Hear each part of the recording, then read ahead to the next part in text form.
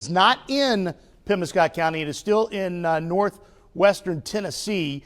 And the National Weather Service basically draws these polygons, as you can see, kind of fanning them out. So you can see it is south of Carruthersville. The tornado is right here. The tornado, it is, unless it makes a sharp turn to the left, it is not going to move into the Pembina County area. But with that said, you could get some hail and some gusty winds. This storm does have me concerned. So I want to talk a little bit about it quickly here before we throw things back to the regular programming. So for Obion County, northwestern Wickliffe County, and the Mayfield, Kentucky area, also the Fulton, Kentucky area, this storm is headed your way, and it's this kind of storm that can produce long track tornadoes. So I want to give you a first alert in northwestern Tennessee and in the southern parts of western Kentucky that I am concerned about this storm later. I'm not concerned about it right now. Again, I do not see that tornado moving into southern Pembina County. So let's also take a quick look while I got you here at the storms that are moving into southeast Missouri right now. There's a very strong storm that's in Reynolds County. It has weakened a bit. Notice no more tornado warning with it. And the storm that I was concerned with that was headed towards the Piedmont and Des Arc area, thankfully it has weakened significantly. But this area is moving into a very favorable location for thunderstorm development. So I expect these storms to get a little stronger as we head throughout the afternoon.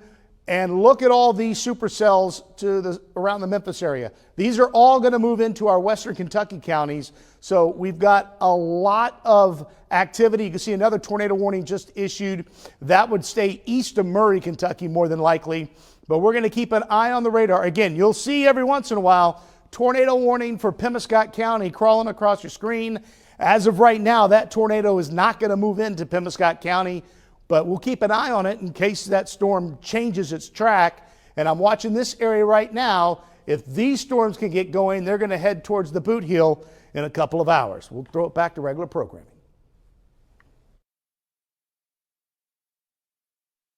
To near the Van Buren area, if it holds together. Again, that's a little ways away. Boy, that's headed towards the boot heel. That's a little scary looking. That's about an hour and a half away, folks. This is in north central Arkansas. And then the storms that are in northwestern Tennessee, we're getting golf ball size hail with them. And they're still struggling a bit. Hopefully that'll be the case. But they have tornado warning. So again, we have numerous tornado warnings out there, folks, that we are looking at. Okay, if we could put Max, I think this is Max 2. I think that was Max 1. I was just, okay. You were talking about, there you go. Thanks. So you changed it for me. I appreciate it. So here's our tornado in northwestern Tennessee. And I just want to give you folks your first alert. Based on the way it's traveling, it's going to go just south and east of Union City. It could get close to Martin, Tennessee in about an hour. And then close to Mayfield. It looks like it would go just east of Mayfield in about 2 hours. Again, we got a long way to track that storm, so no need to get too concerned because a lot can change between now and then. But we've got a tornado warning out for Madison County, possible tornado moving through Ironton right now, and that again is in a very favorable condition. And this polygon right here was the storm I was talking about that's going to be headed towards the boot heel in a couple of hours. That looks very intense, and this is intense as well. The line is going to strengthen as we head over the next few hours, folks. We are just unfortunately getting started with this event tonight. So hopefully things will turn out not as bad as what the atmosphere is predicting right now.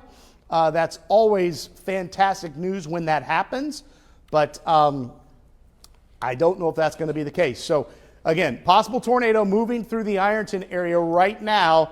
And that is right along Highway 72, and it looks like that circulation is going to just miss the Fredericktown area. Again, 72 west of Fredericktown. This is that new development. The cell's trying to redevelop east of Annapolis on the south side, so we'll have to watch that as it moves off to the north and east because that will be moving into the Fredericktown area. Very likely some strong gusty winds with that as we head throughout the next 30 minutes or so. Let's pan down this line into Reynolds County. Again, we have a severe thunderstorm warning for Reynolds County. Strong storm moving across Clearwater Lake into the Piedmont area. This was the storm I spoke of earlier that we were concerned with going over the same areas that got hit real hard on the 14th. It has weakened significantly, thankfully, so that is some fantastic news. We'll check it from the Paducah radar site, just kind of look and see what's heading into the Piedmont area right now. And you can see there is some weak rotation right there, very weak rotation, so I'm not overly concerned with that. And again, it's pretty noisy around the Van Buren area, some gusty winds, maybe some small hail, but that storm does not look severe at this time. As we pan back to the west, we've got another severe thunderstorm warning that's here, but that should be canceled because that warning was for the storms that are over Carter County right now.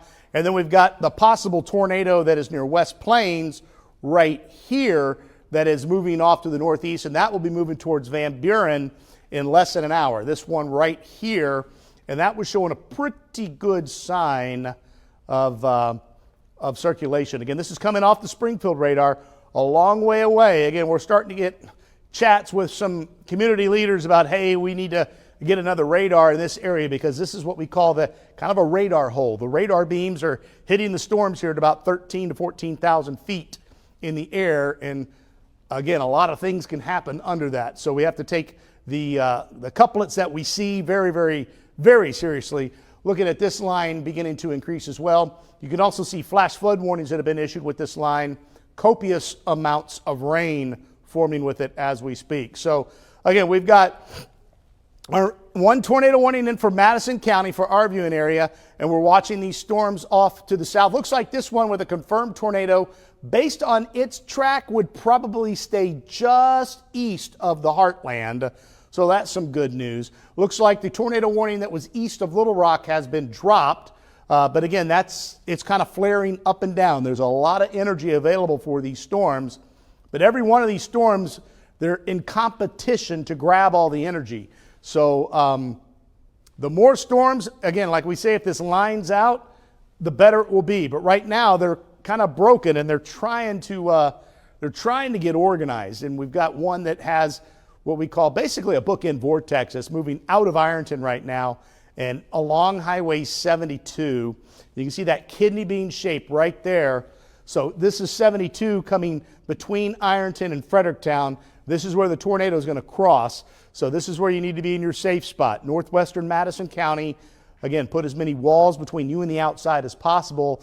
Want to make sure you're in that interior room, a closet, a bathroom if it's interior. You don't want to be against an exterior wall because you lose added protection of having debris go through two sets of walls. If you got a basement, of course, that's the best case scenario, and many areas here do have basements. You can see the reflectivity just updated and is crossing into Madison County right now. So our tornado is located right here, and to the south of it, we're going to see some very gusty winds that can knock out your power, cause some issues from 72 south in northwestern Madison County, and that would likely go into Fredericktown. So Fredericktown, I think you have a little bit of time to get a charge on your devices if you can plug them in, but again, we've got a possible tornado moving across northwestern Madison County right now. I'm going to put an hour-long track on this. In the chat, they are saying that the tornado threat isn't looking as strong as what it was, but expecting 60-mile-per-hour plus wind gusts along the front there. Okay, so we may have the warning dropped here shortly because we're seeing that it's there. We're going to stay with it until we think that everybody's out of harm's way. And then we may be throwing things back to regular program for a bit until we see the next line move in. But we've got a possible tornado. This is the track of this spinning storm right here. You can see Perryville is on the track within an hour. Says 5:52, but the probably more than likely the area that is spinning the most would stay just north of Perryville, but some strong gusty winds could move into the area as well as we're watching the southern edge of this develop closely. So again, we're seeing the possibility of a tornado, but the chat is saying that that when we say by chat, the Weather Service is watching it as well, and that's what we mean by the chat. And when we get the Weather Service talking about it, we kind of communicate with them to see what their thoughts are as well. We'll take a look at the winds inside this storm once again, and just to be on the safe side again. Yeah, we're seeing a very strong gust front, though. Very, very strong winds with this. Probably 55 to 65 mile per hour winds, maybe stronger because, again, we've got a lot of wind energy out there, and the winds have been gusting up to 60 miles per hour without the thunderstorm. So I can't see us not getting some extremely strong winds with this storm right now. Did they say anything else with it, Cassie? No, not right now. All right, so I'm going to pan things out, and we're going to take a look at this line that's moving our way. Again, we've got numerous strong storms beginning to develop. This line will intensify. All of our data suggests this line will intensify as it moves into the heartland. It's not really forecast to get extremely strong until about 5:30 to 7 o'clock is when this should reach its peak intensity. And they will be very concerned about these storms right here. So let's take a look at this storm that has the tornado warning on it that we are a little concerned with, that is north and east of Memphis, and kind of put a cell track on that one as well. Give you an idea of where this storm is going. So I'm talking about this storm right here, and it's moving off to the northeast, again, well away from Pemiscot County. I know they clipped Pemiscot County with that warning, but again, it is well away from Pemiscot County and will stay well away from Pemiscot County. So I am putting a 2-hour track on this storm. This storm has a possible tornado, so a 2-hour track, you can see it brings it into Martin, Tennessee at about 5:30. So in about an hour, it's right near the Wickliffe County, Obion County line. And then it stays just to the southeast of Mayfield, Kentucky, and will clip the western parts of Murray, Kentucky. Again, if it holds together, that's the big question. Will it hold together? So I want to give you folks in northwestern Tennessee and western Kentucky a heads up, your first alert, that is headed your way. So let's kind of pan up back to the north and take a look at our tornado warned storm. Again, it's moving through the Madison County area right now. Right along Highway 72 is where we're likely seeing a lot of strong gusty winds. It looks like that rotation is moving out of Madison County.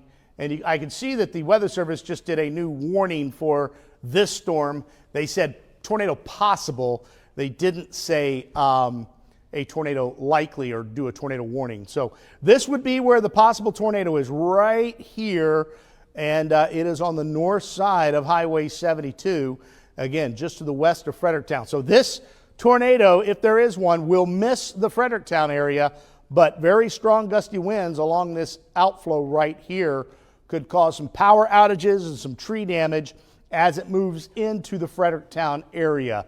Again, we're seeing a possible radar indicated tornado. They're still, did they mention they're going to let this expire or drop it? They haven't mentioned anything yet, no. Okay, so We were just looking at, I don't know if it's popped up on your screen yet, but they just issued a new tornado warning just west of Ripley and Carter County. They've extended that tornado warning, so it could be reaching our area very soon. all right, let me take a look at that.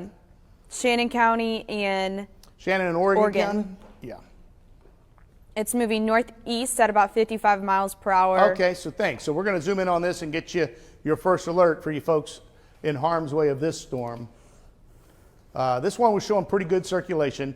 You can see it right. It's kind of the same setup. It's not that supercell type tornado. It's one of those what we call like the bookend vortex tornadoes. It's like what hit east of Commerce City through Alexander County and Pulaski County in Illinois on Sunday. That's what kind of tornado this would be if it hits on the ground. So again, it is moving, but it is moving towards the Van Buren area. How you said they're tracking it how fast? 55.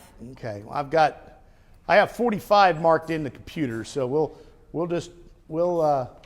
this is being tracked at 45, and so just kind of think that it's going to be there a little bit earlier than what the time says. So Van Buren 513, more likely 505.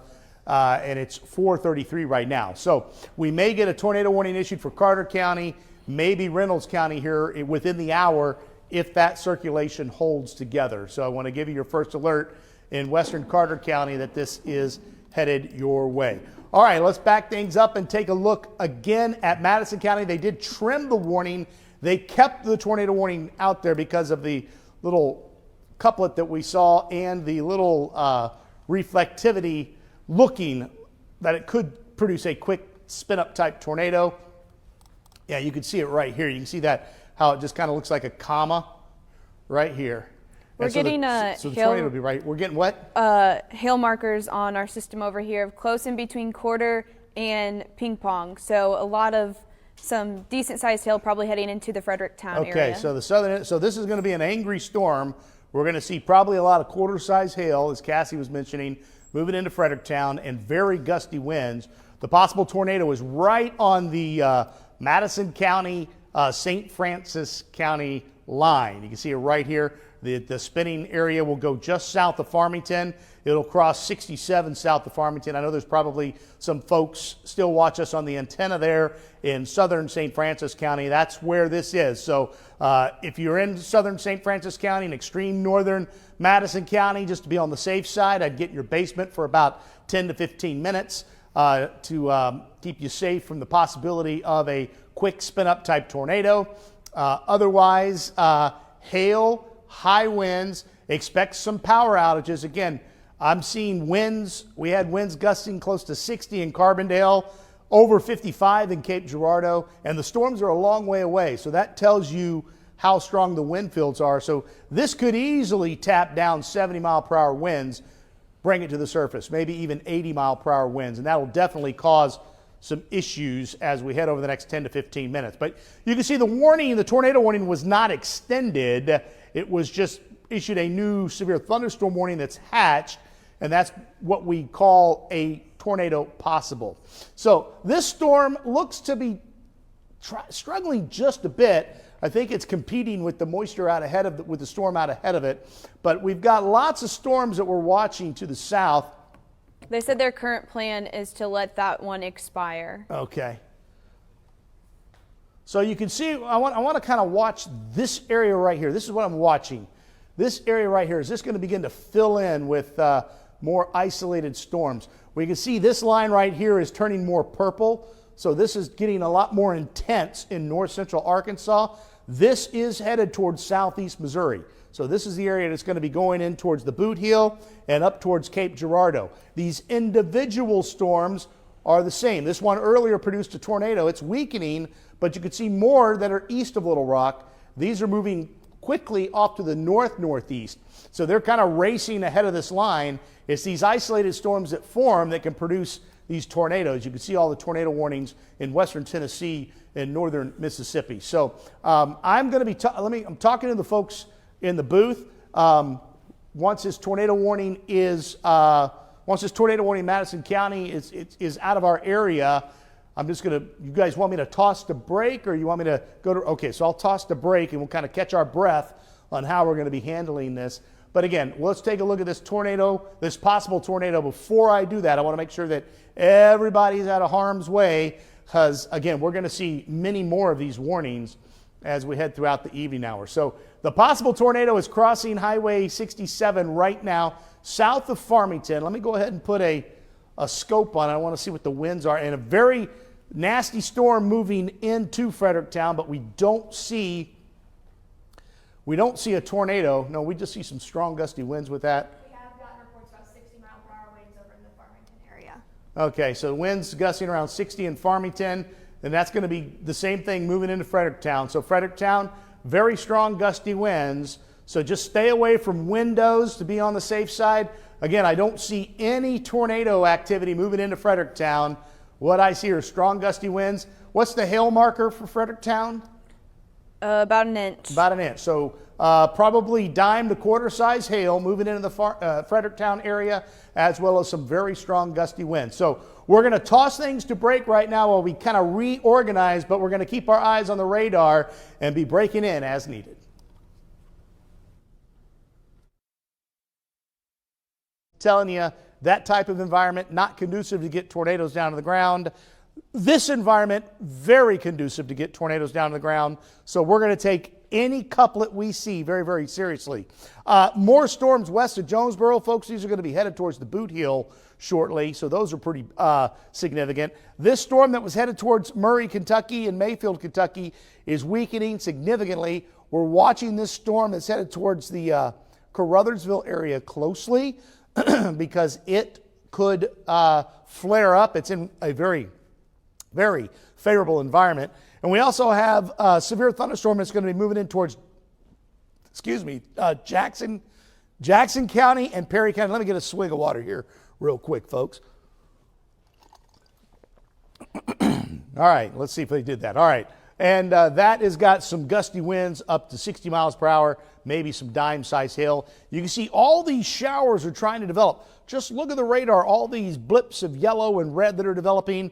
What that is telling us is the main energy in the atmosphere is moving in. So over the next 2 hours, things should really begin to intensify. But I want to pay close attention to this storm that is moving into the Donovan area right now, well, just north and west of Donovan. Let me see if it's going to, okay, good. It went to the Memphis site. So right here we've got that rotation that is moving into northwestern Ripley County as we speak. Let's see if we've got an update on the velocity, because it should be crossing the county line right now.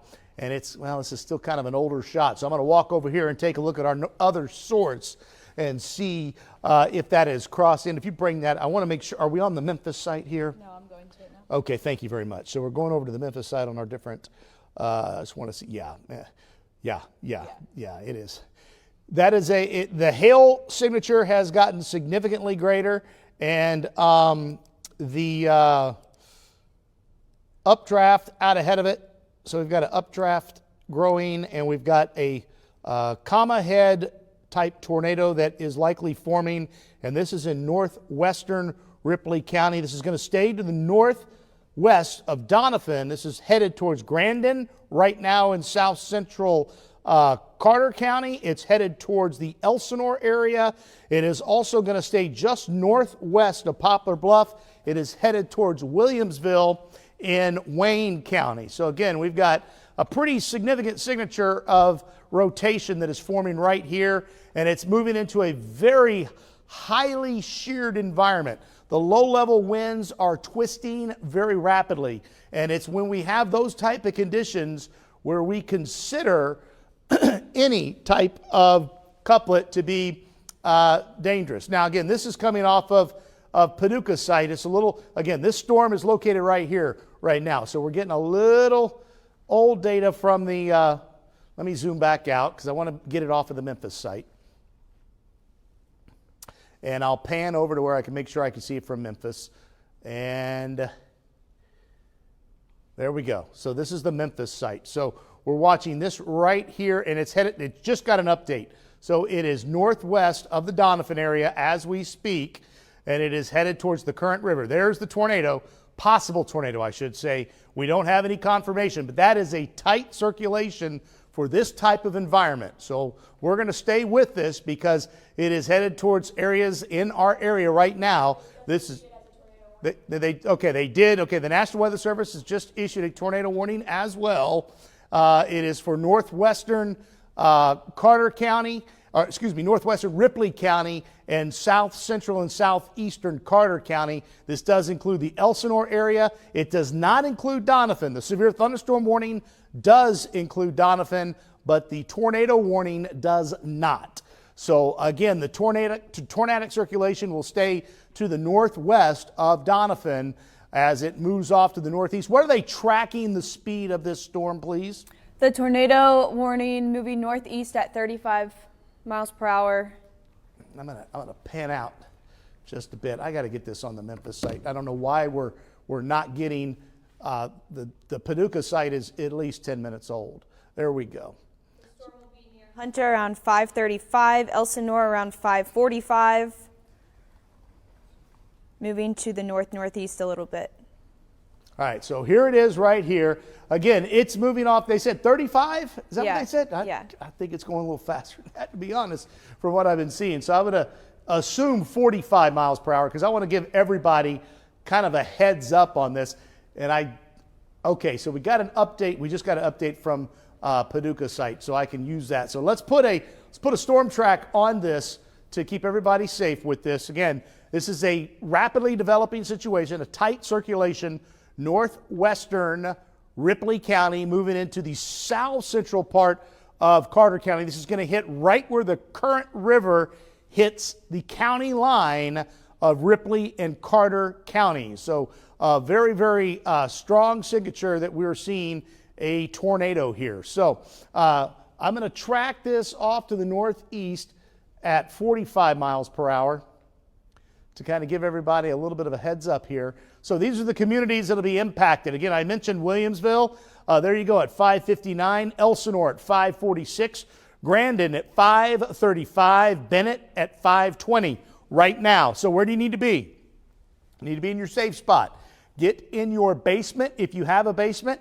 If you do not have a basement, we always say go to the lowest level of your home into an interior room. We want to put as many walls between you and the outside as possible to protect you from flying debris.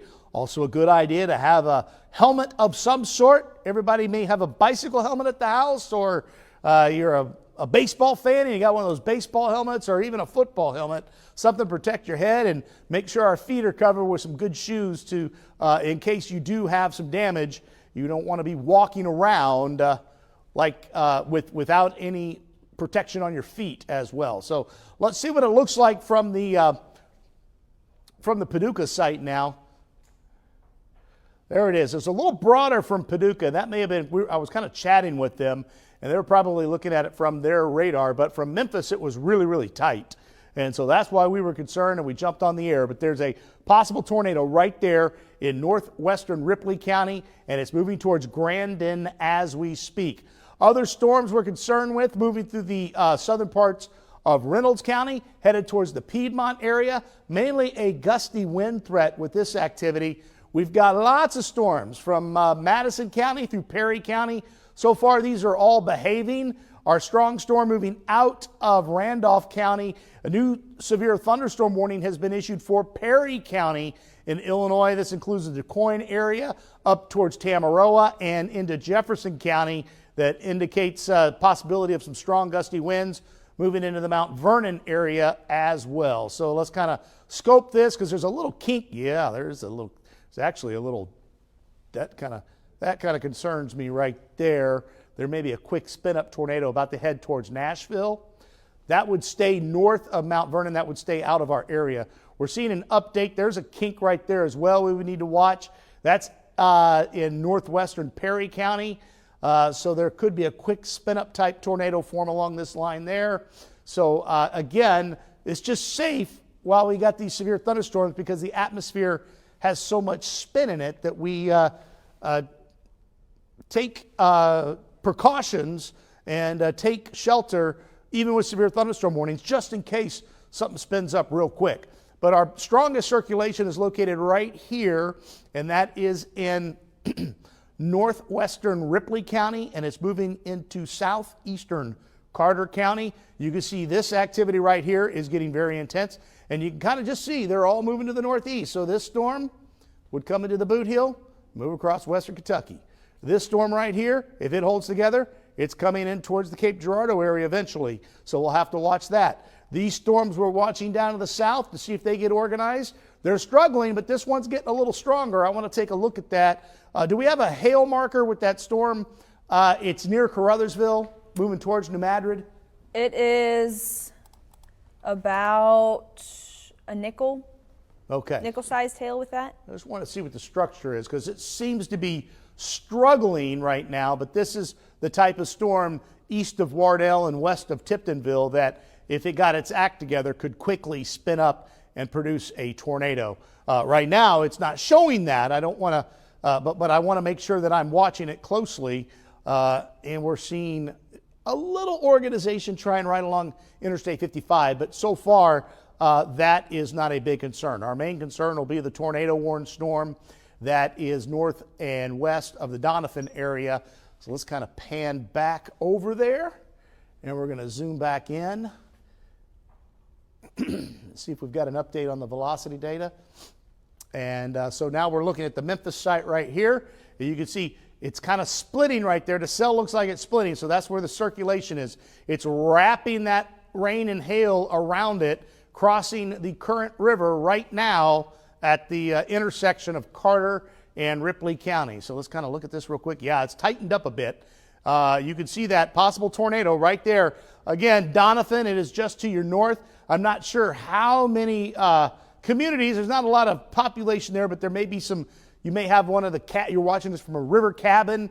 This is going right across the current river right now, so you need to be in your safe spot. Put as many walls between you and the outside as possible, as we say, or go to the basement if you have one. Again, many homes out here have basements because of the hilly terrain, and we're going to see very copious amounts of rain that could lead to some flash flooding pretty quickly if we get more storms. Again, the heaviest rain is moving through this area right now. We have more heavy rain moving that way, but you could easily see that circulation. Possible tornado to the north of the Donovan area. Again, it's going to be moving in towards southeastern Carter County here very, very shortly. Let's zoom in even closer.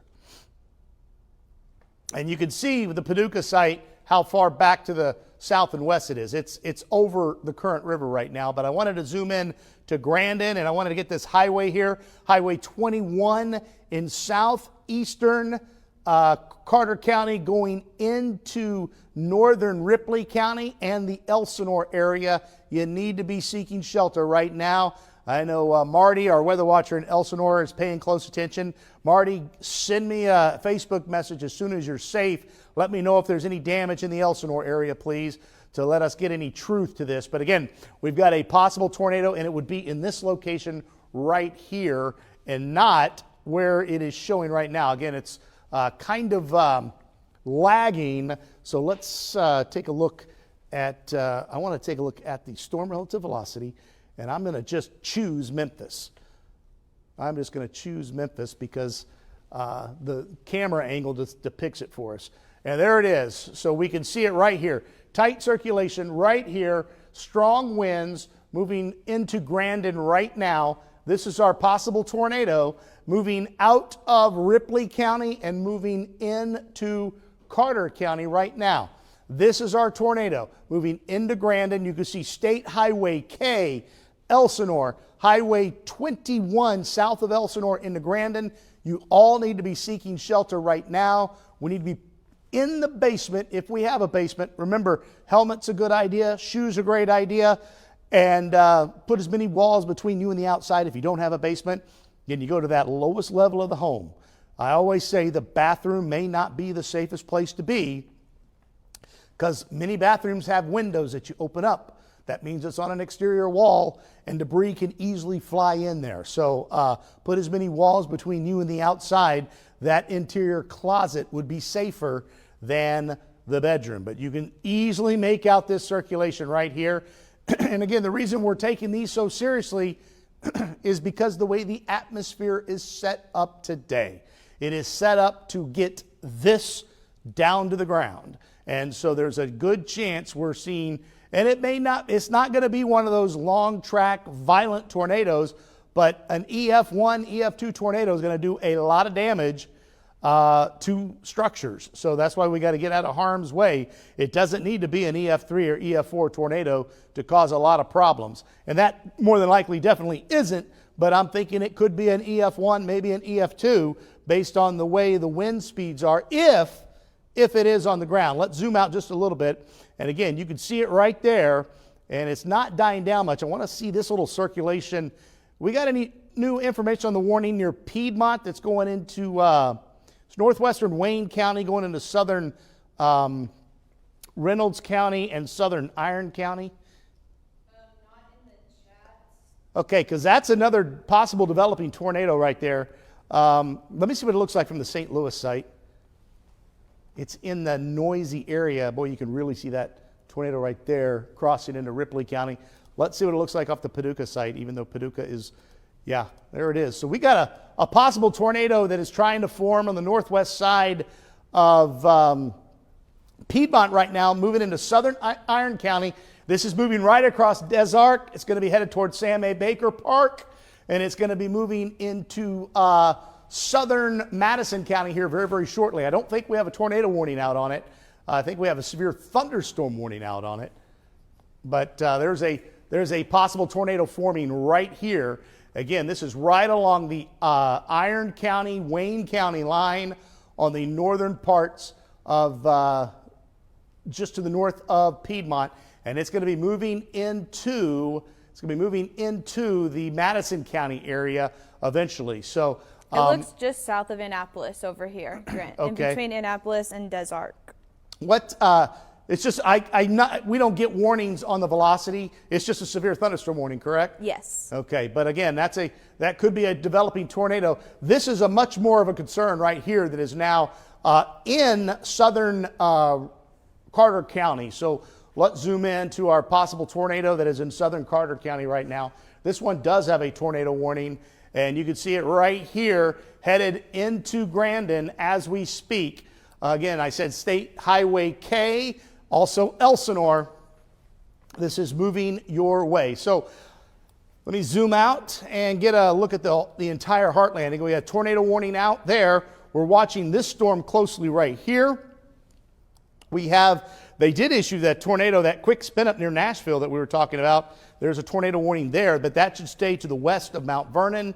And then we've got more storms that are rapidly developing in north central Arkansas that are going to be headed our way. Again, the northeasterly movement, you can see it's this area right here that is under the gun for the next few hours. This eventually is going to form a very strong squall line and produce a lot of wind damage the way it looks right now. Let me see what the isolated nature is to the west of Memphis. Because, oh yeah, look at all these supercells down here, folks. And you can see the way the polygons are drawn. They're all moving off to the northeast. It's these kind of storms right here that will produce some tornadoes. So again, we've got a lot of storms headed our way, but right now our main concern is the tornado that is near Grandon right now in Carter County. So I want to take Memphis. I want to zoom back in and see where that is and see exactly where, because we should have an update on this possible tornado.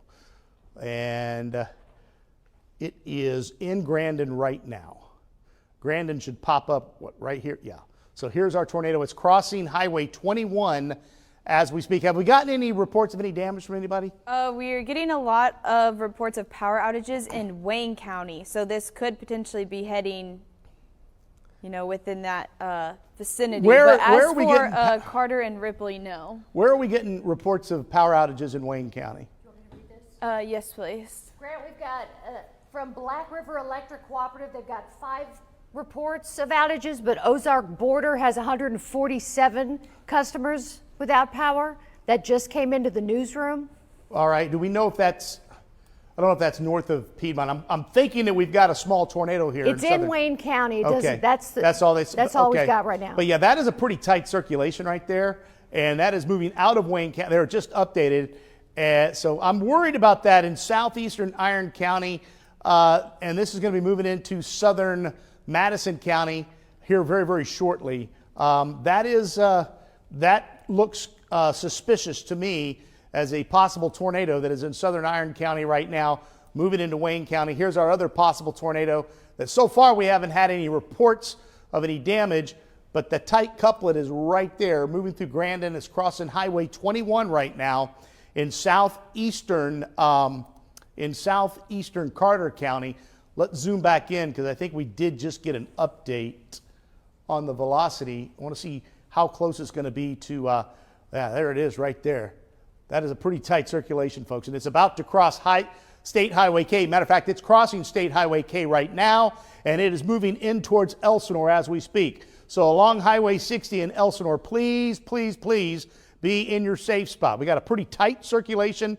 It's fairly strong as well. Let me get an idea of how strong some of these winds are right here. Of course, I've got it on storm relative, so it may not show up. So yeah, we got 47 going away, and we've got 35 going towards. So we've got about 80 mile per hour rotation right here. So that's a decent signature that in this type of sheared environment that we've got a tornado in southeastern Carter County now. And again, it is moving towards the Elsinore area. So Elsinore, you need to be seeking shelter right now. A possible tornado is moving into Elsinore as we speak. Again, a possible tornado moving in towards Elsinore. We'll take a look at this possible tornado that is in southern Iron County as well. Again, this is the Memphis radar is picking this up way up high. Let me see what it looks like from St. Louis. Yeah, there it is right there. So a possible tornado crossing, what is that, Highway 140. It's hard for me to see if that's a 43 or 147. But this is in extreme northern Wayne County, right along the Wayne-Madison County line. The possibility of a quick spin-up tornado. This is coming out of Des Arc. This is the road that goes through Sam A. Baker Park. This is Big Creek, right? Big Creek kind of comes right down here to the St. Francis River. So this is where the campground is of Sam A. Baker. And this tornado is just north of Sam A. Baker Park, and it is moving into southern Madison County. There's campground. Let's see. Let's zoom on out. And again, we've got a tornado warning here for southern Carter County is what we're concerned with.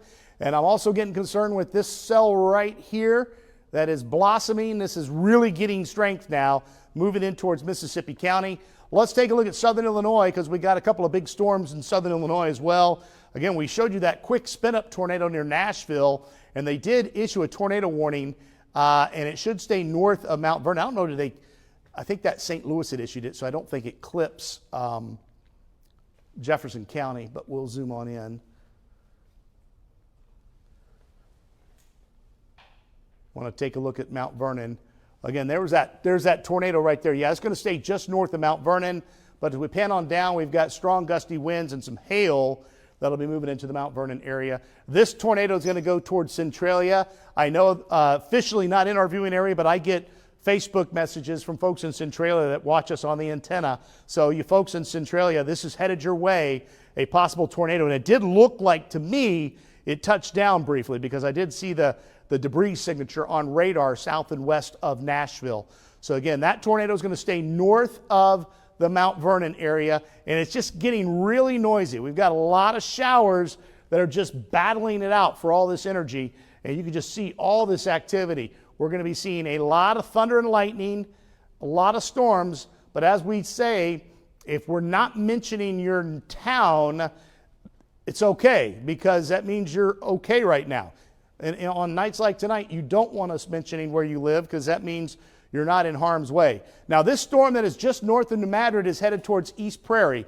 We're going to be keeping a close eye on that. I want Cassie and Madeline to do me a favor and be kind of keeping an eye on these rogue storms out ahead of the line. If they start to flare up, let me know, because the warning signature that or the warning tool that we have that pops up new warnings is not working right now for us. So I will not get the new warnings, and so I'll need you guys to help me out with that. So let's zoom back into the tornado warning that we're seeing that is near the Elsinore area right now. We've got again a possible tornado moving into Elsinore as we speak. It's right here. It's crossing near the intersection of Highway 60 and Highway 21 as we speak is where that possible tornado is. And I haven't had any reports of any damage that I know of, but wow, that is a tight circulation. It's still there. We're seeing a possible tornado moving through Elsinore right now. A possible tornado through Elsinore. I'm going to kind of take a look at my phone, see if I've gotten any information on that. I know a lot of folks that are in the Elsinore area that communicate with me. And nope, I don't have anything. The storm that's moving from Iron into Madison County, I am looking at 2 different areas of possible rotation. I know they don't have warnings on those right now, but it is looking like those are tightening just a little bit when you zoom north. Okay, so I'll head on to that in just a minute. But again, Elsinore, take shelter. Tornado moving into Elsinore right now. At least a radar indicated tornado. And this tornado is moving in towards the southwestern parts of Wayne County within the next 10 to 15 minutes. So southwestern Wayne County, you need to be getting in your safe spot as well, as this possible tornado is going to be moving out of Elsinore and into southwestern Wayne County. That is to the south of the Piedmont area. Now, we've also been tracking this storm right here is what Cassie was talking about. Again, I was seeing the possibility of a circulation in southern Madison County. And I think she was seeing another possible circulation to the west of Madison County in Iron County. And we can see, yeah, there it is. And there's our other circulation. So again, no official, not even a severe thunderstorm warning out for Madison County. But folks, we got to take these very, very seriously, especially in southern Madison County. Get away from the windows. You got some strong gusty winds about to cross Highway 67, and there could be a possible quick spin-up type tornado right there. You can see the blue going towards the radar, the red going away from the radar. It's a little bit of what we call a diffluent circulation, meaning it's more than likely a downburst compared to a tornado, but it's a long way away from the radar. It's a long way away from the radar, so we will continue to monitor that as well. I think that they just issued a severe thunderstorm warning for Madison County, correct? Yes. And did they mention a possible tornado with it? Does it have that possible tornado tag? Let me scroll down to it. Hail threat. No, it doesn't have the tornado possible. Okay, well, we're telling you it's possible. Southern Madison County crossing Highway 67, there's a little bit of rotation there. And let's get back to Elsinore. Again, we've got a possible tornado moving into the Elsinore area or moving out of that. Again, the Paducah site is a little old, so I want to go back to, they just issued the tornado warning for Wayne County. Good, that's what I want them to do. Just what we talked about, southwestern Wayne County, tornado moving into the area. Let's zoom into some of these highways because you got about 5 to 10 minutes to get in your safe spot. Again, this is State Highway 49 between Mill Spring. Mill Spring got hit real hard on the 14th. That's where we saw debris up to 15,000 feet in the air. This circulation should stay at or just south of Mill Spring, right along Highway 49 between Mill Spring and Williamsville. Possible tornado also moving along Highway State A to the east of Elsinore. Coming out of Elsinore, we've got a possible tornado. So again, we want to get in our safe spot, put as many walls between you and the outside. If you don't have that basement, get to the center of your home, lowest level. A closet is better than a bathroom if the bathroom has an exterior wall. If the bathroom doesn't have an exterior wall, that's your best choice. So again, we've got a possible tornado now moving into southern Wayne County. What's the speed they've got on it now? Are they still tracking at 35? 55. 50, yeah, see, there we go. That's what I was thinking. More like 55 miles per hour. So that sounds very, again, this is racing off to the north and east. So let's, let me pan this back because I'm going to put a track on this so we can get some communities to pop out ahead of this storm. And I think I changed the speed to where I can control it for an hour. So we're going to take that tornado and 55 miles per hour. Yep. So there we go. So there's an hour-long track. So if it holds together, you folks watching in Marble Hill, you got an hour. Zalma, you got less than an hour, but close to an hour. More importantly, it's in Elsinore right now. Greenville at about 6:08. Williamsville at about 5:57. Again, it's right now it's radar indicated. I don't have any ground truth to it, but it's a very strong signature that a possible tornado. Another strong signature that we were watching is in southern Madison County. Again, let's pan down because I want to get this off of the Paducah site and get it to pick up on the St. Louis site because I want to see, well, it's not going to do it for me. So I'm going to back up just a bit and reflectivity, let me choose St. Louis. Yeah. So here's the circulation is right here. Again, mainly a wind threat. There's a pretty good hail core that looks to be developing that's going to go into go into the Fredericktown area. So look at how just messy this is. We've got storms everywhere. This is actually good news, folks. The more of this that we see out ahead of the line, the better the chance is that we escape tonight without as much damage and danger. But the winds are still crazy strong in the atmosphere, and we've got a lot of storms headed our way. And this is what I'm really concerned with. You can see all these individual warnings off ahead of the line. You can see we've got one here that's going to miss us. Again, we're watching this storm near New Madrid. Is there a hail core on that New Madrid storm yet? It's in Mississippi County now. Yeah, it's close to East Prairie. It's still less than an inch. Okay, still less. So it's still trying to get organized. Mm-hmm. Yeah, that one doesn't. That one has about a half inch. So maybe penny to nickel. But watching those storms that are getting closer to the Boot Hill for sure, I'm seeing a lot of signatures from the Memphis radar looking west towards like Pocahontas, Jonesboro, Newport. And she's talking about these storms down here. These are all looking very intense, and they're going to be headed into the Boot Hill here shortly. So this area, this is good because all this activity is going to kind of help cut off the severity of the northern end of the storm, of the line of storms. This voided area, the energy is still there. So as this storm moves into it, it will intensify. This storm has a chance to continue to intensify. Other storms continue to have a chance to intensify, and we're going to watch this closely. It's trying to get organized, but so far it is struggling significantly. So let's kind of zoom back in to the storm that we have the most concern with, and that is the storm that is moving into southwestern Wayne County. And they just issued the tornado warning for Madison County that we were anticipating. You can see right here, that was that circulation. It's headed towards the Fredericktown area, also 67 south of Fredericktown. So we have two storms with tornado warnings on them now. This storm right here in southwestern Madison County and the storm in southwestern Wayne County is showing rotation. Did you have something to say, Cassie? I think I heard somebody talking as I was doing that warning. Oh, no, I was just reading what the one for Madison was. It has that one moving at 55 as well. So right. Both are racing to the northeast. Okay, so let me do this. I want to take a look at the velocity in this Madison County storm, and then I'll take a look at the velocity in Wayne County.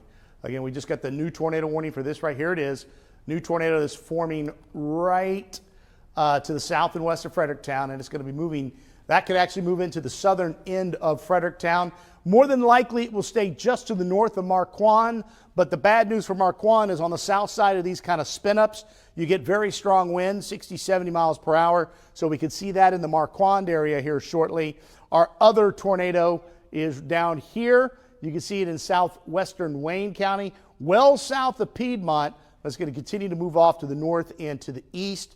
And I want to pan things out, see if I can get to see what this looks like off of St. Louis. I think, yeah, I'm on St. Louis now, so I want to take a look because this is a little more updated source. There's our possible tornado right there. You can see it spinning right there south of Fredericktown. So Fredericktown, right in this general area. Let's kind of zoom in a little more so we can call out some of the roads that are in harm's way of this possible tornado here. Again, this is moving right into Fredericktown. This tornado is moving into Fredericktown. It's moving in towards the intersection of 72 and 67 right in the downtown area of Fredericktown. It'll also hit the loop area on the northeast side where there's some new development there, a couple of barbecue places and fast food joints that people go to. That is where this tornado is headed right now, off to the northeast at 55 miles per hour. If it holds together, it would probably clip the far northern parts of Perry County, Missouri, but this would be to the north of Perryville itself. So a possible tornado, again, moving into Fredericktown as we speak. So for you folks that are in Fredericktown and around Fredericktown, I need you to put as many walls between you and the outside by going to the lowest level of your home and get in that closet or that bathroom that is not on an exterior wall. If you have a basement, again, that's the best place to go. Head to your basement. This possible tornado is moving across State Highway E and just north of State Highway C, but it's really, really close. Again, Marquand, you're not in the tornado path, but you are in the gusty wind path. The southern flank of this will bring some very strong winds into the Marquand area, State Highway F, right along that Castor River. We've got the campground, Double D campground, and I think Castor Ridge, or Castor, I can't think of it as Castor Ranch, but there are two campgrounds right by Double D. They're south of Marquand. Some very strong winds are likely, but the tornado will stay to the north. Let's take a look at the, we just got an update, so let's see if we got an update on the shear. Wow, that is really tight, folks. That is really tight. It's moving into Fredericktown right now. A very tight couplet. This is likely producing a tornado. Again, it's a little far out to get debris, but that's more than likely a hail spike and not debris, but I don't know. That could very well be a tornado on the ground. That is a very tight circulation. If you guys get reports, just shout it out. Let me know, okay, if we get a report of a tornado. But that is looking very likely that we're going to see a tornado form and move into Fredericktown. This is one of those quick type spin-up tornadoes. It will probably last about 15 minutes or so, but that's plenty of time to head into town. Again, that is headed right into Fredericktown, a possible tornado, and radar is telling me that's a pretty good sign that there is a tornado that is headed in towards the Fredericktown area. All right, let's pan down to the south and take a look at our other tornado-warned storm. Again, it is in Wayne County, and I'm going to do so because, again, for some reason, our Paducah site is being delayed. So I want to take a look at the storm relative velocity from a different source. So there it is near Williams. Let's see what it looks like from the Memphis site, and then I'll see what it looks like from the St. Louis site. So yeah, you can see Memphis has it much farther east. It's in southern Wayne County. Let's see what it looks like from the St. Louis site. Again, the radar beam hits this pretty high up in the air, same spot. So we've got this possible circulation moving through Williamsville right now, and it's headed towards the Lake Wapapello area. So Highway 67 at Lake Wapapello, south of there. I think that's the Greenville Bridge. It's going to be just south of there. But the northern end of Lake Wapapello is going to get hit by this possible tornado. You can see it right there. Possible tornado moving through the Williamsville area as we speak. So tornado warnings out for our immediate area, Wayne County and Madison County. Severe thunderstorm warnings for northern Perry County in Illinois and Jefferson County in Illinois. So far, for the most part, western Kentucky is in the calm. Storms are weakening just a bit. This one is split, and the left mover is going to become a hail producer. That's going to move just off to the southeast of Cape Girardeau, the way it looks right now. And we're going to be watching all this activity closely as it begins to move in. You can see this line just continues to strengthen as it moves east. Again, the atmosphere is very, very conducive for these storms to continue to strengthen.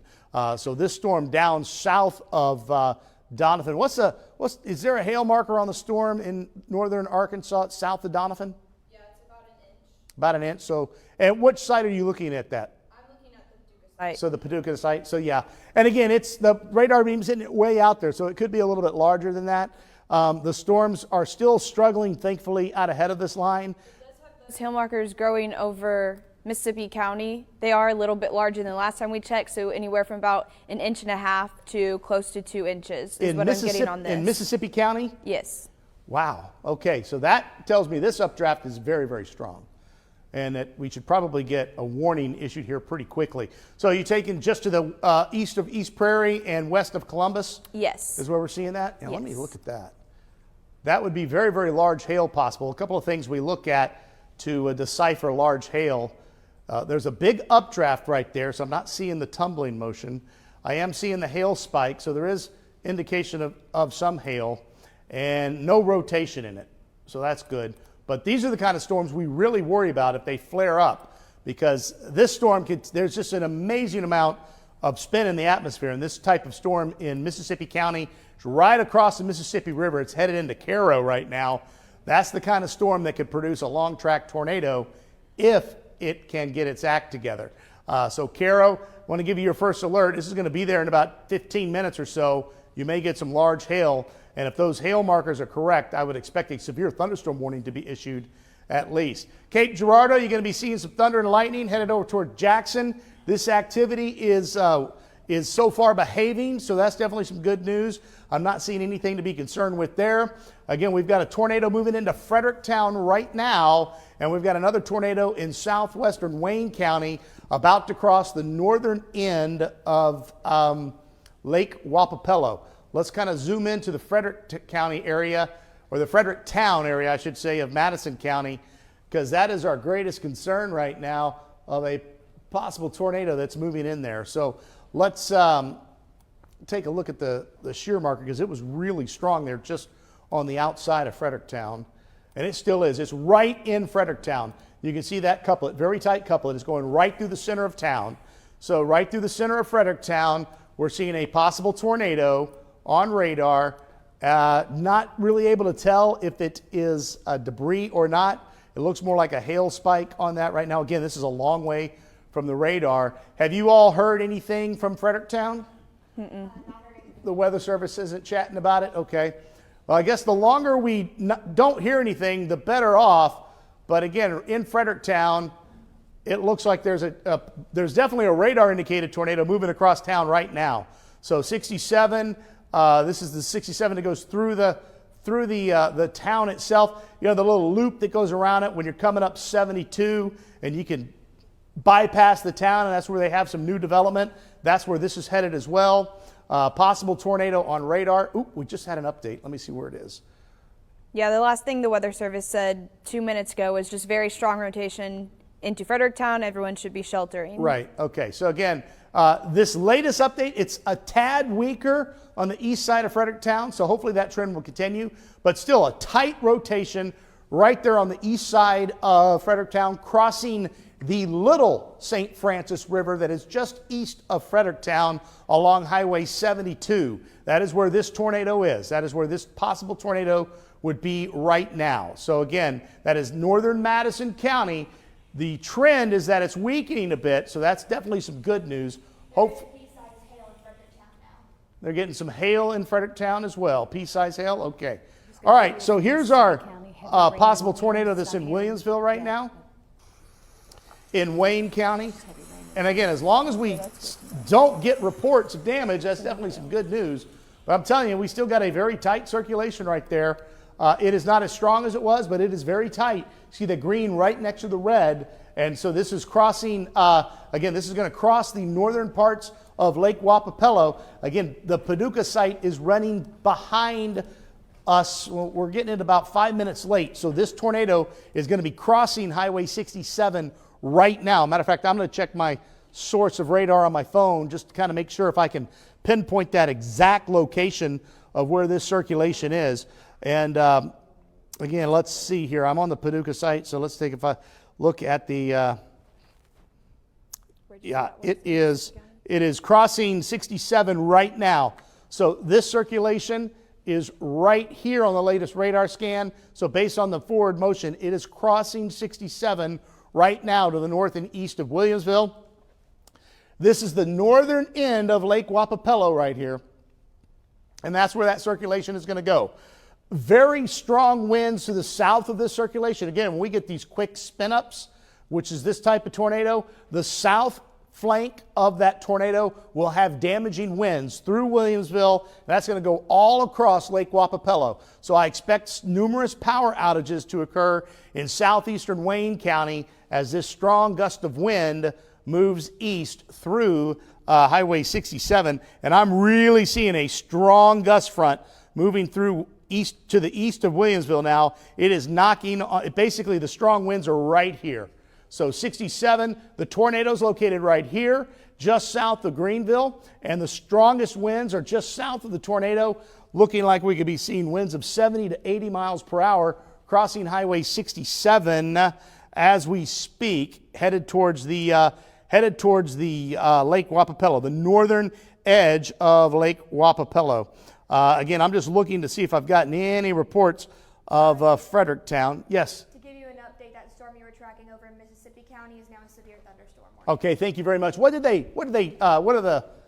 saying about it? Well, they in the are warning? saying that it's moving about 75 miles per hour, so moving pretty fast, 60-mile-per-hour wind gusts and quarter-sized hail. Okay, there's that. And again, a tornado warning now out for Perry County. That is for a continuation of the tornado that's moving through Fredericktown right now. So tornado warning for this is just to the north of Perryville. Again, this is going to head towards the airport, Perryville. If you know where the Chester Bridge is, you're under the gun. That area near the Chester Bridge, the northern parts of Perry County, as we get north of Perryville. Again, it was mile marker 133 that got hit real hard in 2017. This is going to be just north of that. This is going to be around mile marker 135 to 143, I think, along Interstate 55. So if that sounds familiar to you and you are going to be traveling there in the next hour or so, don't. Let this storm pass. Again, from about mile marker 135 to mile marker 145, I think would be a good bet just to stay put. All right, did they put a tornado tag on that storm near Cairo, that new severe thunderstorm? Or are they just doing winds and hail? It looks like they're just doing winds and hail. There's no tornado possible tag. Okay, no. so we've got an intense cell that's trying to develop, and I'm going to be watching this as well. You can see that little hook right there. This little shower is rotating in Mississippi County.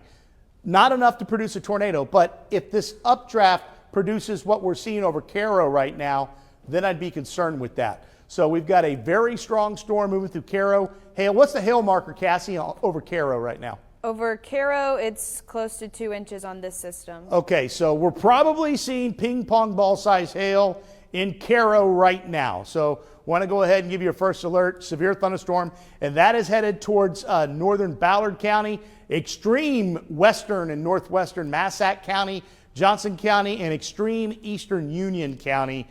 Hail and high winds. But our biggest concern, possible tornado exiting Fredericktown, possibly moving into the northern parts of Perry County, and then a tornado that is crossing the Lake Wapapello area, the northern edge of Lake Wapapello. And I know you see this guy right here. That's south of Doniphan, so we're safe right now, but that's going to be moving towards the Malden area, towards New Madrid, and then moving into Mississippi County and Carlisle and Hickman counties if it holds together. Still a couple of hours away from that, but you know how I am. I want to give everybody the most first alert that we can give you to keep you safe, especially on days like today, where the atmosphere is very conducive to get any type of rotation down to the ground.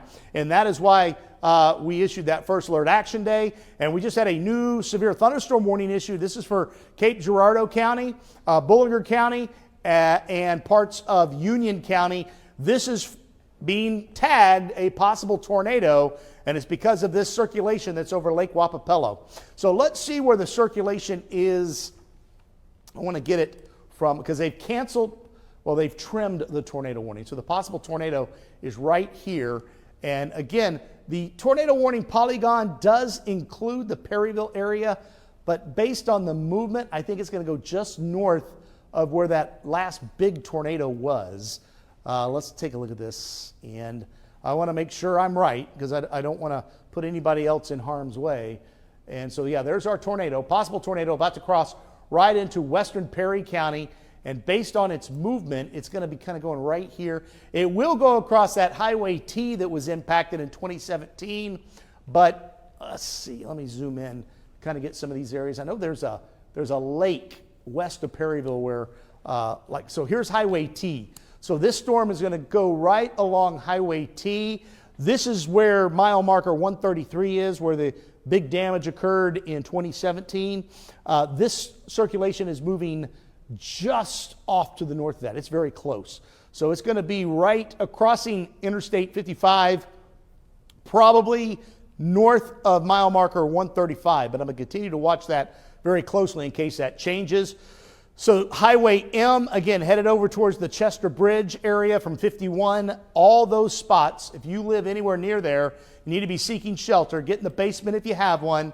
If you don't have a basement, put as many walls between you and the outside as possible by going to the lowest floor of your home and sheltering in an interior room, whether that be a closet or whether that be a bathroom.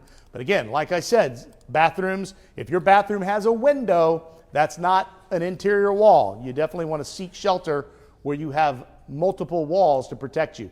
And here's our possible tornado right over County Road 732 in far western Perry County. Again, a possible tornado right now moving into western Perry County. All right, let's take a look at our other storm that is severe. Again, very strong gusty winds moving down towards, I don't like that void right there. I want to take a look at the shear because a lot of times that's a sign of a quick spin up. Hard to see. Boy, we could see there's one tornado. There's possible another tornado trying to form right there in northern, let me take a look at that again. That's in northern Ballard County. That's headed towards Perryville. So we may have twin little vortices that are forming. That's a new circulation right there that is forming in northern Ballard County. Officially, it's not in the tornado warning, but it's on the southern edge of this polygon. This is where basically what happened is we had a bookend vortex right here, but we're getting an updraft and a new circulation that's forming on the inflow, and that's when you get strong tornadoes. So we're going to have to watch that very, very closely. Boy, that cell north of Caro is going nuts on reflectivity. What's it look like on the hail marker, Cassie? It's still less than 2 inches. Okay. So about ping pong. So there's our possible, we still have 2 possible tornadoes. We've got a new circulation that's forming in northern Ballard County, though. So I want to zoom in. I think this is just north of 72. This is going to be just to the north of Cedricville. And I think it's going to, now we're back to Paducah site, and it's lagging. But that possible tornado is right here near the intersection of 51 and 72. And that is going to be headed in towards Perry County. And here's the Bealey exit. Nope, this is the Bealey exit right here. So this should stay just north of the Bealey exit, but that could be headed into Perryville itself. This is a new developing possible circulation, and again, from Paducah is lagging by about 5 minutes. So I want to see if I can get it back on St. Louis so I can kind of show you exactly where it is. Okay, there it is right there. You see that increased reflectivity, that purple right there? That's the possible tornado, and it's moving off to the northeast. So yeah, it's going to be headed right into town if it develops. So for you folks in Perryville, I want you seeking shelter. This is the old circulation. It appears to be weakening. This is what happened on Sunday near Naylor. We had the old circulation die off and a tornado touchdown on the southeastern side. This looks to be kind of the exact same setup. A possible tornado is developing on the north side of Cedricville there in northern Ballard County. It's about to cross Highway 51, and it's going to follow 51 right into Perryville if it holds together. So I need everybody in Perryville, head to your safe spot. Get as many walls between you and the outside as possible. I know a lot of those homes downtown do not have basements, but if you have a basement, that would be the best place to go. If you don't have a basement, I want you to put as many walls between you and the outside as possible. Again, we may get an update to this tornado warning kind of redrawn for the northern parts of Ballard County and draw this. I would take this red line right here and draw it a little farther south. Okay, we just got an update on the velocity. I want to see if we get an update, on the reflectivity.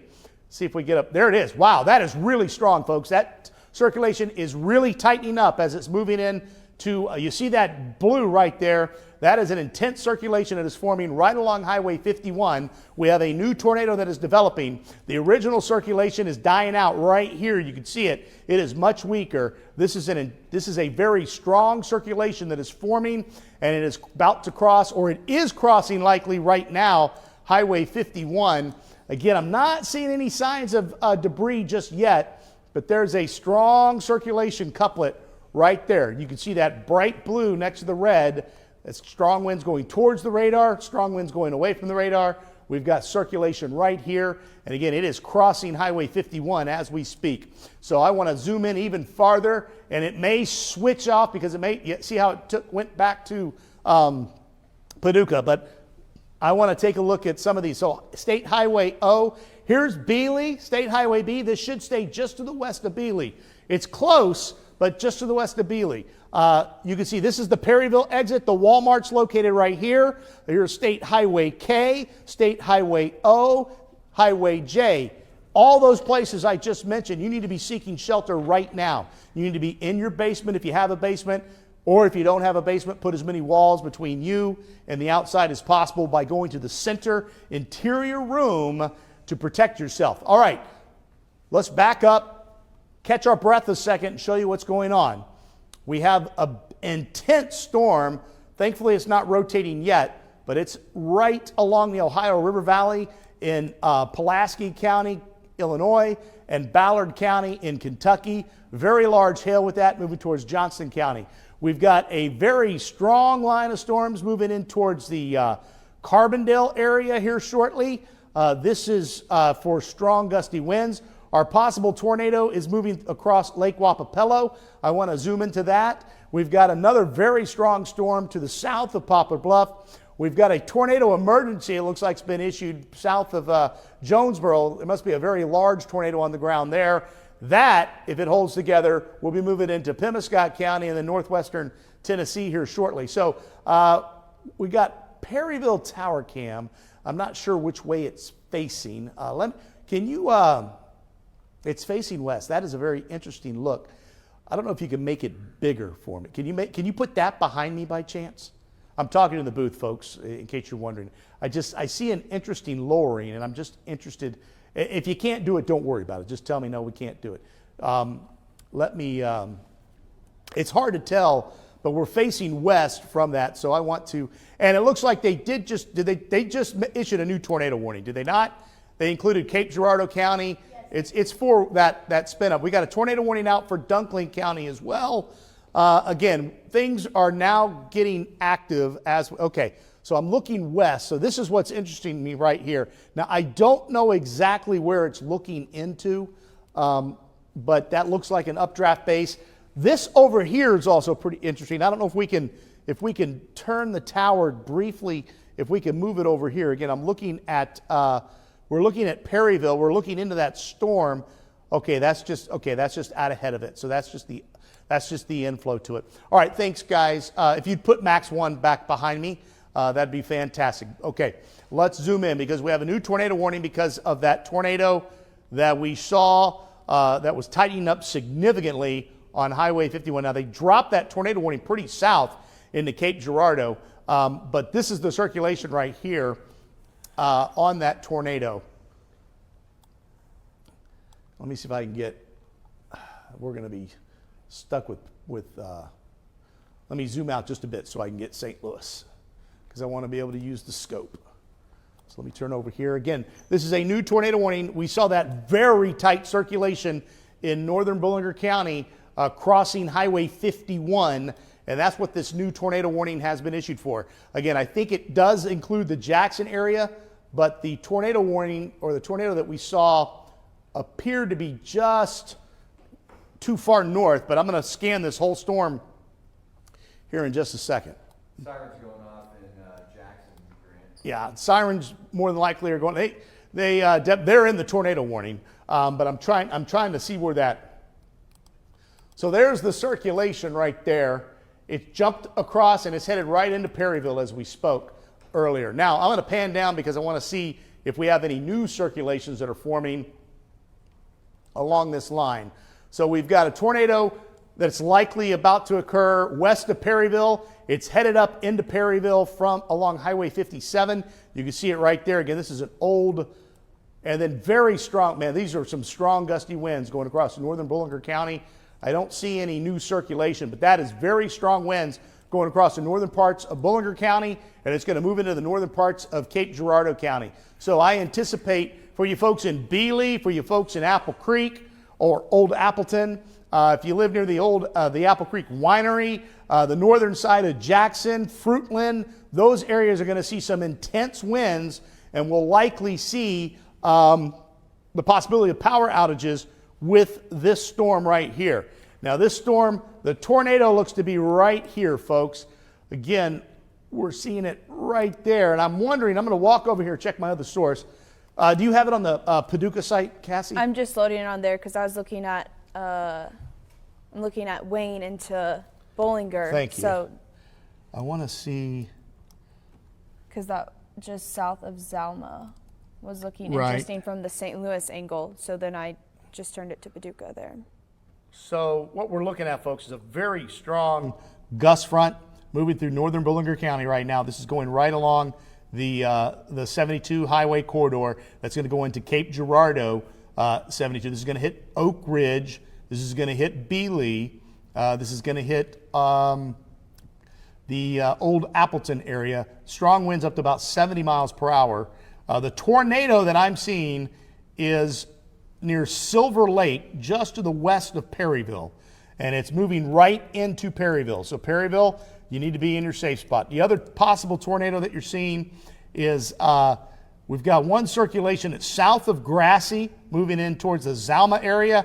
And it looks like a new circulation is trying to form near McGee. I'm not sure if I'm saying that right, but that is right near the Bollinger County, Wayne County, Stoddard County line is where I'm seeing that. A very strong indication. Boy, these winds coming in through Bollinger County look very, very intense. Looks like I see an outflow boundary forming ahead of the Wayne County storm, so that could actually help us. And then we've got the storm with a tornado possibly moving into Corning, Arkansas, that's going to be headed towards Malden. And I want to check this storm that's going to be moving towards Pemiscot County. What we got here. Of course, we're all getting warnings now here at the station. New tornado warning looks like it's issued. And yeah, that's tornado in. All right, so we've got, that's that circulation I was looking at that's forming near the Bollinger, Wayne, Stoddard County line. That is headed in towards Cape Girardeau County as we speak. So is that, do you have, what? I was just using yours so people could see what we were talking about. Fantastic. All fantastic. yours. All right, so yeah, I want to get to the new tornado warning so I can kind of show you what we're talking about. Again, this tornado warning does include the city of Cape Girardeau, the city of Jackson. It includes Scott City. It includes the Advance area. We have a tornado that is developing right here on radar. Again, we've got another tornado that is moving in towards Perryville right now on First Alert Doppler Network. We've got a very intense storm moving into Johnston County that is causing the possibility of some very, very large hail. And then we've got some strong gusty winds moving through parts of Perry County, Illinois, Jackson County, Illinois. So we're going to, again, like we said this is going to be a lot of warnings to cover. It's 6:17 right now. We've got at least 3, probably 4 more hours to go before we are out of the threat of severe weather. And it did appear as though as we headed towards 6, 7 o'clock that things would really, really begin to ramp up. So let's go all down this line and show you where the worst of the weather is right now, because I want to keep everybody safe. So we've got intense storm near Pinckneyville that's headed towards DuQuoin. Hail and high winds appear likely with that as we head over the next hour or so. I want to make sure we're not getting a quick spin-up type tornado with this storm. And I'm looking and I do not see anything with that. So that's good news. All right, let's pan down to the south and get towards the Ava area. And this is headed towards the Carbondale area. We've got a severe storm here. Lots and lots of storms moving in, but I'm not seeing anything that is a huge concern right now tornado-wise. Want to make sure that we keep everybody. Looks like we may have lost power out in the Perryville areas. That looks like that the site went down there. So that's not a good sign, as we've got the possibility. Yeah, tornadoes moving in. The Walmart's right there, folks. Walmart is right there. Tornado just to the west of Walmart in Perryville. If it is on the ground, I can't say if it's on the ground or not. We're not seeing. There is hints of a little debris, but regardless, radar showing a possible tornado moving into Perryville as we speak, right to the west of Walmart. So I'm sure you know where the Walmart is in Perryville. That's where this tornado is, and it's going to move right across the northern parts of town. So for you folks in Perryville, please be seeking shelter right now. Radar shows a tornado moving into Perryville as we speak. We've got other storms we're watching closely. Again, new tornado warning out We've got very strong winds. This is mainly a very gusty wind producer right now. From Bealey down to Scopus, you're probably seeing 60 to 70 mile per hour winds. That is definitely going to cause some power outages as we head through. And then our new tornadic circulation forming right here, possible tornado located in this general area. I want to see what the shear looks like, because this, oh yeah. Okay, folks, this is, that is a tight circulation right there, my friends. And this is still in Wayne County. How fast are they tracking the tornado warning for the Cape Girardeau and Scott County? They have that going east at 50. Okay, so I want to put some. Let me zoom out. That's a very tight circulation. TDS noted southwest of Zalma. TDS. So this should be turning purple. So we've got a tornado on the ground. Then did it turn purple on GR? It's not purple on GR yet, but NWS did mention that, so it should be turning purple anytime soon, with confirmation that that's Okay, so we've got. Where did they say the TDS was? just southwest of Zalma. Okay, so that right there is a tornado. Tornado is on the ground in southern Ballard County right now, and it is racing off to the northeast. You said 55 miles per hour? 50. 50. Okay, so perfect. I'm going to put a cell track on this, because this is headed towards some pretty, there's the purple. Okay, so confirmed tornado. This is a confirmed tornado moving in towards, it's in southern Ballard County. It's right here, and we're going to do 50 miles per hour. And so here's some of the communities. So Advance, 631, you need to be in your basement. 658, Cape Girardeau.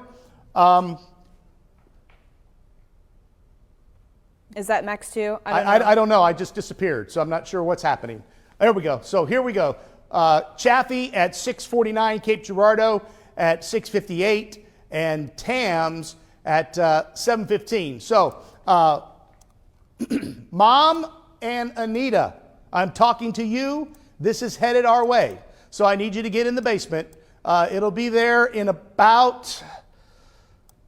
So the Dalhousie area, we're going to be seeing the tornado in about 30 minutes, maybe a little less than that, 20 minutes, if it stays together. But this is a tornado on the ground. So the southern parts of Cape Girardeau, you need to be seeking shelter right now. Let me name out some spots. The Menards area, Walmart, Sam's. If you live near that vicinity, get in your basement if you have one. If you don't have one, get to the lowest level of your home.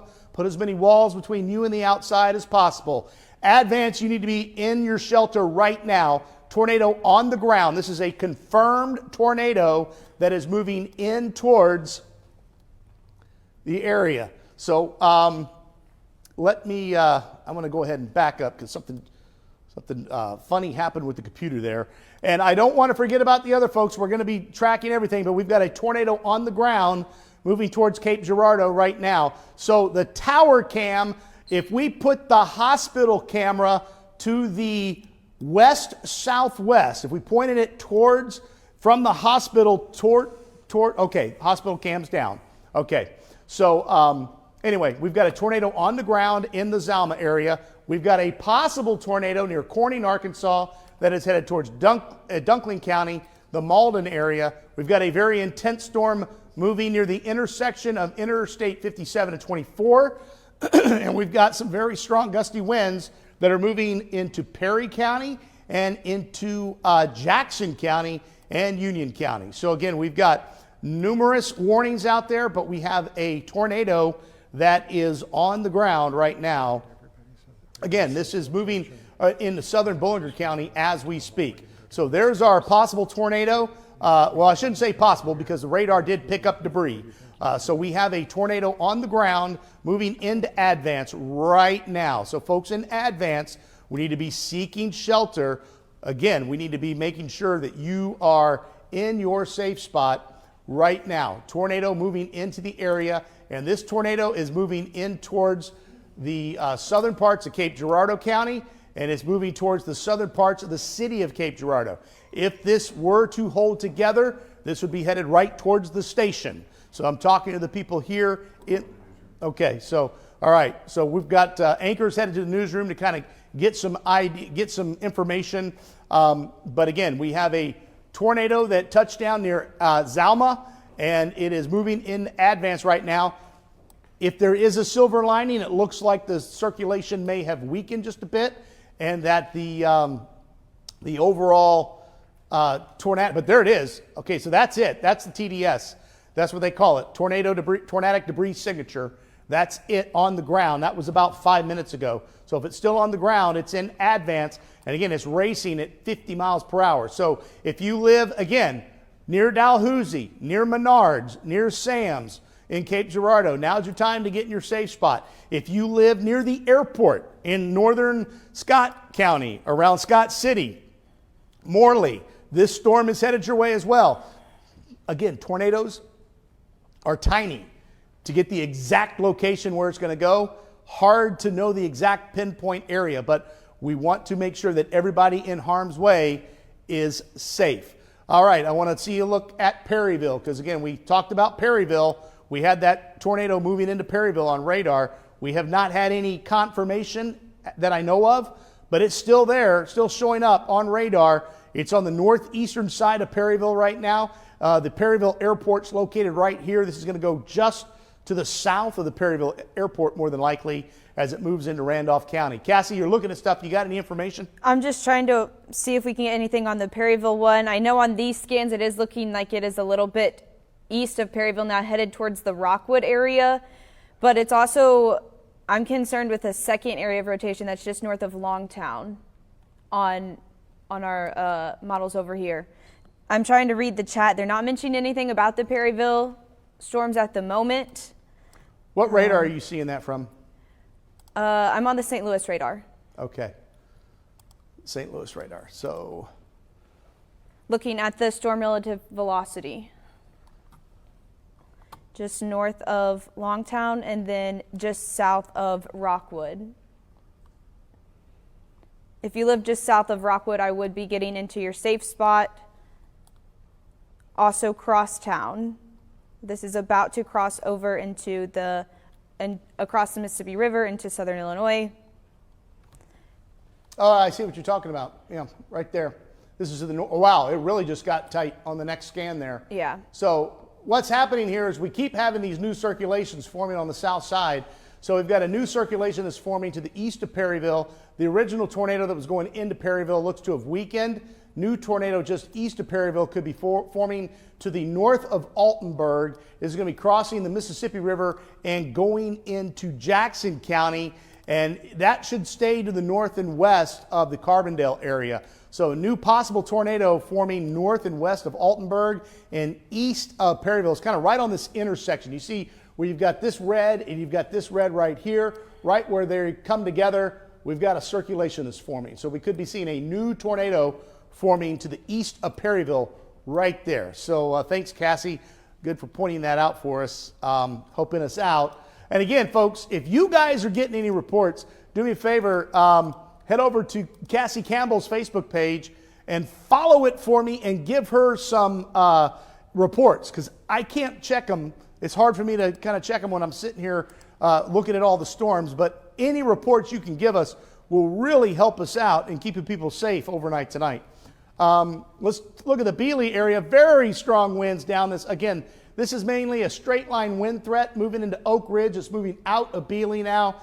Very strong gusty winds likely about crossing into the Oak Ridge area, headed over towards Pocahontas, those areas in northern Cape Girardeau County. All right, the confirmed tornado was moving towards the Advance area, and if it holds together, it'll be moving in towards the Cape Girardeau area. Again, the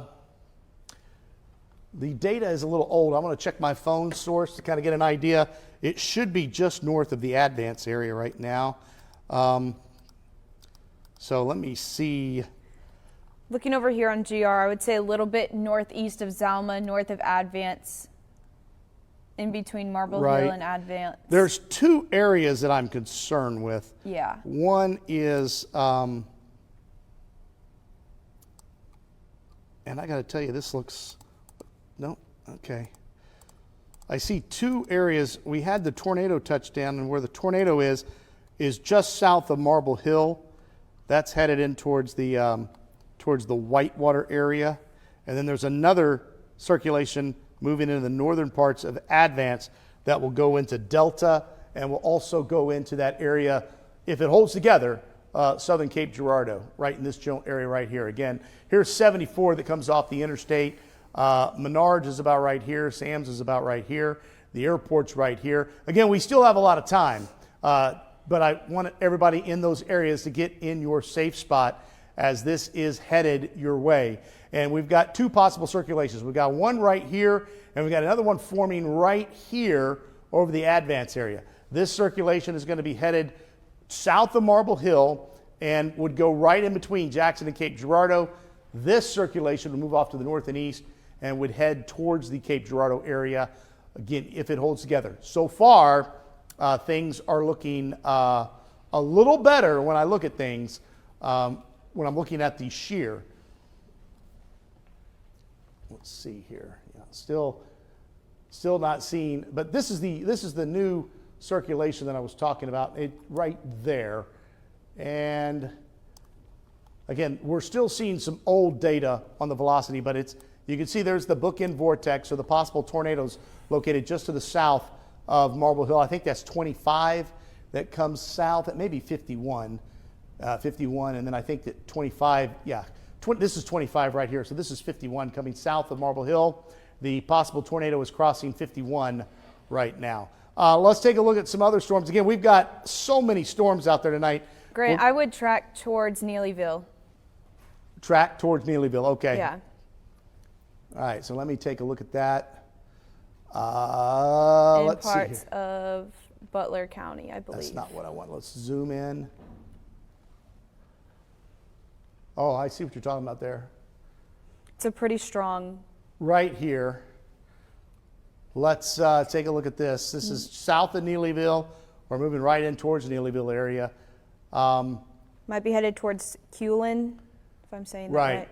Culin. So this is the circulation she speaks of. It's a little broad. I'm looking at it from Paducah. What are you looking at it from? Are you on Memphis by chance? No, I was looking at Paducah, but I was looking at it on a different tilt. So let me click on Memphis too. So this is why there was that tornado warning issued. And it does look like Culin is now in that tornado warning. Yeah. And so here's our tornado that's going to pass across extreme southeastern Butler County, northern Dunkling County, head towards the Malden area, and extreme southern Stoddard County, south of the Dexter area.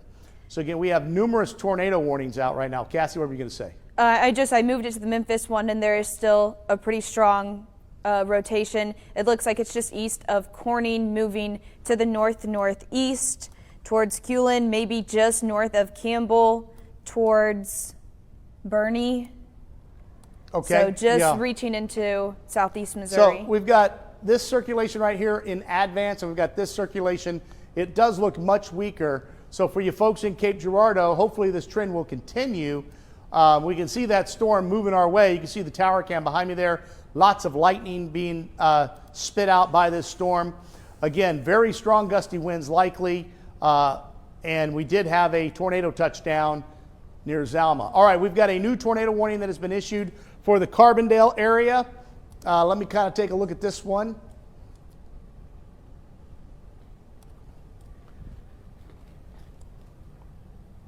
It's kind of in the purple haze area, but we've got a couple of spin ups. This is because of the spin up that Cassie was talking about near the Altenburg area. So this will likely stay just north of Carbondale. So for you folks that go to SIU, this circulation right now looks like it's going to miss you. Grant, just to the north. I'm yes. getting reports of from the city police that a tornado on the ground approaching the Chaffee area. Someone just messaged me that. If we zoom in there with that, so just on the south end there of that confirmed tornado.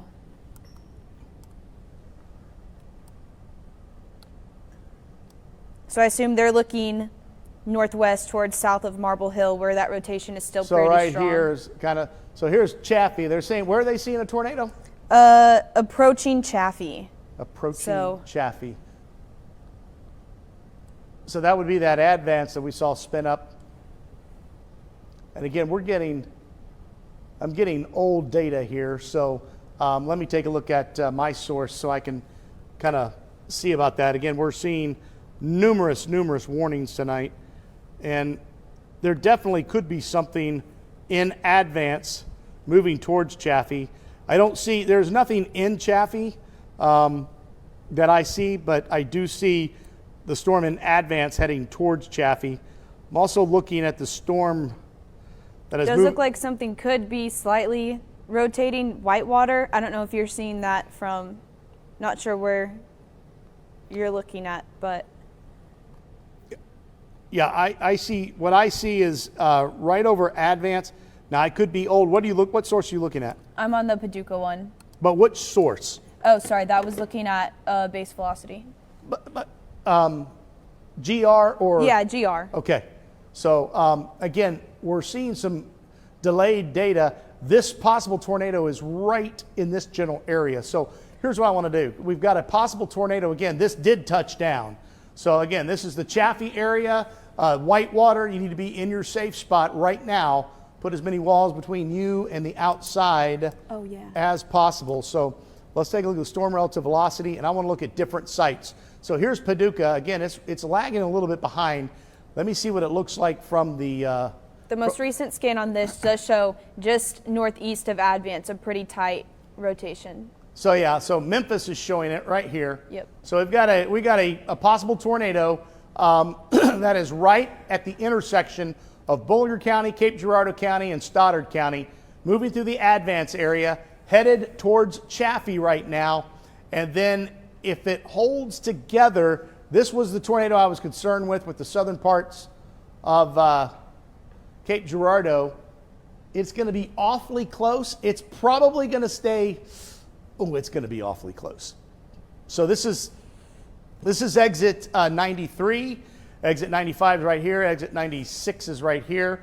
Again, the Walmart and Sam's located right here. Menards is right here. Dalhousie's about right here. This is headed right in that direction. So we'll have to continue to watch it.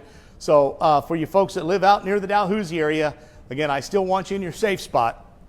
Get in the basement and put as many walls between you and the outside. It's still a little ways away. They said 55, right? Yes, for... I'm probably zoomed in too close. Now it's moving east at 50 as they continued with the new one that they drew out for parts of Scott and Cape Girardeau. That one is now at 50. That new warning. All right. Let me, I need to back up just a bit because I'm too far in. I'm just going to have to start from scratch. There is a drop on CC in between Advance and Delta. Okay, so we could have another tornado forming on the ground right now. Again, we've got more tornado warnings that have been issued for the Dunkling County area. All of Dunkling County now under a tornado warning. Pemiscot County, again, these places need to be in their safe spot. Get in the basement if you have one. If you don't have one, put as many walls between you and the outside as possible.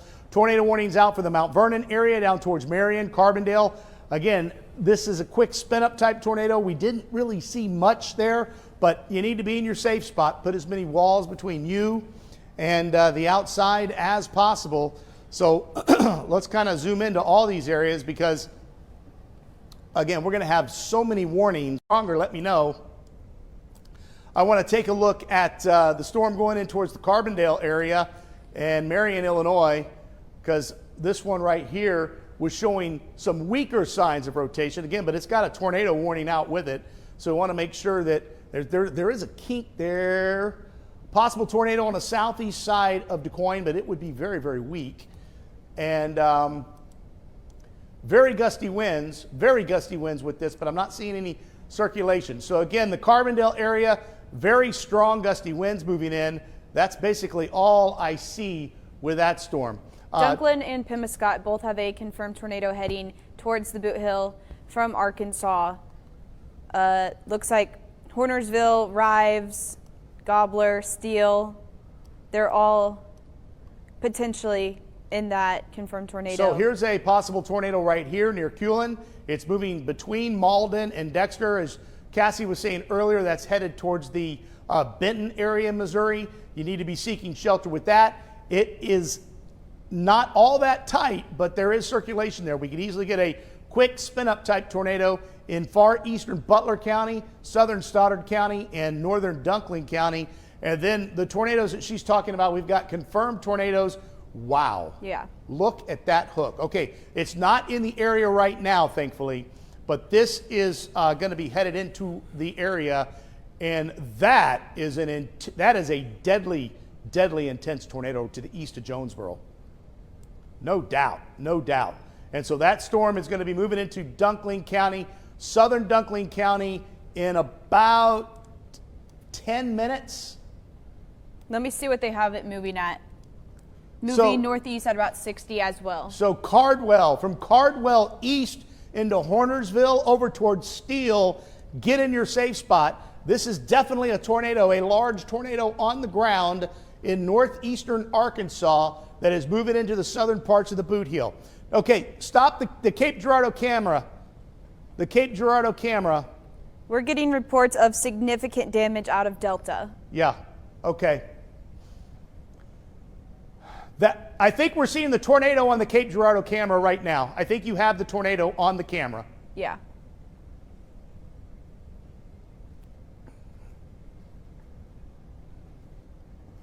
Yep. That would be, so we're facing, yeah, that is looks like a wedge tornado that is to the south and west of Cape Girardeau. So if you would put the, thank you. Got to bear with me here, folks. That large tornado is headed right to my house. So let me pan up and take a look at this. Wow, that is an intense hook. Okay, so let's zoom in. So we've got a large and damaging tornado on the ground west of Cape Girardeau. What community did you say that had a lot of damage? Delta. Delta. So there's a debris ball right there. Let's zoom in a little bit more so I can get an idea of how long it's going to be until it heads into It seems like it's just over in between Dutchtown and Delta as per our latest scan. So there's the tornado. It's moving right into Dutchtown. So again, Dutchtown, this is 74. If you live along 74 west of the airport or west of I-55, that is moving into the area right now. You need to be underground if you have a basement. If you don't have a basement, you need to put as many walls between you and the outside as possible. Dalhousie right here, Menards right here, Walmart right here. This is exit 93, this is exit 95 and exit 96. A confirmed tornado is on the ground and it's headed there right now. It's going to be there in about 12 minutes. We've got a tornado doing significant damage. I see it on the tower cam. There's a wedge tornado to the southwest of Cape Girardeau that is moving towards Dutchtown as we speak. A very strong indication of a tornado. And let's see what yeah, there it is. It's right on Highway 25. It's about to be where the circle is, the traffic circle where 25 and 50 and 51 meet up and everything. If you know where that is, that's where it's about to cross. It's just on the north side of that, and it's moving in towards Dutchtown. So we've got a tornado on the ground. I can see it on the tower cam as well. A strong indication of a tornado. We have other tornado warnings. Again, this tornado right here, this tornado warning moving into Pope County. Last check was not all that impressive on the velocity, but we're going to zoom back in and take a look at this. And I want to take a look at the scope, and I want to see the shear in it. And then in just a second, I'm going to take a swallow of water here for just a second, Cassie. I'm going to let you take over for just a second. So okay. I'm not seeing a lot of rotation near Rosebud, but we do have a tornado warning with that as we speak as well. All right, let's take a look. It looks like that tornado from our tower cam, I don't know if it's getting rain wrapped, but it does look a little less organized. I'm not seeing well, nope, I see another funnel coming down. Okay, DeCoyne down to Carbondale. Again, for you folks in that go to Southern Illinois, we're going to take a look at this as well. Down from Mount Vernon. There's a quick little spin up possible south of Mount Vernon. That would be a weak tornado. We've got just gusty winds going into Carterville and Carbondale. I don't see any tornadic activity there right this second. What is the camera that I'm looking at above the Cape Girardeau camera?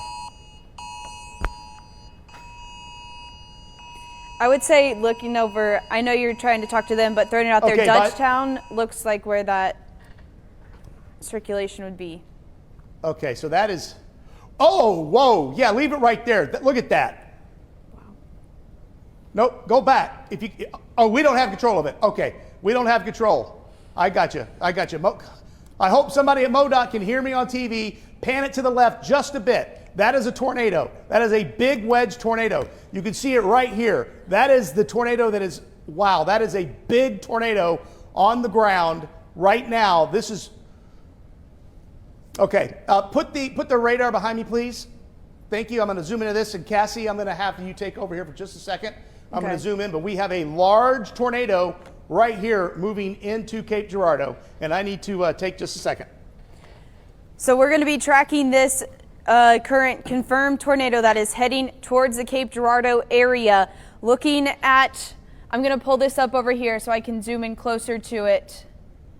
I'm going to zoom in right into that area that we are watching for that area of rotation. Zoom out just a little bit. I'm going to put the debris signature on there. And I do want to look at CC. This will show areas of where things are possibly dropping. Trying to pull up so there's the velocity. There's the couplet that we look for. Those two different colors. That is showing winds going different directions. So there is the tornado that we are tracking. Now that is just west of the Chaffee area.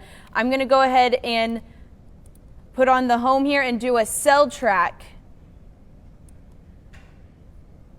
to the north. Now this isn't going to go all the way. That's not going to go the speed that I need it to.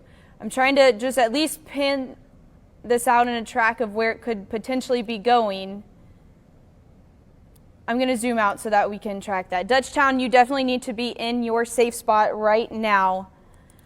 I'm going to zoom out here so I can put on a tracker of everyone that needs to be in their safe zone. So let me zoom back in. And I'm going to move this over. We need the reflectivity on. Dutchtown, you need to be in your safe zone. I'm going to put on pan. I'm going to move this to the left so that we can get a cell track on this storm. It's moving at 60 miles per hour. So these towns expect it sooner than what is listed here because I couldn't get that to go out to the 60 miles per hour. So Cape Girardeau, you need to be in your safe spot. McClure, you need to be in your safe spot. Anna, you have a little bit of time, but you need to be getting in that safe spot as well as this confirmed tornado continues to move east. You can see it in the camera there in the upper right-hand corner of the tornado that is on the ground. Again, Cape Girardeau, McClure, Dutchtown, you need to be in your safe spot. We are getting multiple reports of damage of where this tornado has already moved across. I'm going to reset this here and pan it back. So I'm going to zoom in for us into that little hook area that we are watching with this confirmed tornado. I want to go ahead and get the velocity scan on that. There it is, just northeast of Dutchtown, moving to the north side of Cape Girardeau. I'm going to go ahead and toss that back to you, Grant. All right, yeah, so we have it. Were you on Max 1? Yes, I was. All right, so folks, I appreciate your patience there. We just had to take care of a couple of things. But so we've got a tornado. It's not a possible tornado. This is a tornado. It looks like a very large tornado. You could see the tower cam is looking southwest from Cape Girardeau. You can see the MoDOT cam is looking at the downburst. It looks like the rain is wrapping around the tornado near the airport from that. You can see the rain and hail wrapping around. But we've got an intense tornado likely moving into Cape Girardeau as we speak. This is moving in through Dalhousie right now. According to the radar, we've got a tornado moving through Dalhousie. It's about to move towards the Menards area. It's about to move towards Sam's, and it is moving towards the Walmart area. It will continue across 57 It looks as though it's going to be close to the station. It's going to stay. It's hard to tell because it's such a big circulation, but right now I would say it rides right along the Shawnee Parkway. Highway 74 as it goes into East Cape Girardeau. So again, a tornado. I will say the good news, if there is any, because I know my mom and my wife are listening right now, the velocity has weakened just a bit. Hopefully this storm is weakening, but we've got to take it seriously because this was showing a huge tornado both on camera, had debris signature, and it had the possibility, we can see it on reflectivity as well. So let me back things up, get everybody caught up to date. Again, we've got numerous tornado warnings. We have a tornado moving into Cape Girardeau right now, the southern end of Cape Girardeau. We have a tornado moving into Bernie right now. We've got a tornado moving into Malden right now. An intense tornado moving towards Steele right now. It's still just south of the Boot Heel. And a possibility of a quick spin-up tornado east of Carbondale towards Carterville, up towards Mount Vernon. But again, these storms, when I'm looking, I'm not seeing a lot in the way of tornadic activity. Cassie, Madeline, if you see anything in the chat with these other storms, please shout them out. Because right now I want to pay very close attention to, just saw power flashes on the Cape Girardeau tower cam. So big tornado just hit something. We got power flashes west of Cape Girardeau. We're getting folks, everybody in the station, if you can hear me, we need to be headed towards our safe spot. I would recommend the staircase going into the garage, underneath the staircase. And I'm going to meet folks there if this continues to do this, because the studio, we could see. So everybody but me, get into your safe spot. Thank you. All right, we've got a tornado into Cape Girardeau as we speak, and you can see it on the tower cam. And so what's going to happen here is we're going to leave the radar up. It's very likely we may lose power here. We're about to take a direct hit from a large tornado. A large wedge tornado is moving in towards the Cape Girardeau area, and there's a chance we lose power and a chance we lose more. So I'm going to be watching this on different sources. And of course, I know everybody is a little nervous right now, including myself. I've never had to watch a tornado hit my house. I'm hoping it's not hitting my house, but it is now north of, it is crossing Interstate 55 right now, near the Cape Central High School. This tornado is moving right through Cape Central High School area, that exit 95, at 95. Again, we're a little bit behind here, so I'm looking at the camera as well. Again, the storm is getting much, much closer to us now. So I want to get in a little closer. Again, folks, we have numerous tornado warnings, but we're paying attention. I'm seeing power flashes on the tower cam. We've got a debris signature. The tornado is not here. The tornado is right here. The tornado would be crossing Interstate 55. It's going to be near the intersection of Shawnee Parkway and Kings Highway. This is where that tornado is, at least on radar, and it could vary a little bit. It could vary a little bit. Yes? Tell Derek to take the radar full, and we're going to walk around the corner. Okay. Derek, take the radar full, if you is what Roger's telling us to do. Take the radar full. I'm going to stay with it for about 2 more minutes. Thank you very much. Again, we've got a tornado because I want to track this as it moves into Cape Girardeau. We've got a tornado on the ground. It's headed right towards the station. Everybody in the station is getting in their safe spot. The tornado, again, is going to be located right here near the intersection of Shawnee Parkway and Kings Highway, and it's continuing to move off to the north and to the east. I want to scope it real quick, see if we got an update on the shear. That's still an old update, and you know we may have lost some data because of the storms right here. So again, we've got a tornado that has been moving into Cape Girardeau. I haven't had any. I'm sure we're seeing some damage reports. We will. We're going to have to. We're going to leave the radar full. What I want to do is because we're all going to go take shelter, including myself, because this is moving right into the station right now. So everybody can see the warnings. We're going to leave the radar up full here. I'm going to take the banner off, and we're going to go in our safe spot for just a minute. I'm going to keep talking as long as I can. I have radar in my hand, but I've got to get to a place because the studio is a wide open roof structure. So we're following our rules, going to our safe spot right now, putting as many walls between us and the outside as possible. Again, the data right now says that we've got the possibility of the tornado moving right into the station, right into the station.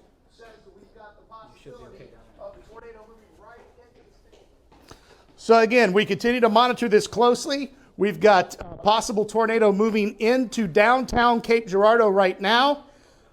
This was on the ground. We saw it on the tower cam. We saw power flashes. We've had reports of damage. So we've got, a possible, well, not possible, it's definitely a tornado that is on the ground right now. We've got the whole staff. We're all safe in our safe room. I'm going to stay right here, and I'm going to watch it on radar.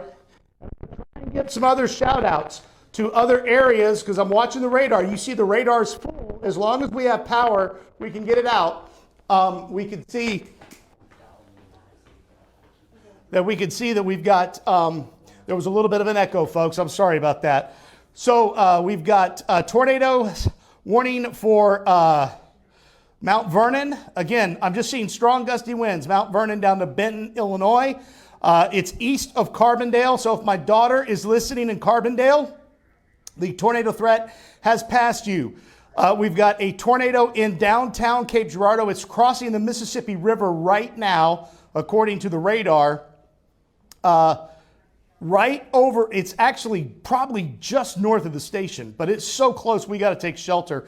Again, storms tilt, so the exact location, hard to pinpoint. Another tornado that is forming right now is in southern Stoddard County. This is west of Bernie. We've got a tornado that is forming west of Bernie. This is going to go between Dexter and Bernie in southern Stoddard County. As we head towards Dunkling County, very strong winds in Malden, Campbell, and Clarkton. Hawkham, we're getting some very strong winds there as well. And I want to take a look at the Steele area because we had an intense tornado moving that way. That tornado is now a little weaker on radar, thankfully, and continues to move off to the northeast through southern Dunkling County. It's moving in towards the Zenith area. It's going to stay south of Kennett. It's going towards Rives, and it's going to stay just to the north of Steele. So again, we've got numerous reports of tornadoes, numerous tornado warnings. The tornado that is in Pope County in Illinois is looking pretty weak right now. It's still looking like a very intense storm, but I'm not seeing extreme circulation like I was earlier. Now, the tornado has, I'm going to actually put my spot on the radar. Okay, hand me my drink, please. It's by the computer. Past the station. The tornado is, I'm going back. You guys stay down here for another 3 minutes. I'm going back to the studio.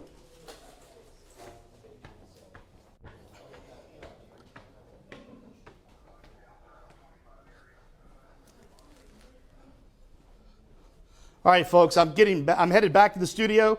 The tornado has crossed east of the Mississippi River.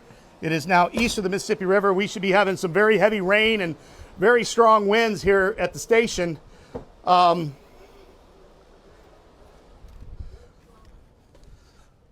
righty. I am back. I need to find. All righty. I'm looking for a clicker. I don't know where I put my clicker, so we are missing a clicker. That was a little bit intense, folks. The circulation is right here, so we're located right here. It went right across us. And so now, let me kind of pan things out and get everybody caught up to date. Again, a very intense day. Numerous tornado warnings. We still got about another 2.5 to 3 hours to go. You can see that I'm not seeing a lot of damage from our tower cam, so that's a good sign. We did see We did see a lot of damage in a couple of communities west of Dalhousie that we know of. I have no idea the shape of my neighborhood. I'm actually going to see if my family's okay here real quick. I'm trying to read the chat too. We're all back up here, so we're going to try and give you guys the latest updates and get you caught up on these storms. Cape Girardeau County had that confirmed tornado on the ground. All right, so yeah, real intense. I've never witnessed a wedge tornado come right into the station, and you can see it behind me there on the tower cam. We saw some power flashes as it was moving in, and again, a very intense line of thunderstorms continues to move through. So again, I'm getting reports of significant damage in the Delta area.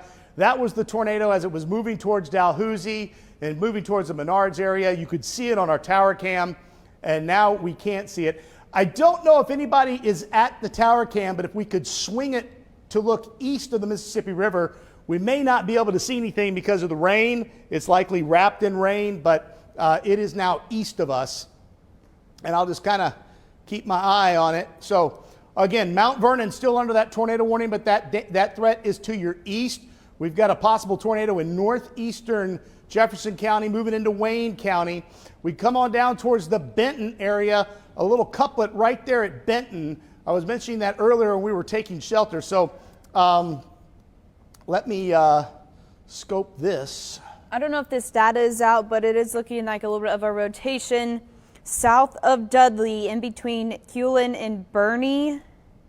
Yeah, that Butler definitely County. would. Yeah, I mentioned that while we were in the basement. Okay. I'm going to get to that in just a second. Yeah, there is definitely a rotation that's forming there. So we're looking east, and I don't see a lot of damage here. So it looks like the tornado, hopefully it dissipated as it was moving into Cape Girardeau.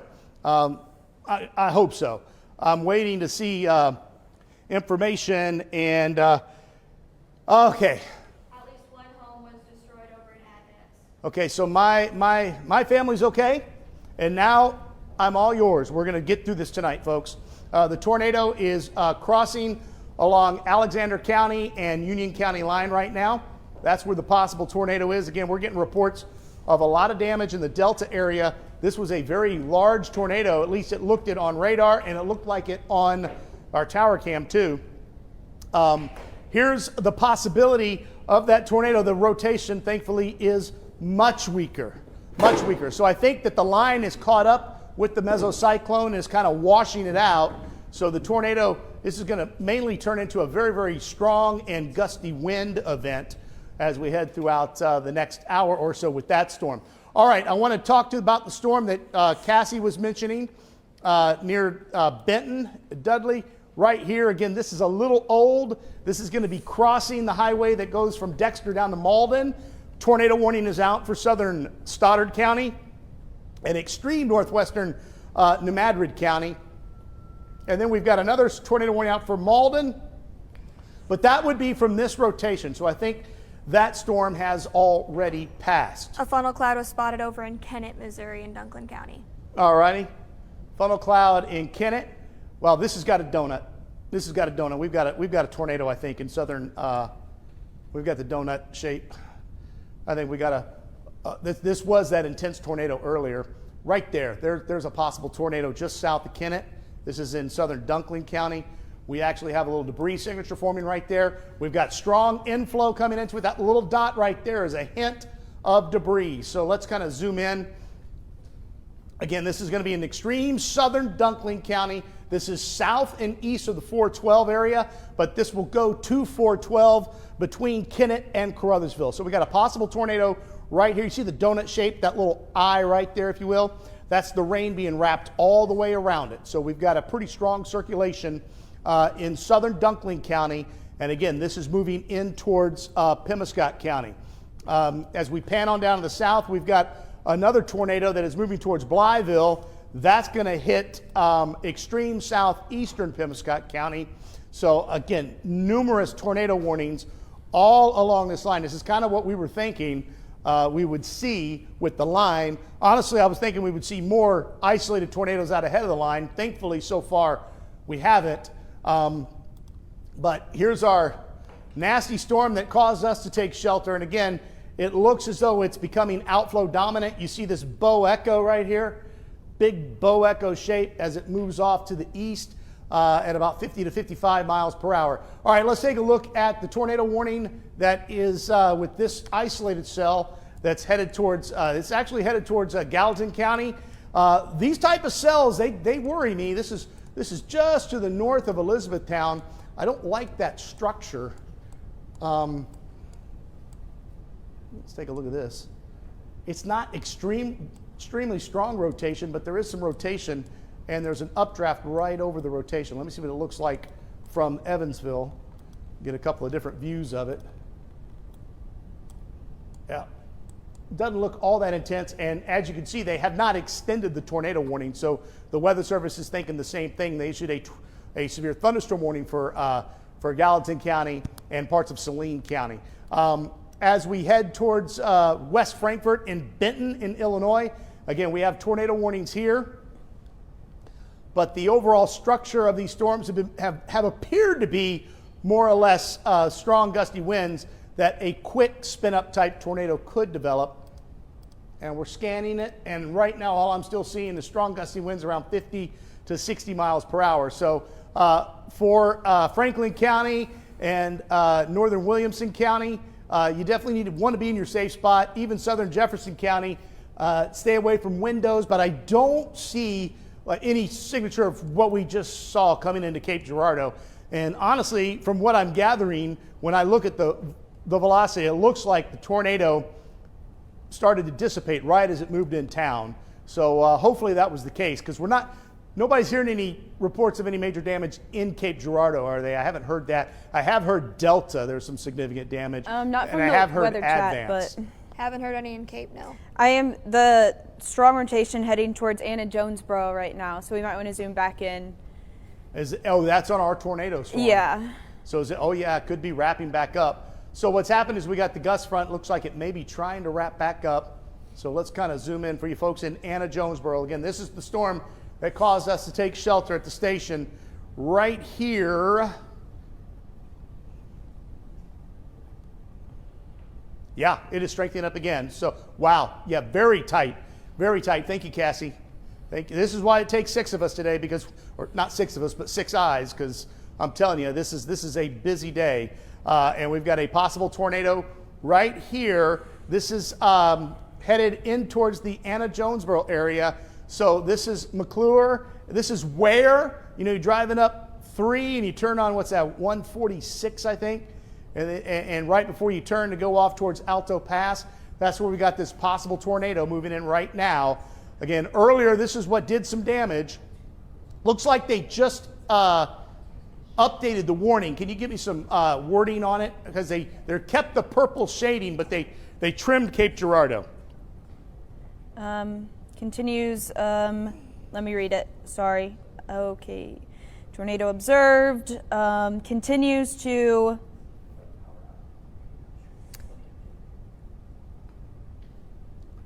move northeast at 55. Sorry, it's taking a minute to load on the, there we go. It's moving about 55, heading towards Anna and Jonesboro. So we've got another possible tornado. Again, they're saying confirmed. I didn't see a TDS signature, which is a confirmation like we saw as it was moving into Cape Girardeau. But it doesn't mean we don't have one on the ground. Again, there was some pretty tight circulation, and so we need to be taking this seriously. For the Anna Jonesboro area and parts of Union County in Illinois, I need you in your safe spot. Put as many walls between you and the outside as possible, as this possible tornado is moving into Anna Jonesboro right now. Now, a lot of the tornado warnings have been dropped, as you see off to the east. We're now seeing a lot of tornado warnings in the Boot Heel, and this is going to be headed towards northwestern Tennessee and western Kentucky. I am concerned about this storm that is south of Dexter, so I want to zoom back into that storm as well and scope it, because there is a chance that it was looking pretty strong while we were taking shelter, that there could be a possible tornado right there trying to form. So let's kind of zoom into this one now. And here we go. So let's scope it. See, this is going to be south and east of Dexter is where I'm concerned about the possible tornado, and just to the east of Bernie. You can see it crossing 25 right now. That's old, so it's going to be It's going to be about right here on the southeast side of Dexter, kind of just going right parallel with Highway 60. So if it holds together, it's going to be moving into the Sikeston area. And I see we have a Sikeston tower cam. I'm not sure which way that's facing. I'm not sure which way it faces normally, but the storm is to the southwest of Sikeston that is moving towards the Sikeston area. Let's zoom on out and take a look at the storms in the Boot Heel, because I was very concerned with the storm that was headed towards the Steele area, because this one was really intense when it was just south of the Boot Heel. It looks like it has weakened just a bit, but it doesn't mean we don't have a tornado on the ground. So we've got a possible tornado in this area near Hornersville in southern Dunkling County. And again, that would be headed towards the Steele area. So let's take a look at looking for, I'm not seeing a huge tornado sign. Looks like we're having some issues. It should clean up. Yeah, we should get new velocity here in just a second. If there's a tornado, it's right here. And that is south of 412. There's a new tornado warning that was issued for a storm farther southwest. Again, it's just storm after storm after storm today. And this is headed right towards the Pimescot-Dunkling County line, headed towards the Steele area. So Steele is right here, Braggadocia right here. The actual tornado would be moving closer to Braggadocia than the Steele area, and then headed towards the Caruthersville community. So again, we've got a lot of activity out there. I'm looking at the Memphis radar, Grant, and there is a little bit of a CC drop right over Rives. So just north of Hornersville in Steele. Okay, so right where we were looking at. Okay, so let me see if I can, let me get back to that. So again, tornado warning, Anna Jonesboro, you need to be in your safe spot. This storm has done damage. This is the storm that caused us to take shelter. It was a strong indication of a tornado earlier. It's moving into Anna Jonesboro. There's a strong indication of a possible tornado forming southeast of Dexter. That's headed towards the Sikeston area. So these folks need to be seeking shelter as well. And just numerous storms and tornado warnings out south of the Boot Heel, but it also includes the Boot Heel. And Cassie said when she says she's seeing a CC drop, that's an indication of a possible debris signature, which would be the indication that a tornado is on the ground. So let's kind of zoom in here. And you said it was, where did you say that was? It was over Rives, so just east of Hornersville. Okay. All right, so let me... just west of Steele.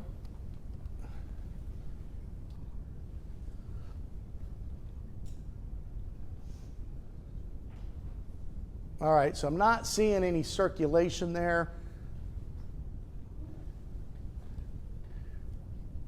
I may have some older data. I'm not seeing it. I think I'm on the, I'm not sure if I'm on the Paducah site or if I'm on the Memphis. No, I'm on the Memphis site. So anyway, so we could have a possible tornado moving into Steele right now. You see the inflow notch right here. So we do have some rotation. And so we've got that rotating around. Now I'm looking towards the Sikeston area because we've got a possible tornado moving in towards the Sikeston vicinity. It's a little ways away, but it is headed that way. This possible tornado is located right here. Kind of see these fingers almost that kind of come into the storm, this moisture that's feeding the storm. Very intense winds, possibility of some hail, and again, the possibility of a tornado to the south and east of Dexter. You can see it right here. Again, based on where the reflectivity is, I think that's a little old. This is more than likely crossed the highway and is located right here, and it would be crossing Highway 60 just to the west of Sikeston shortly, and this will be headed towards where, well, Walmart in Sikeston is. So if you know where the Walmart in Sikeston is, I'd go ahead and get in your safe spot. Again, we don't have a tornado warning out on it right now, but we are seeing a circulation that could produce a possible tornado. So let me zoom on out, and I want to take a closer look at Anna Jonesboro because this storm did produce a tornado and has produced some damage from what we have seen. So let's kind of zoom into this. And so you kind of, there's another confirmed tornado warning that has been issued. So let's kind of see what they're seeing on that. New tornado warning just issued. It does include the Elvira area and Marion in Illinois. And this one is to the south and east of Carbondale. So if you're watching, oh yeah, tight circulation. That is right where the road branches off to go to Alto Pass. So that's where the tornado is.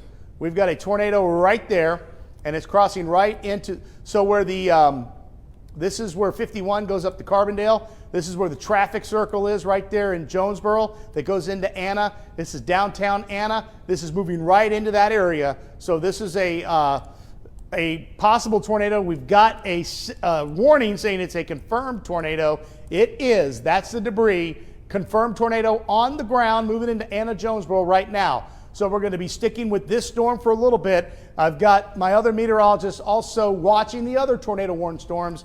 They will shout out when I need to go take a look at that. But we've got a tornado on the ground right now moving into Anna, Jonesboro. This is going to be headed right towards the high school. So if you kind of remember, if you just kind of bear with me here, 146, where it split, 127 goes up to Alto Pass. The tornado is going to cross that intersection right now. The traffic circle right here, there's a Casey's gas station. If you know what I'm talking about there, this is about to hit right where that Casey's gas station is. The high school is right here on the south side. It's going to be going right in that general area into Anna. The railroad tracks where you stop to take that right to stay on the highway before you have to turn on 51 to go north into Carbondale. That's the area where this tornado is headed right now. All those places I mentioned, you need to be seeking shelter. You can see the hook right there. It's embedded in rain. You're probably not going to see it, but I'm telling you, that's it. That's a tight circulation, and this is now going to be right here based on where the speed is. So it's basically right at that Casey's gas station as you come in to Jonesboro and moving through that traffic circle, and it's going to be moving right towards the high school. So if you live near there, you need to be underground right now if you can be. If you can't be underground, you need to put as many walls between you and the outside as possible. There you go. You can see that definite debris signature. Are you all seeing any other major concerns with the other tornado warnings? Just shout them out, okay? Because, I mean, we have numerous warnings, I know. And I always put on Facebook, we're going to be, if we're not naming your town, you're okay. And I know there's a lot of people that are frightened right now because there's a lot of big storms out there. But we've got to focus on one we know is doing damage right now. We see the damage. That is debris in the air. The radar is saying this tornado has hit something. And this is headed right into Anna, Jonesboro. It's going right into the high school area, right along Highway 146, I think that is. So if you know where that is, and if you live in that area, you do, you need to be in your safe spot right now. Now, this storm is going to continue off to the east, northeast. They still tracking it at 50 miles per hour, 55?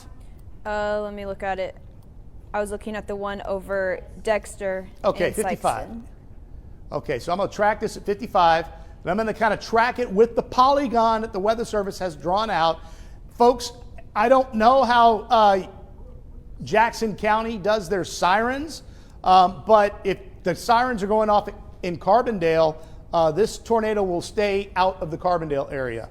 And I say that to ease all the parents' minds of the kids that go to SIU, that this tornado, this is going to be headed towards the Lick Creek area, if you know where that is, and south of Marion, it will be the main circulation. So let's kind of pan this off to the south, and let's put a track on it. We got a new tornado warning near Shawneetown. That's a mean hook with a rear flank downdraft signature. So I'm thinking we got a tornado forming right in Shawneetown. That just popped up. Shawneetown, get in your safe spot. I'm going to zoom into this in just a second, but I want to take a look at the Anna Jonesboro storm as well. Shawneetown, seek shelter. Get in your basement if you have it. If you don't have it, put as many walls between you and the outside, as we always say, by getting to that lower center interior room. So the tornado, again, right in this general area right here. We'll kind of put it off to the north and east at 55 miles per hour. And you can see some of the areas that are going to be impacted by this tornado.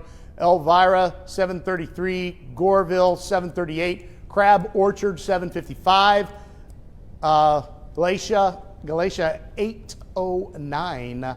So again, we do have a tornado on the ground right now. Let's zoom into this Shawneetown, because this is a very interesting reflectivity signature that tells me that this is a very intense storm that could produce a tornado at any minute. They've also extended the warning that goes into Cyclone. So Cyclone, you're now under the tornado warning. Good, because I saw that circulation as well. Thank you. So we've got rear flank downdraft right here punching in. We've got this curlicue. Tornado would form right here. So this is on the south side of Shawneetown, about to cross out of our area.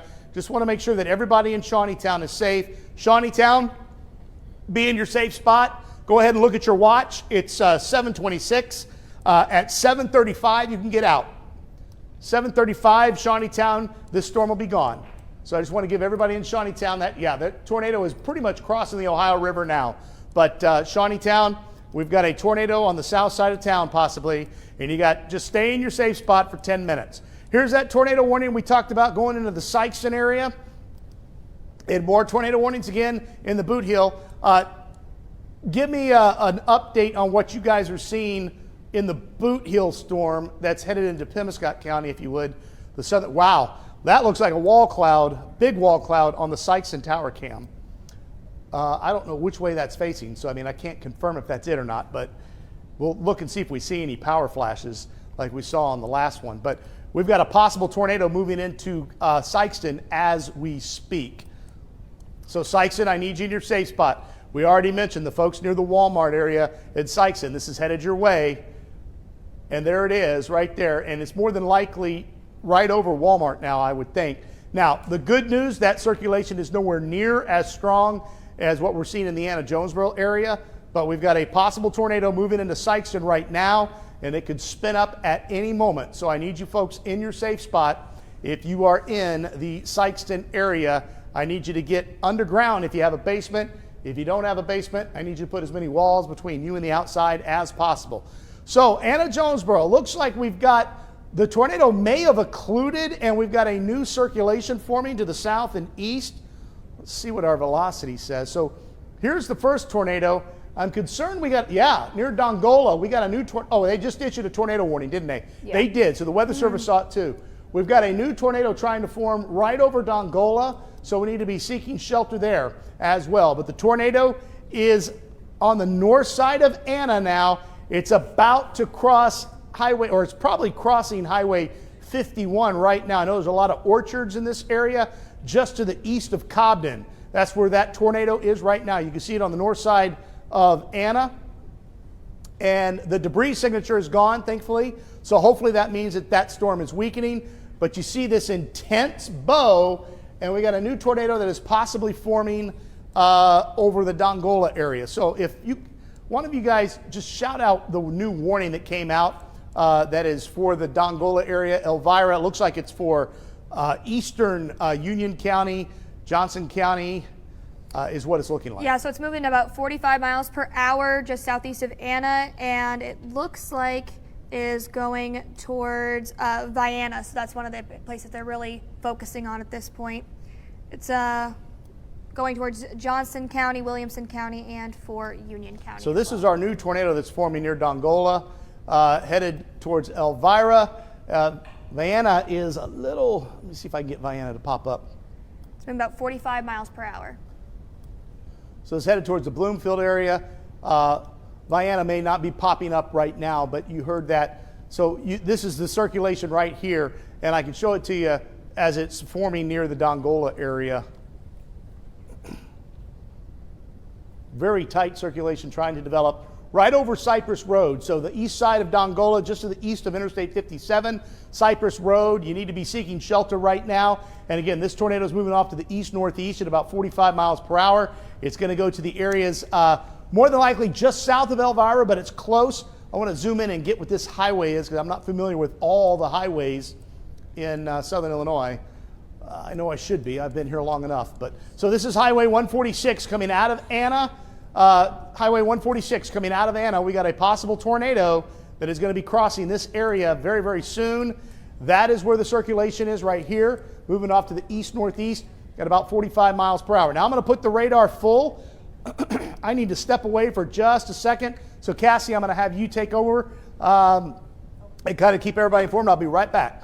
Okay, we're going to start off in southern Illinois, where we were just talking about that confirmed tornado. That right now is currently our only confirmed tornado that we are still tracking. They did expire the confirmed tornadoes for the Boot Hill, so that circulation has looking to lighten up. Mainly damaging wind gusts possible with those storms now towards the Boot Hill. We're going to zoom into parts of southern Illinois though, and I want to turn this on to reflectivity.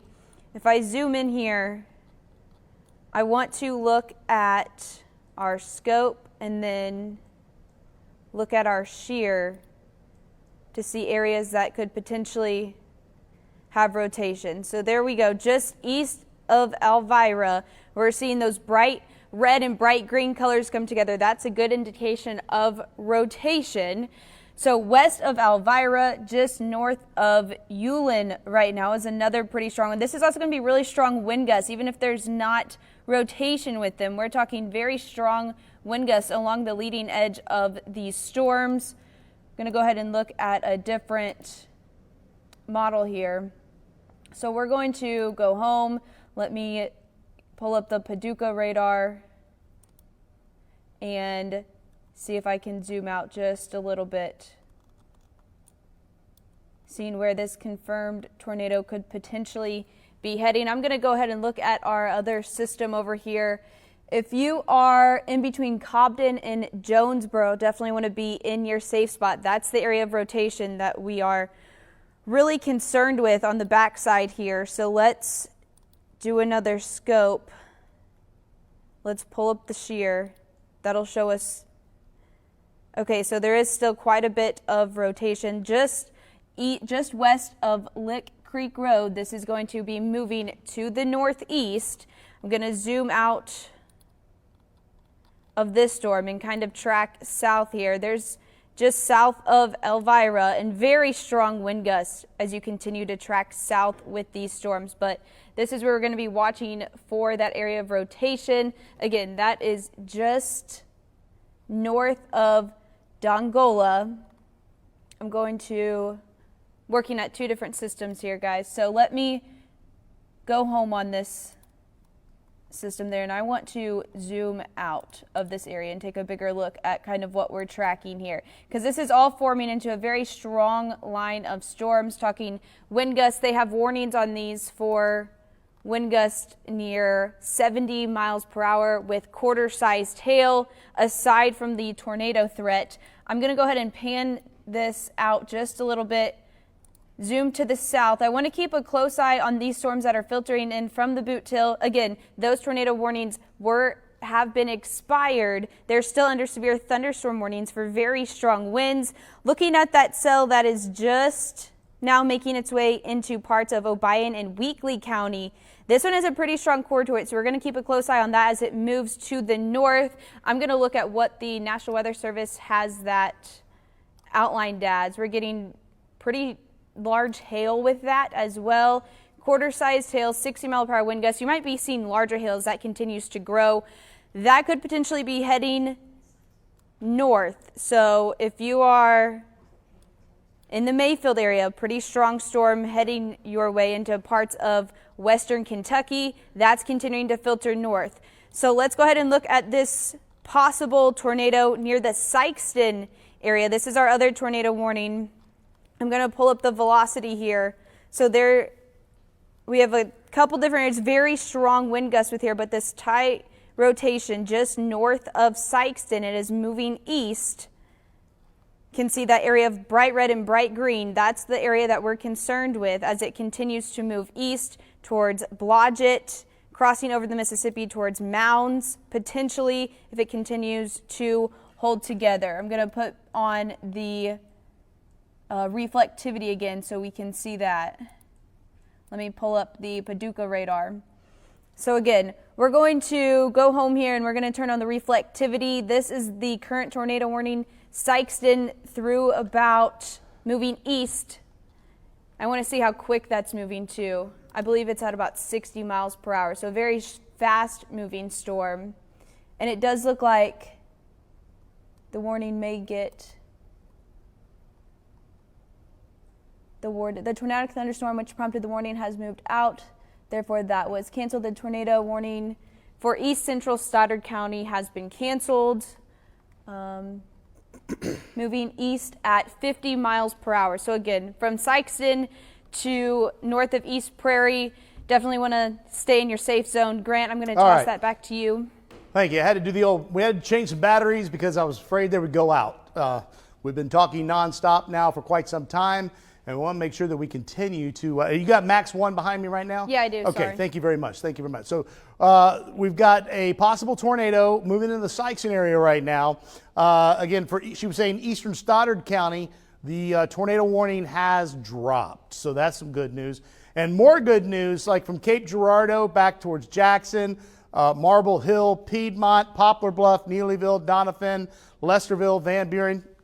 Severe weather threat's over. Severe weather threat's over for those folks. Perryville, severe weather threat's over. DuQuoin, severe weather threat's over. Mount Vernon, severe weather threat's over. We've got a lot of severe weather still to go through. As you know, we've got a tornado warning. We've got a couple of tornado warnings in southern Illinois. And I am really concerned about this guy right here that is moving into Wickliffe County because it's all by itself. It's out ahead of the line, and it would be moving towards Mayfield if it holds together in the eastern parts of Paducah. So I haven't looked at it yet, so I'm going to zoom into it. Yeah, you were saying they got quarter size hail, but our hail marker's got to be bigger than quarters, I would think. Oh, our hail size is much bigger than that. So Yeah, I'm thinking this is golf ball at least. Ours is closer to about 2 inches on our Yeah, VR so this system. looks like a golf ball size hail producing storm headed right towards Martin, Tennessee. So you folks in UT Martin, expect some very large hail, the possibility of some damaging winds, and I am going to be a little bit concerned that this could spin up. Right now, it doesn't have the reflectivity that would indicate that we have a tornado, but it's trying to spin right there on 45 West, south of Union City, and so we may get a tornado develop. This is the kind of storm that could produce a long-track tornado if it continues to intensify because it's in a prime environment. We got another little storm headed towards Union City and another storm right here. Just storms everywhere, folks. So let's zoom out. I'm going to pan. I'm going to take a look at this storm that's in the southern parts of the Boot Heel. Kind of take a look at this storm. Again, it's headed towards the Caruthersville area. Let's take a look at the shear inside of it and see what we got here. Again, a lot of straight line winds. I'm not seeing a lot of tornado activity. I'm not seeing any spin for tornadoes right now in here, just damaging wind gusts. So that's good news. So let's kind of zoom out to where we are seeing the possibility of some tornadoes to keep those folks out of harm's way. We'll zoom back in towards the Sikeston area because this one was showing a pretty good signature of a tornado earlier. Right here, it's on the east side of Sikeston. It's crossing Interstate 55 right now. And it looks like that tornado was occluding. Wow, it took a big jaunt to the left. So we've got a possible tornado north of Sikeston now, but it's rapidly diminishing in intensity. I'm looking on the south side. That could be the start of something new near Matthews, but it's on the back side. So that's more than likely damaging winds, that green right there, because it's behind the main line. I'd be more concerned about something reforming near East Prairie where that shower is intersecting the main storm, and I don't see anything there. So it looks like our Sikeston tornado has weakened a pretty good bit. So that's definitely some good news. Let's follow this back up into southern Illinois where we saw the possibility of some tornadoes. One south of Marion, this one earlier that went through the Lick Creek area. It was headed towards Anna Jonesboro, was definitely on the ground. We saw the debris signature. So let me kind of take a look at the insides of this. So what I'm doing, I'm just getting everybody caught up to date, not only you, but I'm also getting me caught up to date on what we're seeing on radar. Then I'm going to toss things to the anchors here in just a minute because they have some more information to kind of share with us in just a minute as well. But Bloomfield, possible tornado moving through the Bloomfield area right now, and a possible tornado is moving just east of the intersection of Interstate 57 and Interstate 24. Both of those circulations appear to be much weaker as well, and we sure hope that trend continues. Let's follow this up to the north, and we've got some gusty winds moving into McLeansboro, but I'm not seeing any tornadic signatures at this time. We'll scope it out just to be on the safe side. All right, we now have a confirmed tornado just popped up with a confirmed tornado. So let's pan back down to the south. So we're going to hold off on throwing to the anchors here because I want to make sure that we got everybody caught up to date. New tornado warning that is a confirmed tornado. Cassie, do you see any information on that? Not in the chat. It's right near Goreville. We just had a brand new tornado warning issued. Going to cross I-24. Wow, there it is. Wow, that's a big debris signature. This is just like the debris signature we saw coming into Cape Girardeau. So just south of Goreville, it's crossing Interstate 24 right now near where Tunnel Hill Road goes across Interstate 24. You need to be seeking shelter right now. We got a tornado on the ground doing damage. That is a significant debris signature. Matter of fact, if I just did nothing but debris, it's still going to show up. There it is right there. That is the tornado south of Goreville. It is crossing where Tunnel Hill Road goes over Interstate 24, and that is going to continue off to the northeast. It'll be near Creel Springs. I would actually take this polygon and shift it a little bit to the south, just a bit, although these have all occluded to the north. So, but I would maybe just drag this down a little farther south, anywhere along Tunnel Hill Road, even just to the north of Ozark, 45 north of Ozark, I would be in my safe spot. Get underground if you got a basement. If you don't have a basement, put as many walls between you and the outside. Again, it shows up plain as day right there. You can't miss it. That is the tornado that is headed towards the intersection of Tunnel Hill Road and Interstate 24. Matter of fact, based on the forward momentum, it's already there. It may already be crossing it. So you can see the rotation, very tight rotation right there. So we have a tornado on the ground doing damage. Let me zoom out so I can get the shape of the county, because I don't know what every county is with the towns. I think that would be Johnson County in southern Illinois, where we've got that tornado. It's in the northern parts of Johnson County. And I think it's moving into the Williamson County area, south and east of Marion in Illinois. So we've got a tornado on the ground right near Interstate 24. And to the south of that, very intense winds. That is an intense bow echo that is crossing Interstate 24 right now as we speak. So what I want to do is I'm going to look at my source for the radar, because, again, we've been lagging a little bit on the data, and I guess we can anticipate that because of how rough it has been here for us at the station and getting power surges and whatnot. It's been a kind of an interesting night, to say the least. But as I take a look at the radar, and I'm kind of zooming in. Just looking at the Paducah radar, Steele in Caruthersville need to be getting in their safe spot. Holland, that is moving to the northeast. They have extended a tornado warning for that, and that is over the Boot Hill. So parts of Pemiscot County and Dunklin County. All right, thank you. So yeah, I can see the circulation on that as well. We'll zoom into that in just a minute. But yeah, we could definitely, the tornado is now east of Interstate 24, what I'm seeing, and continuing to see some very strong bow echo. Looks like, did they just issue another? No, they didn't. Okay. So what we're talking about, let me zoom back out and we'll take a look at the Boot Hill as well. Again, like we said, there's going to be numerous tornado warnings. We've got a new tornado warning that does also include the Caro area. We'll check that in just a second. I'm getting really concerned about this storm in near Martin, Tennessee. The Weather Service has already put out a severe thunderstorm warning that's hatched, meaning possible tornado moving in towards the Graves County area. That is in a very, very right position for tornadoes, that storm right there. But this is the storm that Cassie was talking about. We'll zoom into it and take a look, because again, it was showing up better, like she said, on the Paducah site than it was the Memphis site. But we are seeing near the Cooter area and Caruthersville the possibility of a tornado. So southeastern Pemiscot County, we definitely need to be seeking shelter from Caruthersville south.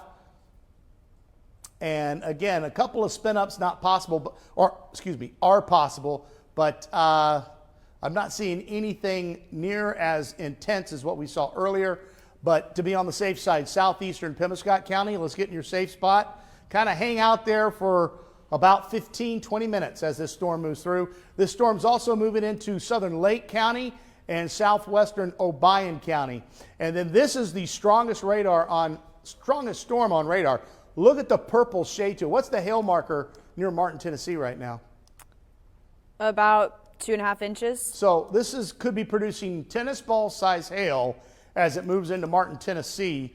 I want to kind of take a look inside it to see if it's trying to develop a shear profile that we really need to be concerned with. Yeah, it is beginning to rotate, folks. So again, this is moving towards Graves County and eastern Hickman County. So we're going to have to keep an eye on that. Again, we're going to keep an eye on that for you folks in Martin, Tennessee as well. I know we got a university, the UT Martin. You may have some of your family there going to school. We'll keep an eye on it for you. Again, a possible tornado south of Caruthersville, southeastern Pemiscot County, southern Lake County, southwestern Obion County. You need to be in your safe spot. And then as we pan up to this new tornado warning that is near East Prairie,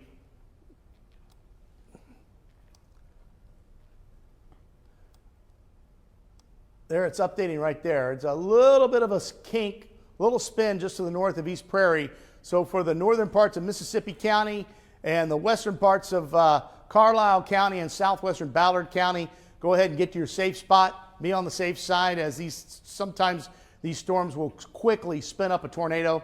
And then here's where we saw the possible, look at that bow shape. Look at that. We got some intense winds in the northern parts of Johnson County. Want to see if that tornado is still there. Again, this is where we saw that debris signature. And it looks as though that may have lifted. Yeah, I'm not seeing any debris signatures. So that was a quick spin up, but that had a very intense tornadic signature. And then the storms are moving east of McLeansboro. So let me pan things out and show you everything that we have here. Again, numerous tornado warnings. They've dropped a couple of the warnings, but we're going to keep them going. Again, our western counties are improving rapidly. Jeff, Kathy, I want to give you guys a moment to kind of tell us what you're seeing in the newsroom, what the information is coming in, and then I'll take it back from you in just a couple of minutes. All right, Grant, and first and foremost, you guys are doing a great job, and a lot of folks are letting us know, thank you for protecting them, saving their lives, saving their families. So first and foremost, thank you for all that you're doing right now. And thank you to everyone who checked on us too. We yes, actually a lot, went to the basement for the first time since I've worked here. Yes, and a lot of you never been to the basement before. It. Yeah, a lot of folks asking. We're all fine. I've been kind of working my phone, reaching out to all the sheriffs I have contact with. Here in Cape Girardeau County, Sheriff Ruth Ann Dickerson tells me no major damage reports, at least not that she's shared with me. She said mostly debris, trees, power lines down. I asked her specifically about Delta. Now, that was a little while ago. We do know that the Gordonville Fire Protection District posted that they're headed over to help Delta out. But again, we don't know of any major damage in Delta. We have crews on the way to Delta. We do. Sergeant Clark Parrott with the Highway Patrol is also headed to that same area, so he's checking that out. I checked with the Perry County Sheriff earlier, Jason Kloss, because earlier this evening, Perry County, Perryville was under the gun. No damage, major damage to report there. And I will say, interesting note, earlier you talked about Jonesboro, Illinois, right there at that Casey's gas station. I actually have two very good friends, Jay and Trish, who literally live within a block of that area. They said they hunkered down in their basement. They are okay. Not hearing of any major damage in that area. Our friend Carly O'Keefe is checking from her home over in southern Illinois with her contacts over there. So again, assessing damage, sending folks out now that it's safe to go out and do that. Jeff, you've got some updates here in Cape about some damage. Right, more of what you mentioned. We heard that there might be a trooper who was injured near Advance in Cape County. A church in Zalma, this is Crystal Britt, let us know that the church in Zalma was damaged. There were people that were trapped, but we understand they're okay. The Cape School building, we've heard, is okay. But we did hear that Delta, there's damage in Delta, but again, we don't know for sure yet, but we do have a couple crews headed that way. It's just been a busy night, once again. Seeing that tornado on our tower cam tonight coming into Cape, I mean, that was pretty crazy. Yeah, it was. And again, I've been here 30 plus years. It's the first time we've ever been to the basement. Grant was forecasting from the basement. There's a video posted on my Facebook, probably shared to the station's Facebook, but I wanted folks to see exactly what you were doing, because we were all down all the way in the basement under the stairs, and you were halfway up the stairs still, so you could get a signal on your phone and continue to forecast and keep people safe, which is just an amazing thing. And a lot of folks are acknowledging that tonight, and I wanted you to know that, Grant, as you catch your breath. Thank you for what you're doing. Thank you to Cassie and to Madeline. A lot of folks are taking the time to thank you for what you're doing. And quick note, I had someone tell me, wow, Grant knows where everything is. The fact that he can point out the gas station and the tree and the neighborhood and the intersection, you've got the heartland covered, man. We also want to mention that we're worried about some of the folks that we were just a couple of weeks ago checking on in Wayne County and Perry County. Here's the video. Here we are in the here's us basement. Here we are hunkered down in the basement. I've never seen that door open before. I was shooting this video on my cell phone, and you'll watch, I pan over, and there's Grant on the stairs forecasting to all you folks as we were under the gun here in downtown Cape Girardeau. And over to the side, perfect timing, there are Cassie and Madeline working the computer. I guess you guys had a signal down there. We lost our internet for a while. We were running on generator power. And there you are taking care of the heartland, keeping everybody safe. While we were all trying to stay safe. Sorry to interrupt you. On a personal note, we will still have people complain about this. Well, that we were on TV tonight. So far tonight, in fact, I'll show you something that we can't say on TV now that you're going to appreciate later. Somebody called you a legend. They called you a little more than just a legend, but I'm going to say right now, they called you a legend for what you're doing tonight. So get some information. I have on the phone Dr. Ken Haskin, who's talking about asking people to stay inside. This is Dr. Ken Haskin, the Cape Girardeau City Manager. Dr. Haskin, can you hear us? I can, yes. Thank you. Thank you. I'm holding the phone up to my microphone. You're on speaker. What would you like the folks of Cape Girardeau to know right now? Well, right now we're out assessing the damage, and we're certainly asking that all citizens here in the city of Cape stay at home, not to drive around, because we have roadways that are blocked, power lines that are down, and so it's just safer to just hunker down and just stay at home. And if there are power outages in the area or at your home, please report those to Ameren, or you can call City Hall so that we can get out and ensure that that you're safe and sound, and ensure that all is well. But it is vital at this point that you do not go out and drive around assessing damage on your own, because power outages. Hey, Dr. Haskin, I hate to cut you off. Great advice. Thank you for that. Grant needs to go back to forecasting what's taking place right now. Thank you. And if you can share with Roger any specific roads that are blocked for those of us who do have to be out tonight to get home to our families, let Roger know so we can let folks know which roads are blocked. Here, I'm going to hand you back. Thank you. Thank you, Dr. Haskin. Appreciate it. All right, we've got a new confirmed tornado that has popped up in southern Illinois, so I want to kind of talk about that. Also got pictures of that storm in Martin, Tennessee, what appears to be close to tennis ball size hail. Cassie was letting us know about that hail marker. Madeline showed me the photo. Huge storm moving in towards western Kentucky. But right now we've got another confirmed tornado. This is in southern Illinois. You can see it right here to the west of Delwood is where I'm going to assume this storm is. So let's kind of put a scope on it and give you an idea of where this storm is. And it looks near the Krill Springs area, Grant. They did? Okay, let me see. Okay, yeah, you can see it right there. So it's on the back side. So this is another one of these quick spin up types. We've got this surge of very strong winds. I could show you right here. Actually, let me show you the winds. Very strong winds right here, surging out. And right there is the tornado. Look at that little tiny green dot and fuchsia dot. Let's zoom in and show you where this tornado is. So we have another tornado on the ground. This is in southern Illinois. This is in extreme south, in my mind's going, extreme southeastern Williamson County, I think. Is that the county Marion, Illinois is in? Yes. Okay, thanks. I mean, they all look this. There's 3 counties that pretty much look the same. And when you stand in front of the screen a lot, it's kind of hard to pinpoint them all. But so this is near Creel Springs. There it is, tornado on the ground right there. So let me zoom in a little bit closer to get some of these roads to pop up. Again, this is going to be headed north of Stone Fort on Highway 45 going to Carrier Mills. That's the debris right there. That's the tornado. It's showing up as the higher reflectivity. It's moving off to the northeast at about 45 to 50. What are they tracking that tornado, girls? Cassie or Madeline, just kind of check for me if you would. Yeah, I'm pulling it up. They're tracking it at 45. So 45 miles per hour. So let's kind of zoom out just a bit. Again, we've got a confirmed tornado on the ground right now east of Creel Springs. And look at this. This is just an intense wind field and hail.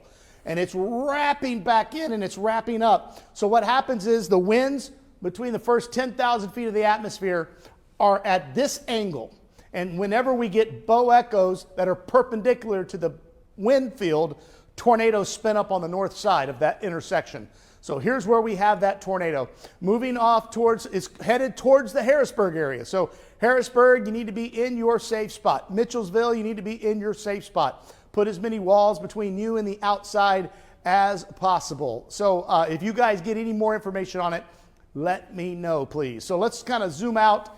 I want to take a look at this nasty storm that is coming in towards western Kentucky that has very large hail with it.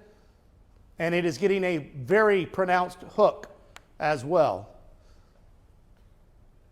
It's storms like this that really concern me there's a tornado developing right there in northern Wickliffe County, and it's coming right into Graves County. So for you folks in Graves County, I want you seeking shelter from Mayfield south. I want you to get in your safe spot. We do not have a tornado warning out as of yet, but this storm is wrapping up. I expect a tornado warning here shortly. It's all by itself. It's in a very favorable environment to produce a tornado, and it has tennis ball size hail. Tennis ball size hail falling with this, and a tornado is trying to develop right there on the south appendage of that storm. It's moving into Graves County, and the track will take it right towards the Mayfield area, the southeastern parts of Mayfield. So Graves County, southern Graves County, I need you in your safe spot. Head to your basement if you have it. If you don't have it, put as many walls between you and the outside as possible. It's 8 o'clock almost. The line is now reaching the Mississippi River. We've got about another hour and a half to get through, folks. Cape Girardeau, like I said, you're safe. It's over. Sykeston, west of Sykeston, safe. Dexter, you're in the clear. Malden in the clear. Poplar Bluff in the clear. But east of here, near East Prairie, Cairo, you are under the gun right now. You need to be in your safe spot. We have a possible tornado moving into the Cairo area. We have a possible tornado, I think, right to the east of East Prairie. This little appendage right here is a little concerning. The velocity doesn't show up, a reflectivity, hence there could be a tornado in the far eastern parts of Mississippi County, moving into the northern parts of Ballard County and the northern parts of Carlisle County, and the southern parts of Ballard County. Now, as we pan down to the south just a bit, you can see we've got that other tornado we were watching near the Caruthersville area, headed into Lake County and southwestern Obion County. Let's take a look at that because it was looking a little weaker on rotation. And yeah, there's some very strong winds, and there may be a quick spin-up brief tornado in southern Lake County and southwestern Obion County, but I'm not seeing anything that is overly concerning with that storm right now. This storm is totally different. Look at the shape.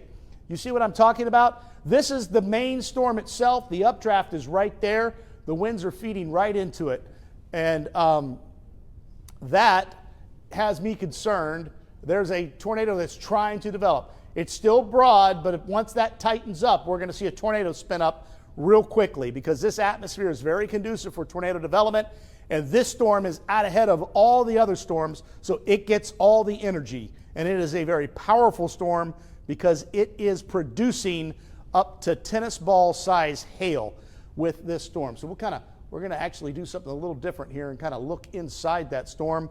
You can see how we bring it up into 3 dimension. Here, let me change something over here so I can pan it. Again, this is the storm that is moving in towards the Mayfield, Kentucky area. You can see this purple shading, 25, 30,000 feet. That's where we're seeing very large hail. Again, this did produce tennis ball size hail, right, Madeline? Yes. Yeah, so we had some tennis ball size hail with that storm. All right, we'll go back down, and I'm watching that very, very closely. Dukedom, this is moving into your area right now.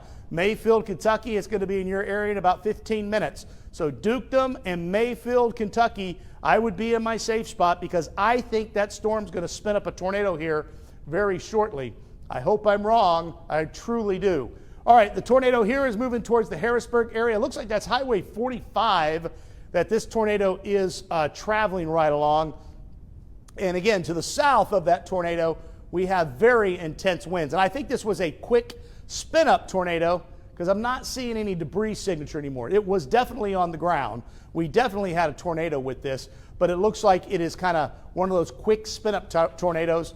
And we're seeing very strong gusty winds now moving through parts of Saline County, the southern parts of Saline County especially, and to the south of Harrisburg. And then this is going to be moving in towards the Shawneetown area. It's going to be moving across very northern parts of Pope County and the very northern part of Hardin County. So again, the tornado, at least on radar, looks as though it has dissipated or it was a quick spin-up tornado, but it was definitely on the ground. We have a new confirmed tornado with that cell that we were watching.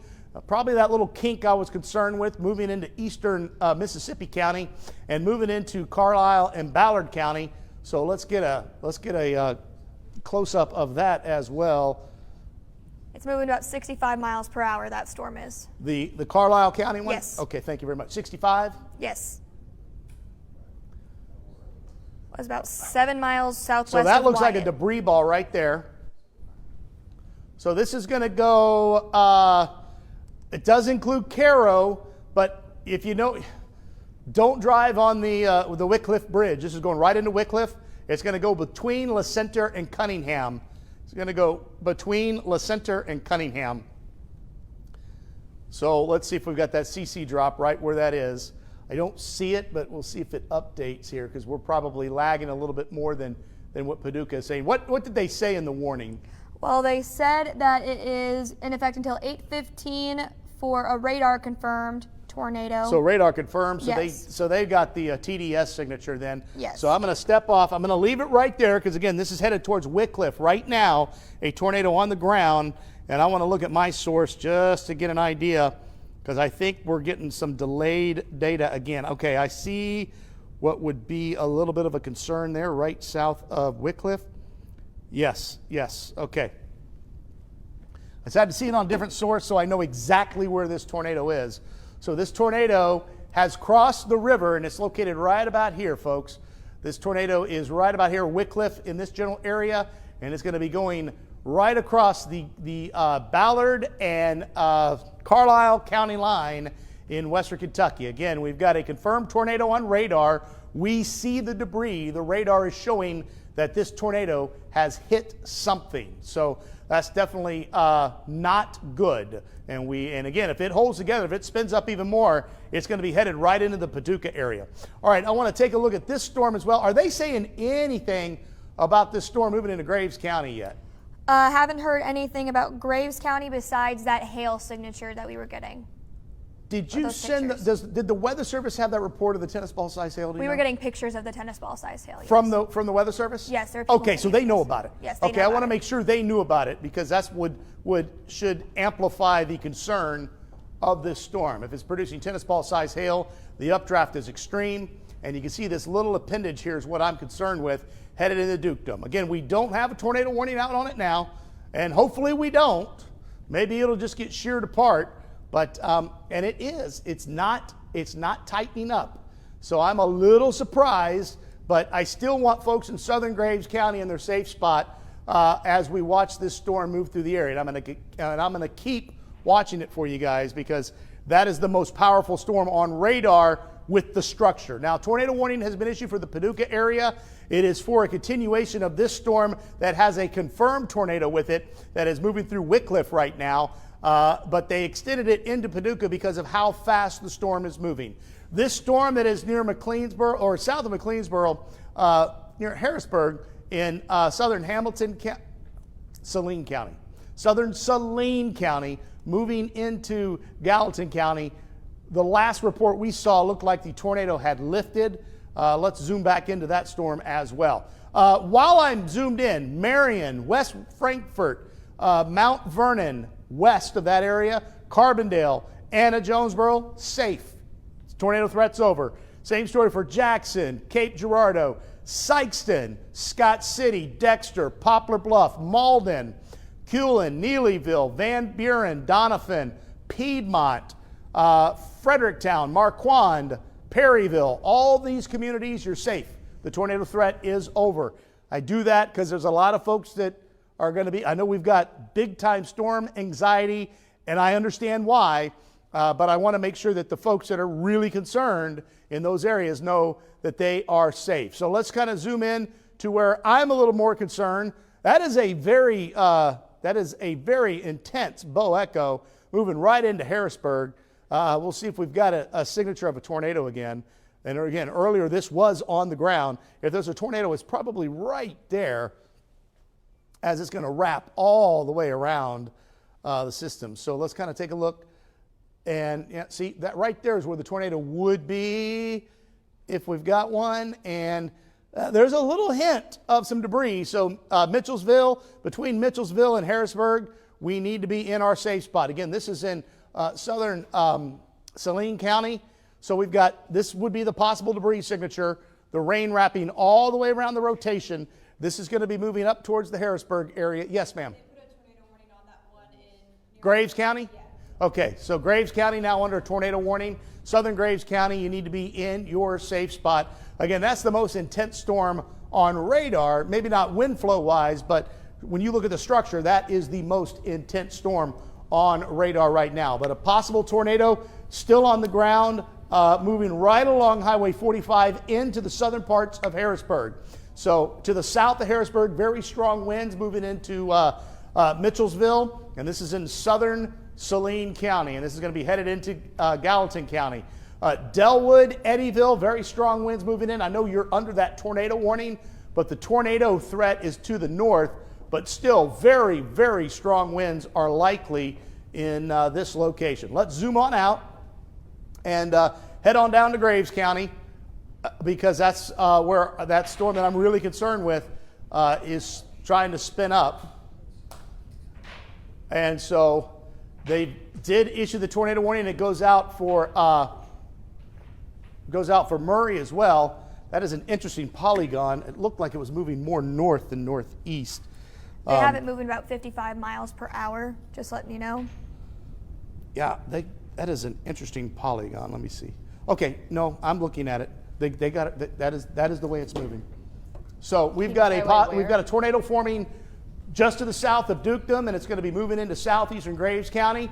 It's going to be moving into the Murray, Kentucky area, possibly if it holds together. I know you probably have, we've got a lot of folks that have students that go to Murray State, so we're going to stay with this to keep you safe.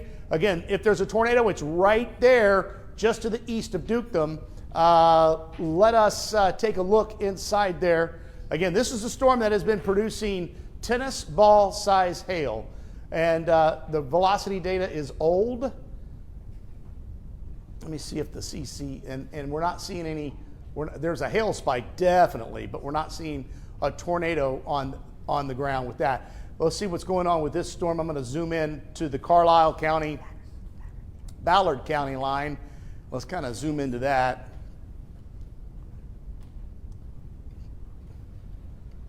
Because this is where our tornado would be right here. Let's see if we have a signature. And again, this would be moving towards Paducah. Paducah, you are in that tornado warning. So I'd go ahead and seek shelter. I'm not seeing a telltale sign of debris. It's a little noisy. There definitely could be something there. There was a debris signature earlier. There was a tornado confirmed by radar. And it looks like just to the north of Bardwell is where I'm seeing that right here. So possible tornado right here moving off to the northeast at about 55 miles per hour. It's headed towards the radar site at the National Weather Service in Paducah. It's headed right towards the National Weather Service in Paducah. They'll probably have to take some shelter here shortly if it continues to do that. Could you imagine that? We have to take shelter and then the National Weather Service have to take shelter in the same night. Of course, like Jeff was saying, and Kathy, we've never taken shelter here before. We've never witnessed a wide wedge tornado move right towards us. Thankfully, it looked like it was weakening right as it moved into Cape, and I hope that's the case. But I know that we're probably going to hear some more of some damage as we head later on in the evening. But right now, tornado possibly developing east of Dukedom, headed towards Murray, Kentucky. And earlier we did have a tornado on the ground. Right now it is right along the Carlisle-Ballard County line, and it's headed right towards the airport in Paducah, right towards the National Weather Service, and then would move right in towards, if it holds together, the riverfront area of downtown Paducah. So we're going to continue to monitor that for you as well. Head up to the north, check our other tornado warning. Again, the confirmation, the purple has gone away. Again, we're not seeing a tornado signature, but we are seeing very strong winds and the possibility of a tornado developing over Harrisburg. So we're keeping the tornado warning out for Gallatin County, Saline County, and again, extreme northeastern Pope County and northern Harding County. All I'm seeing is really strong winds. The rotation has weakened significantly, so hopefully that trend will continue. But if we get a spin up, it would be right to the northeast of Harrisburg, headed into northern Gallatin County. It would stay to the north of the Shawneetown area if something were to develop. So let's follow this line down. Again, we've got a very tight circulation right here, right along the Carlisle-Ballard County line, and that tornado warning goes right into Paducah. So we'll continue to watch that. The tornadic signature, the debris signature with that storm has dissipated. We continue to watch this storm as well. I have not gotten a new update on the velocity nor the reflectivity, so I'm not going to check the latest. The tornado warning that was still got a tornado warning out for parts of Obion County. Again, this has been replaced with a severe thunderstorm warning with a possible tornado. So right now the Weather Service is thinking the tornado threat has weakened just a bit with this. The hail has also gotten smaller over in that Murray storm. It's now only just under an inch. So it went from tennis ball size hail to now just under an inch. Well, there's something that I wouldn't have expected. So it's in a very favorable environment. I would think it would keep going, and it is weakening. So that's definitely some good news. We'll continue to watch that as it moves towards Murray, Kentucky. So let's zoom on out. It's 8:13 right now. Again, we have a tornado watch out, and I don't know, I'm sure some of the counties have been trimmed back from the tornado watch. You can see this line just march across the area. We've had numerous tornado warnings, numerous reports of tornadoes, and we continue to see these storms march off to the east pretty quickly. They're crossing the Mississippi River now. They're almost going to get out of southern Illinois. Southern Illinois is going to be in the clear here shortly. All of southern Illinois. Everybody west of Interstate 57 is in the clear. And let me see where this stops. Let me put this on reflectivity so it will stop. Well, I guess I need to take this off. We've gotten a report of a funnel cloud over in Graves County. Okay, that would make sense with that hook echo that I'm seeing. So just about all of southeast Missouri is in the clear now. We're looking at the line that's right along the Mississippi River. So we continue to track. I'm going to toss things to Kathy real quick because she's got some information. I'm going to jump back in the screen in just a minute. Just real quick, we're getting more information in about Delta and possible damage in Delta. I'm hearing from the DPS chief in Sykeston that they've been requested for Homeland Security response to Delta along with mobile command. They're hearing that a school and some houses took damage in Delta. That's all I'm hearing. I don't know anything about any possible injuries. The Cape County Sheriff, when she told me just debris and that kind of damage, that was 45 minutes ago. You can imagine emergency responders have a lot more to do than respond to a text from me or anyone else asking them what's going on. But we are getting an indication that other emergency responders are heading toward Delta to help out in that area. So we have 2 crews on the way ourselves, and hopefully we will be able to supply some ground truth from Delta soon and let folks know what's going on there. But as of right now, it seems like a lot of emergency responders are headed toward the Delta area. Highway Patrol, Clark Parrott said he was headed that way as well. So again, if anyone is in that area and you're safe and can let us know what's going on, you're our eyes and ears out there as we're headed out there. We really appreciate it. Grant, I'll send it back to you. All right, thank you very much for that update, man. I really just hope and pray that everybody's okay. That's what our main job is, to keep everybody safe. And sometimes it gets a little bit sketchy there. And today was one of those days, especially when you see things headed right towards your house and then right where you're standing, where you work. So here's our possible tornado right here in southern Graves County. Said a funnel cloud, right? You said somebody saw, there's a report of a funnel cloud with this. Yes, we got a report of a funnel cloud over in Graves County. So funnel cloud in Graves County. Let's see if that rotates, because I'm still well, yeah, it's tightening up. Okay, it is tightening up. The reflectivity is still old, but the velocity is tightening up.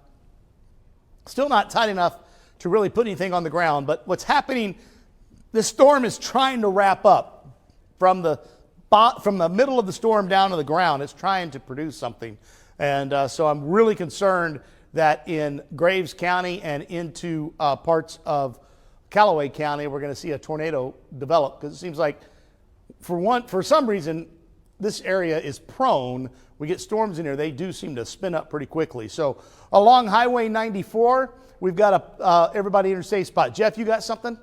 Yeah, Grant, just real quickly, I was going to reiterate that folks in Cape, officials are requesting that you don't drive around, no sightseeing right now. There's still a lot of damage out there that they're still assessing in Cape and other areas, but I specifically talking about Cape. We've gotten some information from Bobby Newton with the Cape Police Department about traffic that's blocked on Kings Highway, northbound at Bloomfield and southbound at Kings Highway.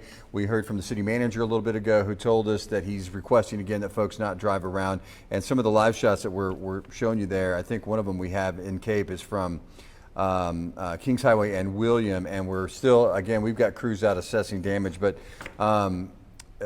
it's been a busy night, Grant, and we're just now starting to see some of the damage that was left behind in these storms.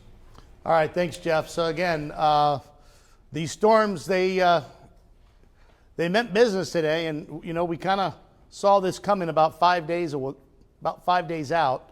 It was looking very likely. Now there is very likely a tornado on the ground right there. Let me see. I don't see it's so close to the radar. Sometimes it's too close to the radar to get CC droppage, but this is right along 286 where 473 comes out. This is Ballard County, about to move into McCracken County. So some strong rotation about to move out of Ballard County into McCracken County. And there's the Doppler radar from the National Weather Service. The National Weather Service is located right there. So there's a chance that the National Weather Service may have to seek shelter. And for you folks in Paducah, this is headed your way. Downtown Paducah on the riverfront, this is going to be a close call to that area if it holds together. But again, I'm seeing a pretty good indication of a radar indicated tornado. I'm not seeing any debris, but it's so close to the radar that the debris signature could be too small. What you got, Madeline? The National Weather Service in Paducah is in fact sheltering right now. Okay, so they are taking their own advice, as we did earlier. So the National Weather Service in Paducah has gone to shelter because there's the tornado, and it is headed right towards their area. So we've got a tornado, possible tornado on the ground. It's so close to the radar, sometimes it's hard to get the debris signature to show up because it could be so small that the debris field could be 200 feet wide, and one of the pixels on our radar is probably 400 feet wide. So it could be easily missed when it gets this close. But right there is where I'm concerned that a possible tornado is on the ground. And more than likely, it is crossing right into McCracken County, because this is the one that's moving at about 60 miles per hour. So we've got a tornado more than likely following the 286 highway from Ballard County into McCracken County. It's going to be going towards Barkley Field, the airport there, right near the Weather Service and heading into Paducah if it holds together, especially the north side of Paducah and the riverfront area of downtown Paducah. That's where this possible tornado is headed right now. All right, I'm going to zoom out a little bit more, kind of get our bearings on some other storms. They've included a tornado warning now for the Paducah area and stretched it out towards southern Massac County and southern Pope County.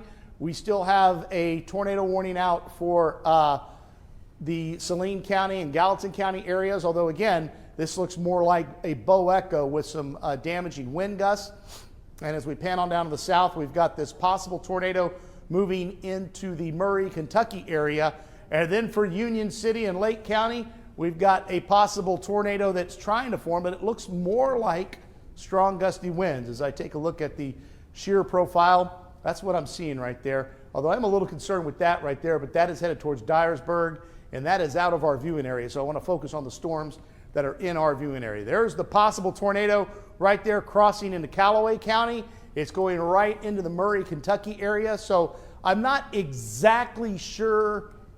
I think Murray State is located on the northwest side of Murray. I'm not exactly sure, but this is where the possible tornado would be, and it's going to go just on the north side of Murray, Kentucky.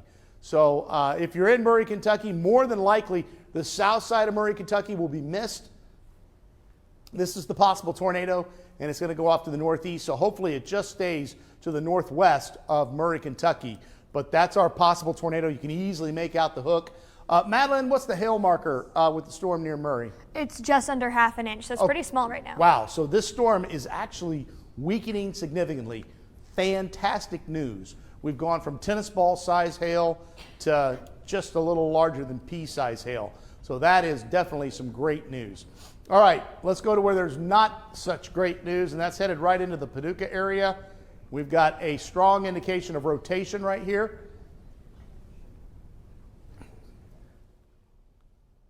And this is still kind of old. I'm going to kind of take a look at my source because my source is going to be a little faster to update. And we'll take a look at the Paducah area.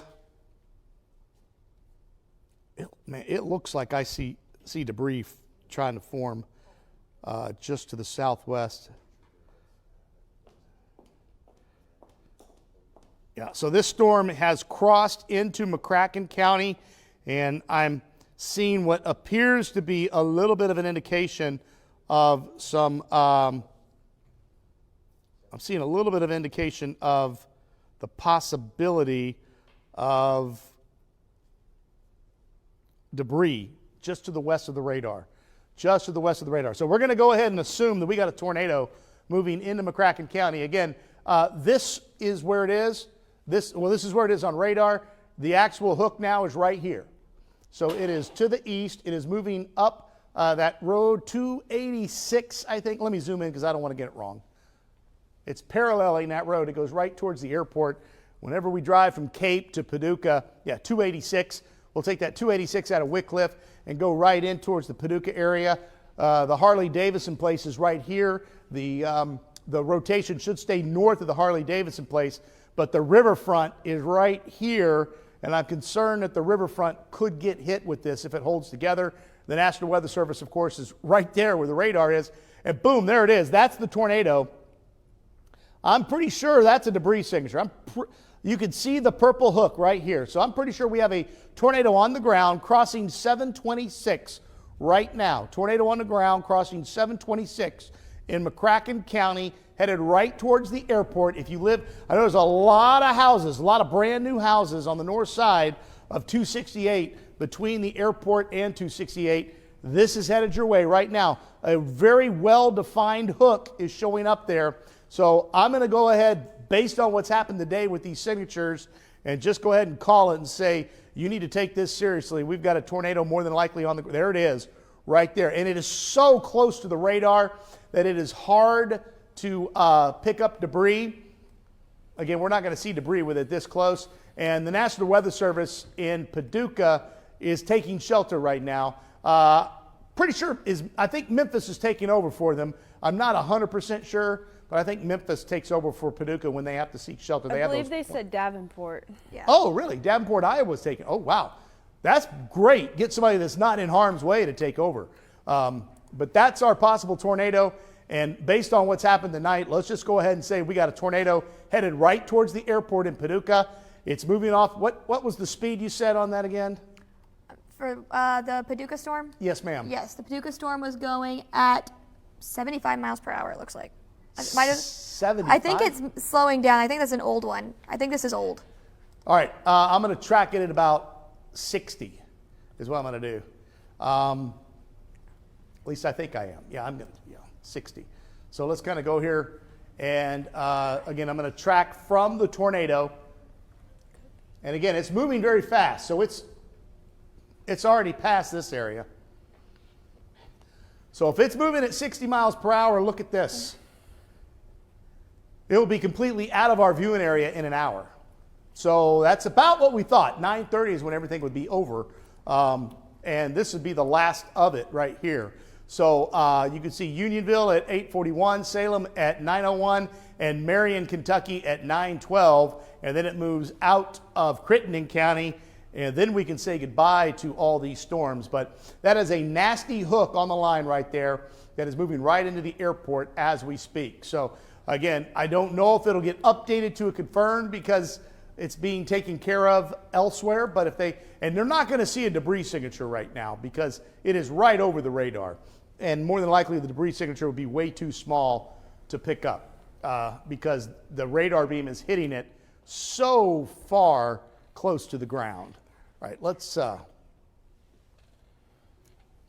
take a look at our other possible tornado. See, I don't like that look right there. So let's change things up over here and let's scope this storm that's headed on the northwest side of Murray. Do we have any other reports on that Murray storm other than the fact that it looks like the updraft was weakening? Haven't gotten much in terms of reports. Everyone's kind of quiet in the chat right now. For you know reasons. what? That makes sense. For reasons. We're not going to be getting reports. I should have thought of that because the Weather Service can't. They're hunkered down right now. Yeah, they're a little busy right now. Absolutely. So there's a little bit of what we call a CC drop. Looks like it's trying to form right there on the appendage. So that definitely has me worried that we've got a tornado forming right now to the north and west of Murray, Kentucky. That kind of looks like a debris ball in my eyes with what we would call a mini supercell.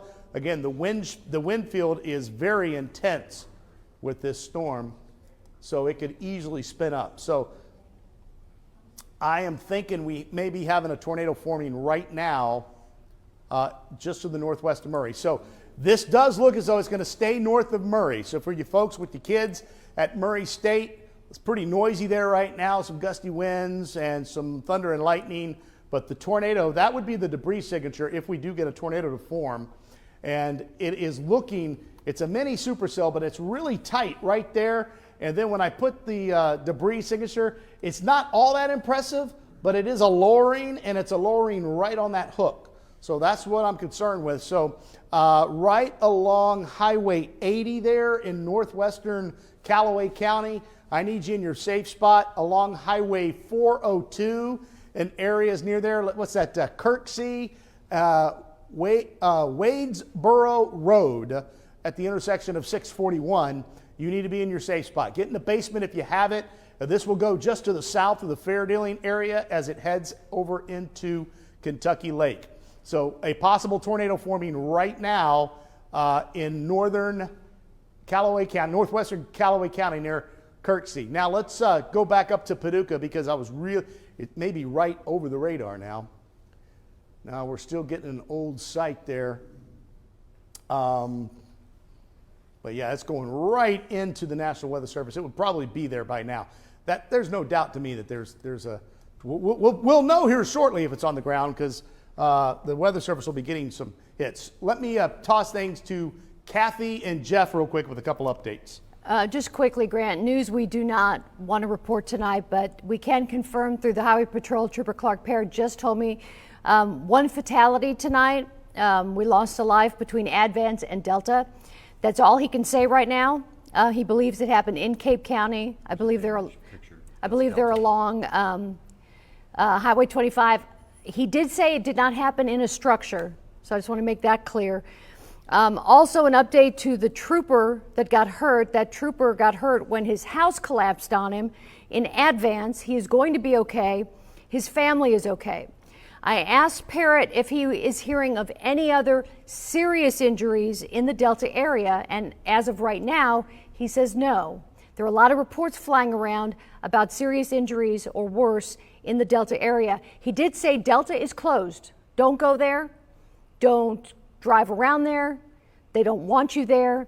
Everyone who's there needs to be there. First responders, firefighters, law enforcement. The folks who need to be there are there. You do not need to go to Delta. Don't go there. If you've got friends and family, check on them with your phone, but they don't want anybody there. They've got enough to deal with right now. But that's what we know right now, Grant. One fatality tonight between Advance and Delta in Cape Girardeau County, not inside a structure. This, I believe, can we show that video of the house again? I think that this is on our .com from a minute ago where we were showing it looked like a damaged house, I believe right there. I think this is in Delta. But again, we're just getting reports. We don't have a ton of information right now except for the fatality that Kathy just mentioned. And again, that goes for everywhere, not just Delta. This isn't a good time to be driving around sightseeing, although we always see it. This is a time for the emergency crews to go to where they need to go and to help the people who need help. So let's do what we can to help them out. Grant, I'll send it back to you. All righty, I'm just kind of going through and looking at some reports here as well that people are sending me. Some good news, the National Weather Service is back. They are all okay. All right, well, that's good to know. It's kind of like us, you know, it was touch and go there for, I'm sure they were nervous as well. They see the same shear that we see. We know how serious this was. And the possible tornado is moving into Paducah right now. It doesn't look quite as tight as it did earlier, but let me go ahead and back things out and get everybody caught up to date because it's after 8:30 now. We've had a tremendous amount of warnings. We've had numerous tornado warnings. We've had numerous reports of damage. I hate hearing that we've had fatalities, or a fatality at least. Hopefully, I pray that is it. I am worried about areas especially just to the west of Cape of what the radar looked like. Now, we have a new tornado warning that has been issued for southeastern Obion County and then towards the Martin, Tennessee area. So we'll have to track that here for just a minute as well. But with it panned out, I want to kind of give some folks a sigh of relief. Now, there's still a lot of rain and thunder and lightning in the Boot Hill. The Boot Hill, the threat's over. Severe weather threat's over in the Boot Hill. Poplar Bluff, it's over. Dexter, over. Sykeston, over. Scott City, Cape Girardeau, Jackson, Marble Hill, Perryville, Beeley, you're all in the clear with severe weather. Carbondale, Carterville, Marion, West Frankfort, Benton, Illinois, Benton, Missouri, you're in the clear. Mount Vernon, you're in the clear. Cairo, you're in the clear. I know it's really loud. It's pouring rain, thunder, and lightning. The tornado threat has pushed off to your east. We just have our far eastern counties that are in this threat. Right now, I'm in it looks like we may have basically about an hour left of this event. And we were thinking the whole time 9:30 was going to be pretty much the cutoff, and it is looking like that will be the case. So I want to zoom into a couple of these new storms. Yeah, that's a nasty hook echo that's forming south of Mason Hall. South of Mason Hall, we've got a possible tornado there developing that's going to go into southeastern Obion County and northwestern Wickliffe County. And yeah, tornado forming right there. And unfortunately, that's going to move right towards Martin, Tennessee. So again, Martin, Tennessee, you're under the gun one more time tonight with another tornado, or another tornado warning, I should say. Here's our possible tornado that is north of Murray. This storm continues to lose a little bit of its punch. So that's definitely some great news. But we still see a little bit of rotation there. And as we just to check, we're not seeing any debris. So this storm appears to be weakening. Are we getting any reports of damage near the airport in Paducah where the Weather Service is? I have the person who is in the National Weather Service said that they heard some things and they think that there's probably damage there, but we have gotten a report of a building collapse over in Graves County. Really? So we've Okay. heard a little bit about damage over in that area. That would be with the storm that has that little appendage. Again, that's what we call a mini supercell. So when I saw that little tiny debris signature, where in Graves County was it? Are they saying? They said it was near Keville. I don't know exactly where that is. Okay, all right.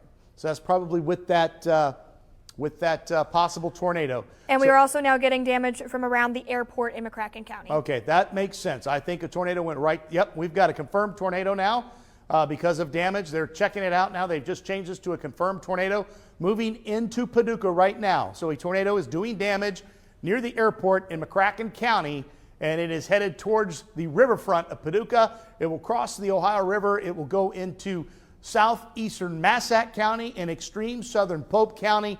More than likely, it will stay just south of the Rosebud area. Now, we still have this tornado warning out here for the Harrisburg area, Delwood. It's gone, folks. It's moved east of Shawnee. This is the storm that produced the tornado warning. The tornado was right here. It is out of the area. So we're not seeing, and just to be on the safe side, I want to make sure that something isn't spinning up, because I don't think it is, and it is not. And I understand perfectly well some of these warnings are going to linger for a while, because the National Weather Service in Paducah is going to have to take assessment of their area because they just possibly got hit by a tornado.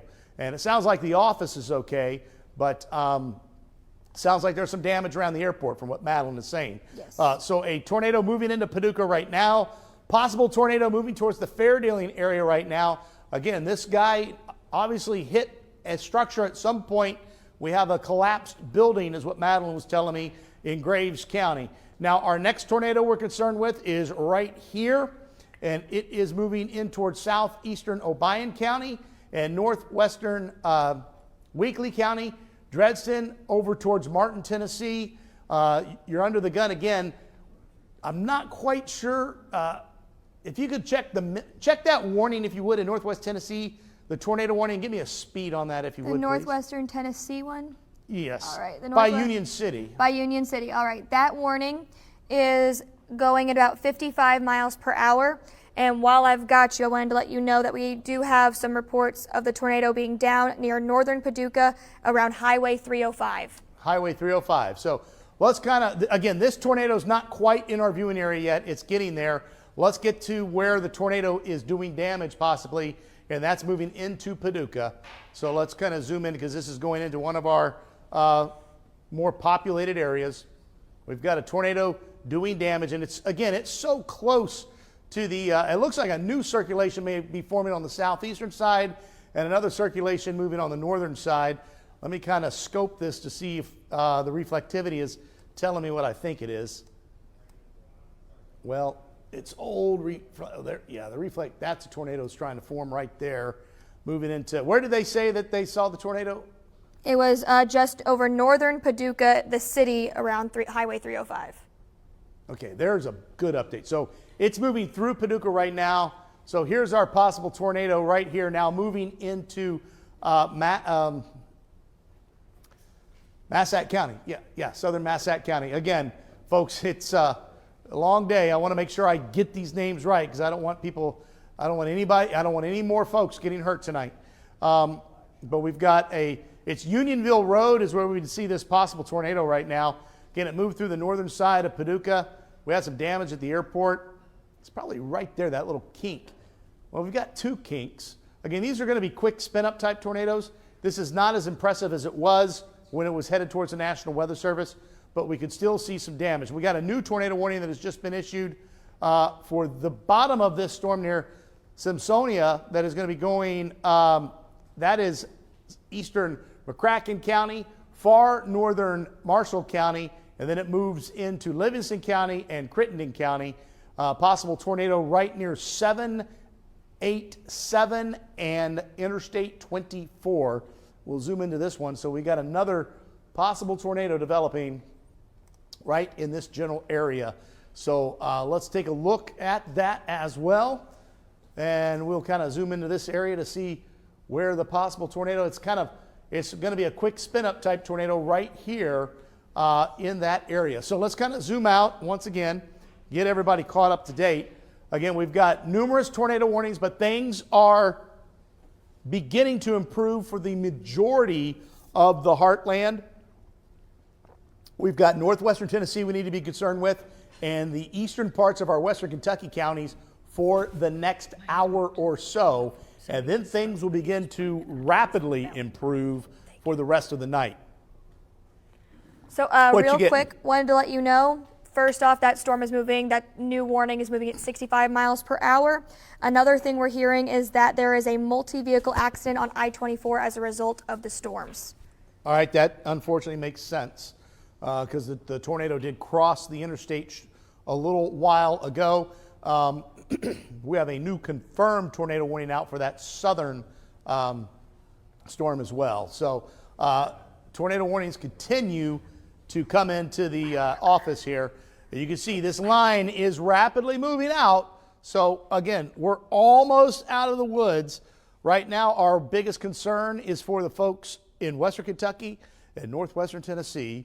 And we just had another confirmed tornado warning pop up right here. I'm sure we're going to find a little debris signature right in this general area. Looks like, is it Reedland? That just to the north of Interstate 24. See if I can find out if we can see it. So I'm not seeing it right now, but I could have some old data. What is, can you click on the new confirmed tornado? Did it show up purple yet on GR? It's showing up purple over here, yes. What are they saying? Where are they saying that tornado is? They're saying it was located right over Reedland and it was moving northeast at 65 miles per hour. Is it tornado confirmed what they did? Yes, tornado confirmed. It was spotted by weather spotters. Oh, okay, so it was spotted. So it's not because I'm looking for a TDS and it's not showing up. So weather spotters are confirming a tornado. That makes sense. It's right there. It's probably a quick spin-up tornado. Again, this doesn't look like what was headed towards the airport. This is nowhere near as strong as what was headed towards Cape Girardeau earlier.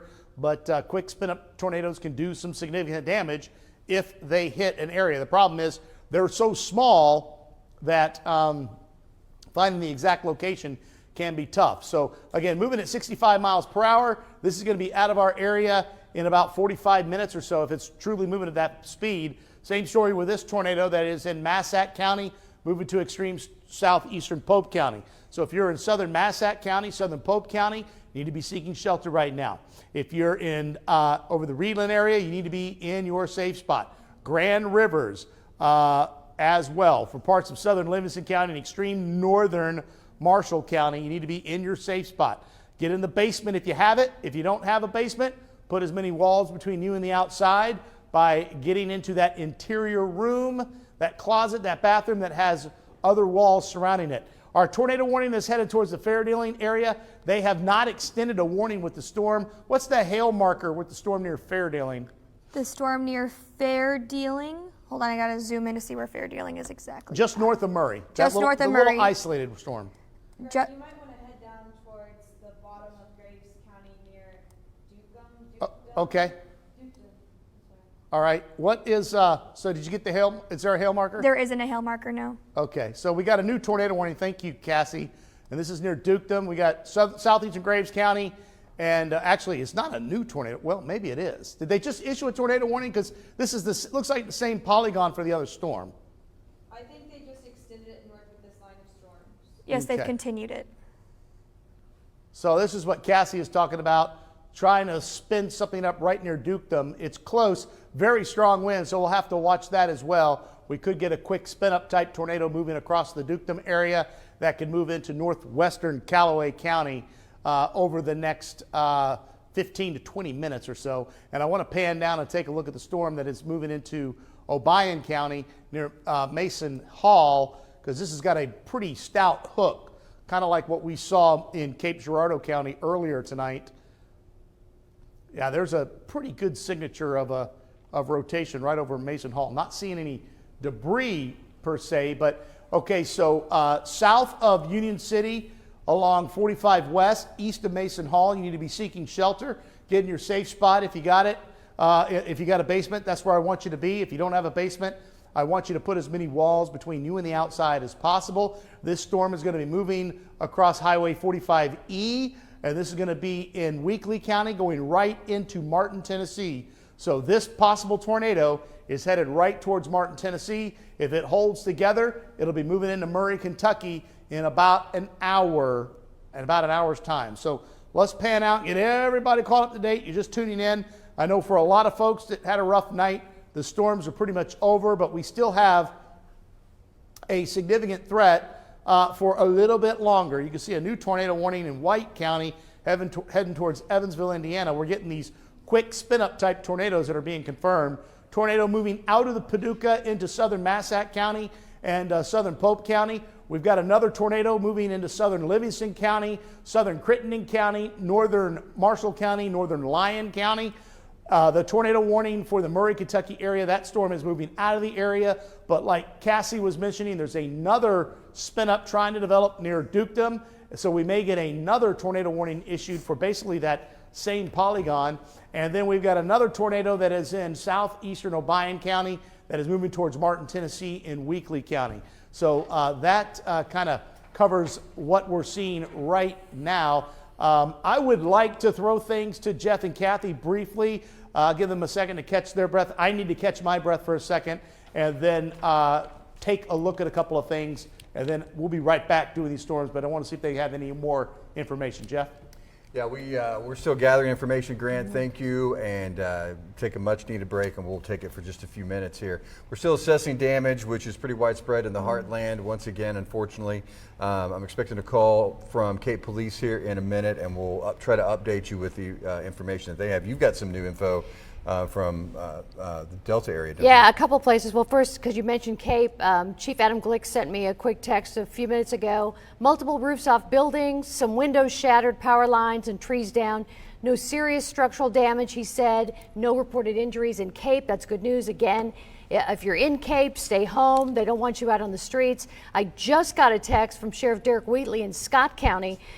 He says they've got damage on the south end of the county, north of Sykeston, in a small area that's called Grant City for those who are local. A large ag building is gone, he says. A few houses are damaged, lots of electrical damage, no injuries. That is near a county road area. Hang on, I've got the county roads. I know some of that damage you mentioned. Yeah, hang on. County roads 450 and 452, if you're familiar with Scott County. So still assessing the damage there. Going back again right now, and we're hearing a lot from Delta. We're getting pictures in from Delta, getting a lot of texts from people outside of Delta, hearing about what's going on in Delta. Again, that's a real area of concern right now. As of right now, one confirmed fatality, confirmed through the Missouri State Highway Patrol, someone who was between Delta and Advance, not inside a structure. We do know that there are all kinds of emergency responders in Delta right now assessing the damage. Trooper Clark Parrott also told me just a short time ago that according to the Delta Fire Department, there doesn't appear to be anyone trapped in debris. Again, I know folks with ties to Delta are hearing all kinds of things, so we're doing our best to get the most up-to-date information to you.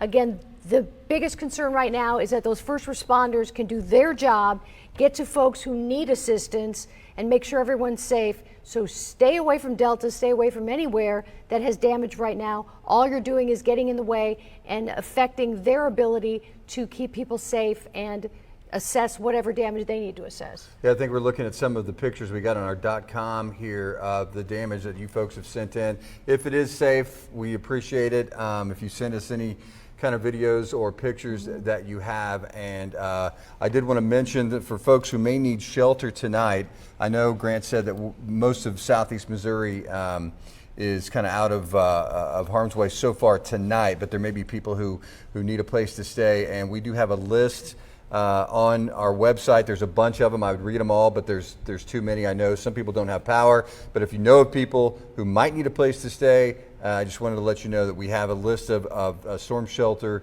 and the information available on our website. Just opened an email from Cape County. This is a media release. I'll read it to you. The city of Delta and the city of Cape Girardeau have sustained damage from a possible tornado that moved through the area. Crews are out assessing the damage, and the Emergency Operations Center is functioning to acquire and coordinate resources to handle the situation. Reports are stating most of the damage is in the downtown Cape Girardeau area and parts of Delta. Please avoid the area and let trained responders work to assess the damage and ensure the safety of all. Again, that is really the message that is out there right now. If you don't need to be there, stay away. Let them do their jobs. Let them get to the people who need help. Let them assess the damage. And you need to stay home and stay safe. Plus, there are roads blocked as there is. So you've got a phone call from KPD. Yeah. Bobby, can you hear me? Yes, sir. Okay. This is Patrolman Bobby Newton with the Cape Girardeau Police Department, the Public Information Officer. And what's the latest, Bobby? What can you tell us about Cape Girardeau? And I know you texted me a little bit earlier about some road closures. What do you know so far? Yeah, right now we've got Kings Highway between Independence and Bloomfield Road completely shut down, so they'll have to avoid that area. Most of the damage is in the downtown area of Cape and the south side of the city.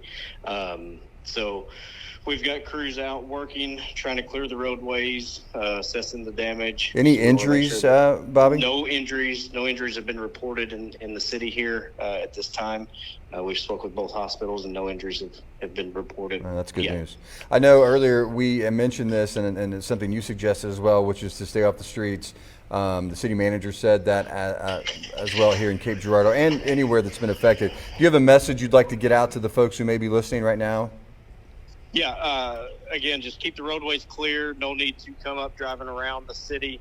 We've got first responders out. We've got road crews out. They're all trying to keep the roadways open and get them clear as fast as they can. Gotcha. Okay, well, if you need to get any more information out, feel free to give me a call. That's Officer Bobby Newton with the Cape Girardeau Police Department, the Public Information Officer. Appreciate your time, Bobby. I know you guys are busy. Thank you.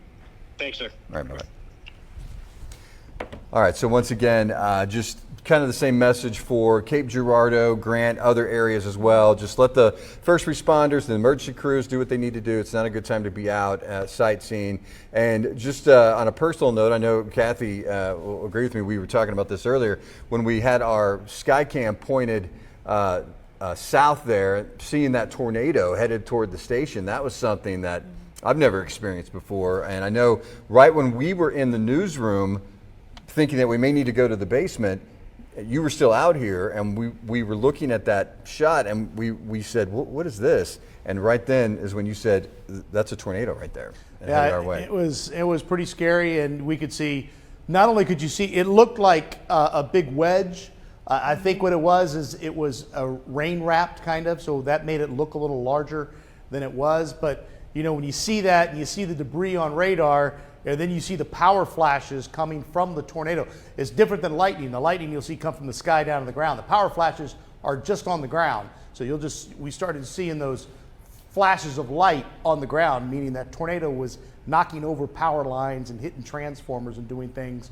And it was headed, once you see it headed towards your house and you're worried, and my family's okay, we're okay, but it sounds like not everybody is okay. And hopefully, we can get through this night without any more damage, but we're not going to get through this night without any more tornado warnings. We've just gotten, unfortunately, another tornado warning that has been issued for the Murray, Kentucky area. It was what Cassie was talking about, watching that spin up near Dukedom. There it is right there, and it's moving. It's more than likely going to stay actually, the warning itself does not include Murray, Kentucky. This is the old warning right here. From the storm that is now passing Kentucky Lake. But this right here is our latest possible tornado that we're seeing that is near Dukedom, kind of following the same path of that other storm. And we're seeing it right there. It looks like it may be trying to line out just a bit, meaning it's going to have some strong gusty winds. Hopefully that'll be the case. Again, it's moving off to the northeast at about 65 miles per hour. Now, as we take a look at the storm that's headed towards the Martin, Tennessee area, we've got a very good inflow notch right here. So I'm a little concerned about this. Again, we don't have that purple shading which is good. But man, Martin, Tennessee, get in your shelter. That is a strong rotation moving into Martin, Tennessee right now. Martin, Tennessee, a possible tornado is moving into your vicinity right now. So we're talking about the UT Martin and all the areas around Martin, Tennessee. A possible tornado is moving into Martin, Tennessee as we speak.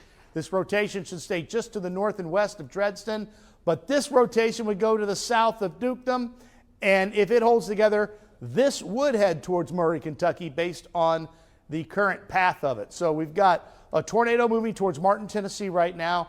We've got another possible tornado east of Dukedom that's going to cross between Mayfield and Murray, Kentucky. You need to be in your safe spot. We've got another tornado that is racing off to the east, northeast, that's headed towards Salem in Kentucky. And then another tornado near the Calvert City area that could be doing damage as well. So numerous tornado warnings still. The good news is we're going to be with these. There's east of Calvert City, possible tornado right there. I'm not seeing any CC drops with it.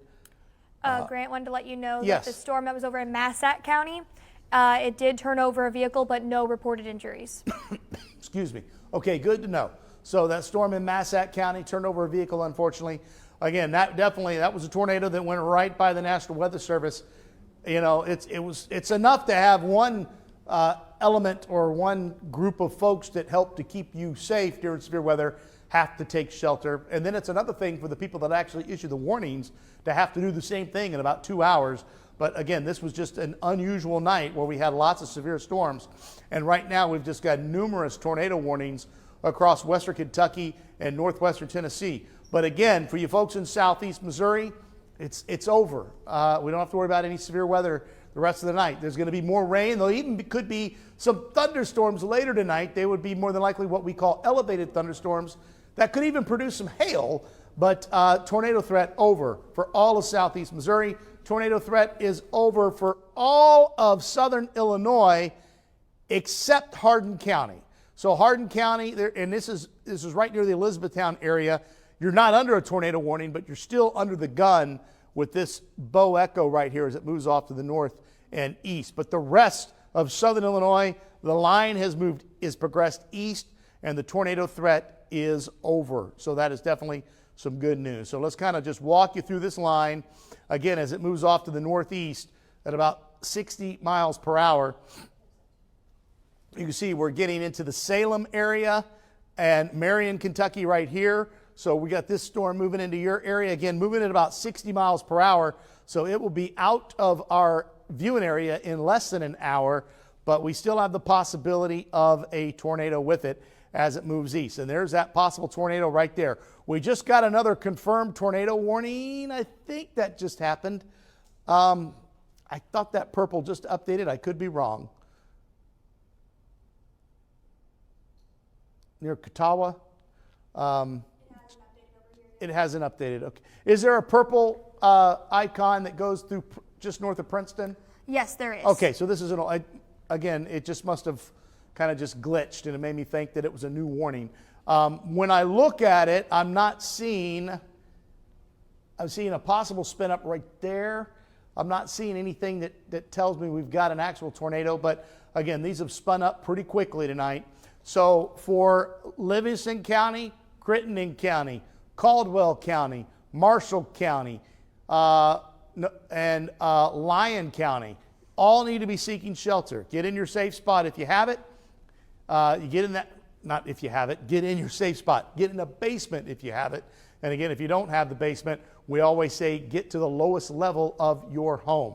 This is our other kink that we're watching right there south of Mayfield that prompted another tornado warning. It was a lot tighter just a little while ago, and it looks to be becoming what we call outflow dominant. You see this, look at this line. You see this line just following red, green, red, green, red, green, all the way down. So this is the outflow. So that's good news because that becomes a less and less of a tornado threat, and we really need the bow echo to be kind of shaped like this to get a spin-up tornado today and not like this. So this is definitely some good news, and hopefully that trend will continue as well.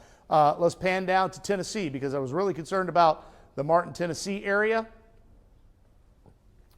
And well, it would be purple if we had some damage reports. That is old. I'm getting some old data. So I'm going to walk over towards the other source because I want to see what Gibson Ridge is showing us, our other Doppler radar source, because it seems to be updating a little bit quicker through the Martin, Tennessee. And yeah, it is past Martin, Tennessee, and it is weaker. The rotation is much weaker. So hopefully that trend will continue. Boy, it would be great to just get rid of all the tornado warnings and not have to cover these storms much anymore. Now we've got another tornado warning that we're watching in Tennessee near the Dyersburg area. That would clip extreme southeastern Wickliffe County if it holds together. But overall, when I look at, let me see, I want this on storm relative. There we go.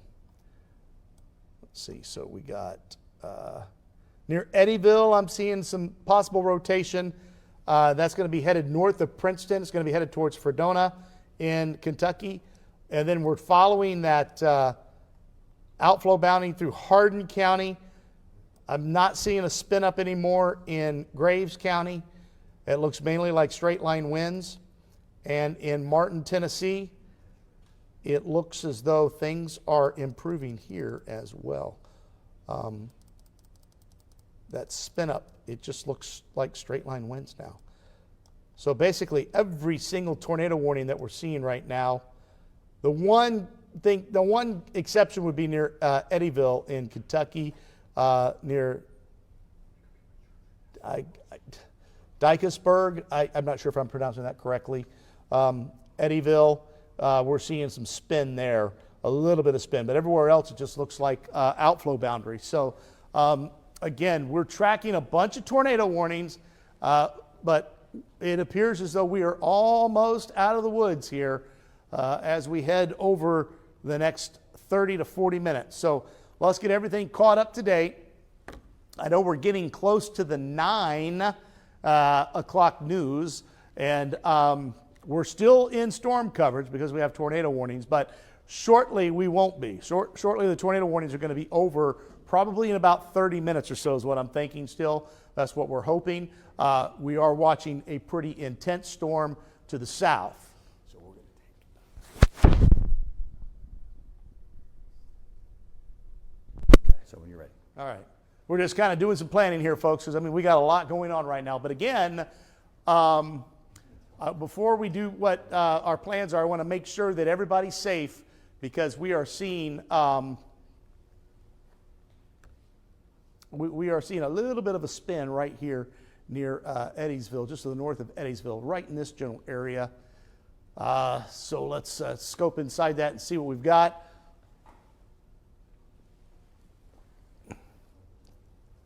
See what I'm talking about right there? It's kind of broad, but it is moving into, that is extreme northern Caldwell County, I think. Let me pan over because, again, these counties are starting to wander.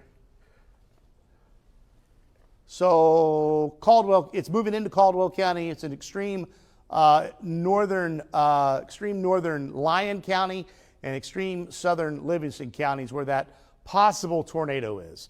Again, we've got a confirmed tornado warning, but I think it was a quick spin-up confirmed tornado.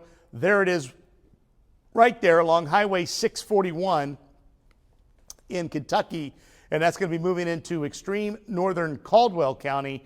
This is the storm that was producing the possible tornado near Murray earlier. It's about into Princeton area. It is not producing anything serious, and they just did a severe thunderstorm warning to replace this line. They didn't do another tornado warning. So that's definitely some good news as well. Again, the rotation that was near Martin has weakened just a bit. The rotation that was headed between Murray and Mayfield has weakened just a bit. And the tornado that was on the ground in Kentucky looks as though it has lifted. We still have a few tornado warnings out there. We are not going anywhere. What we're going to do here is toss to a break here briefly. Let us get our bearings, and then we're going to be right back because we kind of got to get everything ready to go. We've got newscasts, we've got damage to talk about. So let's toss it to a break real quick, and we'll be back shortly.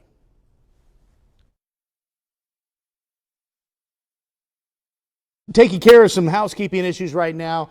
But we do have a new tornado warning out for the new confirmed tornado warning out for the storm that is south of Fairdealing. Again, we're not seeing, and this is one of those quick spin up type tornadoes, but we are seeing the possibility of a tornado forming just to the south of Benton in Kentucky. So as we zoom on in, you can see Benton, and again, the tornado itself, let me kind of write it here. The tornado itself is now just to the north of Hardin. It's right here. And it's moving off to the northeast at about 65 miles per hour. Again, we can go ahead and tell you that some of the power hits that we took when the tornado went into downtown Cape Girardeau has caused a few issues, and that's why our radar is lagging. You can see where that hook echo is behind there. We're looking at another source, and I can see where the tornado is. And again, this tornado is right to the north of Hardin, Kentucky, and it is moving to the northeast at about 60 miles per hour. So I kind of got a circle right there. We can't actually be on camera right this second either, but we wanted to make sure we had the radar data up to kind of keep you informed. Now, I want to get back down towards the storm near Palmersville, because this was showing a pretty good sign of a tornado earlier. Let me change sources here, and we will scope that to see if we still have that sign of a tornado. Yeah, there is a tight.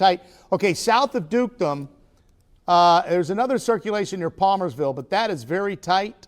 Let's see if we got a CC drop. We do not on either, but we've got a possibility of 2 tornadoes with this storm. Let me kind of show you. We've got a tornado right here that I'm circling south of Dukedom, and we got another tornado right here near Palmersville. Now, I'm going to change sources again because it's going to be a little farther north and east than what we are seeing on our system. And yeah, it is. Okay, so let me clear this up. So this tornado near Palmersville is now located right here. And it's moving off to the northeast. So it's moving in towards the Murray, Kentucky area if it holds together. Again, I am not 100% sure if we're going to get updates on this system because of the hit that we took. We've got a confirmed tornado near south of Dukedom now with that little spin up I was showing you. And that is going to be headed in towards southeastern Graves County and going to be headed in towards Murray, Kentucky as well. So Murray, Kentucky, extreme southeastern Graves County. We're not seeing warnings yet, but I'm pretty sure we're going to see a tornado warning issued here very, very shortly as the tornado is moving. As you can see where I have it circled there, we have that tornado. Now I want to go take a look at the other tornado that we have right now that is moving towards the Fairdealing area. Again, this tornado is still looking like we're not seeing a debris. Wow, it just tightened up. Okay, so let me show you where this tornado is. This is about to hit Kentucky Lake. Just west of Aurora, north of Hardin. Right there is where the tornado is. And yeah, we continue to see it move off to the northeast at about 60 miles per hour. So for you folks in Fairdealing, you need to be seeking shelter right now. Looks like we did just get an update now. So hopefully I can be able to show you. This is still, I think, going to be a few minutes. It is a few minutes old. We're having, again, this tornado is moving towards the shore of Kentucky Lake right now. Let me kind of zoom into where this tornado is. What's that little town? Aurora? Aurora. So Aurora is not popping up on our. Just So this is Aurora right here. Yeah. So there's the confirmed tornado. So there's the tornado right there. We got the debris ball right there. So we have a tornado on the ground near Hardin, Kentucky. This is moving across Kentucky Lake right now. So some of the areas I can zoom in real close because I'm sitting at the desk. Jonathan Shores Road, Olive Creek Road, Barnett Cemetery Road, Beale Road. All these areas need to be underground if you have a basement. If you don't have a basement, put as many walls between you and the outside as possible by going to the ground, to your basement or to the center interior room. New tornado warning out for the Murray, Kentucky area for this confirmed tornado near Palmersville in Tennessee. We've got a new confirmed tornado that is heading into, wow, yeah. Don't have the CC yet. There's the CC right there. That is the previous tornado right there that I'm pointing at. But we've got a new tornado that is developing on the south side right there to the north of Palmersville. So we've got a confirmed tornado east of Dukedom, and we've got a new tornado that is forming as the confirmed tornado weakens. It's gonna continue to do what we call occlude, and that is going to cause that one to weaken and a new tornado to form on the southeastern side. That is really tightening up. So the first tornado is weakening on radar. As I see from our vantage point, the new tornado is rapidly developing. This is headed towards Murray, Kentucky. So Murray, Kentucky, I need you to go to your safe spot. Murray, I need you in your basement, if you have a basement. If you have any of your family that goes to Murray State, text them, tell them a confirmed tornado is headed towards Murray, Kentucky. Doesn't mean it's going to hit Murray. It could weaken, but we need to plan for the worst after the night that we've had. We've got a tornado wrapping up rapidly north of Palmersville, Tennessee, moving into extreme southeastern Graves County, moving across northwestern Callaway County, and moving into far southern Marshall County. Our other confirmed tornado that we have is in the Harding area. Again, this is the debris signature right there. This tornado is going to be closer to the lake right now. Cassie is zooming in up for me. It looks like that may have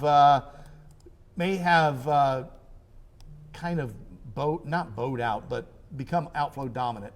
I don't see a tight circulation. I do see a circulation, and it is moving towards Kentucky Lake right now. So you're talking about, go back down a little bit on here. So you're seeing a new, near Lynn Grove, there's another circulation that's trying to develop. Again, folks, this is a very volatile atmosphere. We're seeing new circulations left and right now in our southeastern counties. So east of Linville, near Lynn Grove. This is to the west of Murray, Kentucky. We're seeing the possibility of another spin up trying to form. Right here is what I'm talking about.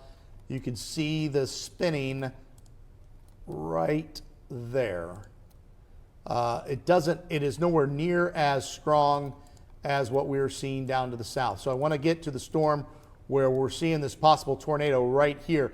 Again, we did have a tornado east of Dukedom. I think that has weakened. It looked like it has occluded, but that is very strong rotation. That is it. Well, okay, we got a big debris ball with that circulation now on our other source. So we have a large tornado on the ground that is south of Bell. Is that the same storm? Yeah, this is just south of Bell City. Yeah, okay, so south of Bell City, we have a large tornado on the ground.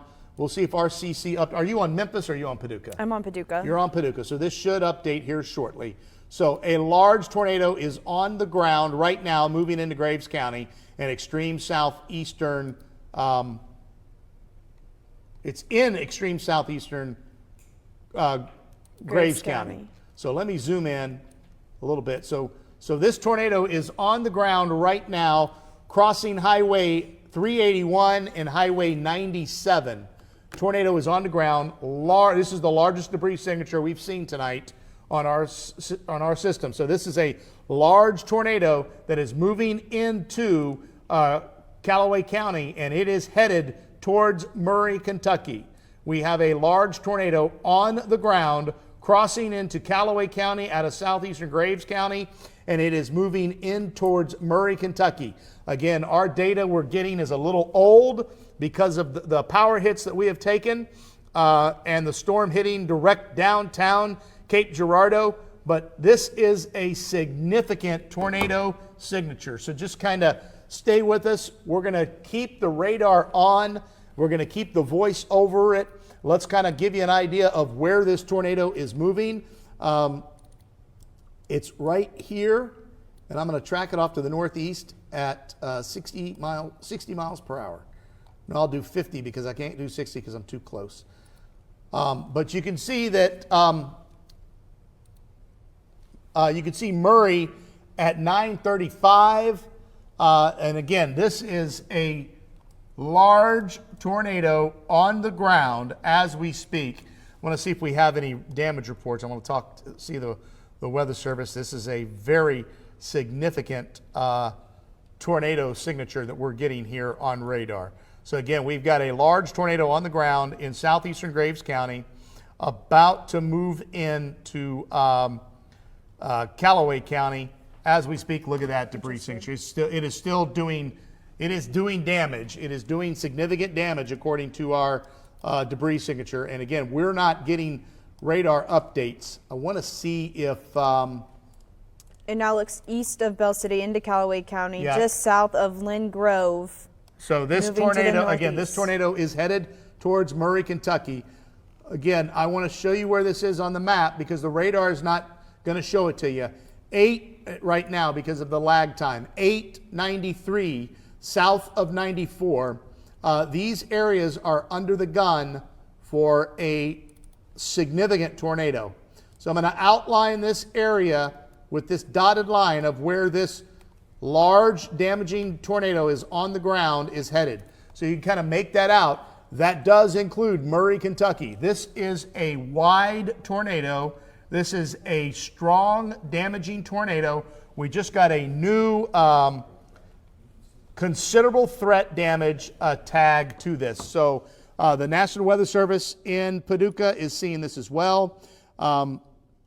Large tornado on the ground right now in southeastern Callaway County. Let me show you this. I think we can kind of show you where it is. Again, it's a little farther east of where it is, but let me show you what I'm talking about. Look at that debris signature. You can see it right there. It's a no-doubter.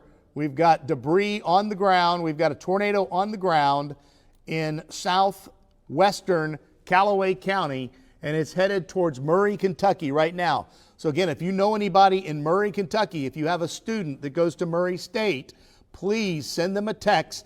Tell them to get into their safe spot. A large tornado is headed towards Murray, Kentucky right now. Let's take a look at our other tornadoes that we're seeing across the area from Eddyville up towards Princeton. Again, these are quick spin-up type tornadoes, and I don't really see anything other than a weak rotation that is over Kentucky Lake right there. Let's go ahead and kind of take this down a little bit more and follow it. We've got another little kink right there. Actually, that was Lake Barkley. Sorry. Moving across Lake Barkley, coming into Lyon County and moving into Caldwell County. And then we've got another little spin up right there that is coming off of Kentucky Lake that is going to the land between the lakes in Lyon County. But our main concern right now is a very large and damaging tornado that is headed towards Murray, Kentucky. Another tornado likely right there near south of Fairdealing. And another tornado possibly forming near Kirksey, south of Kirksey.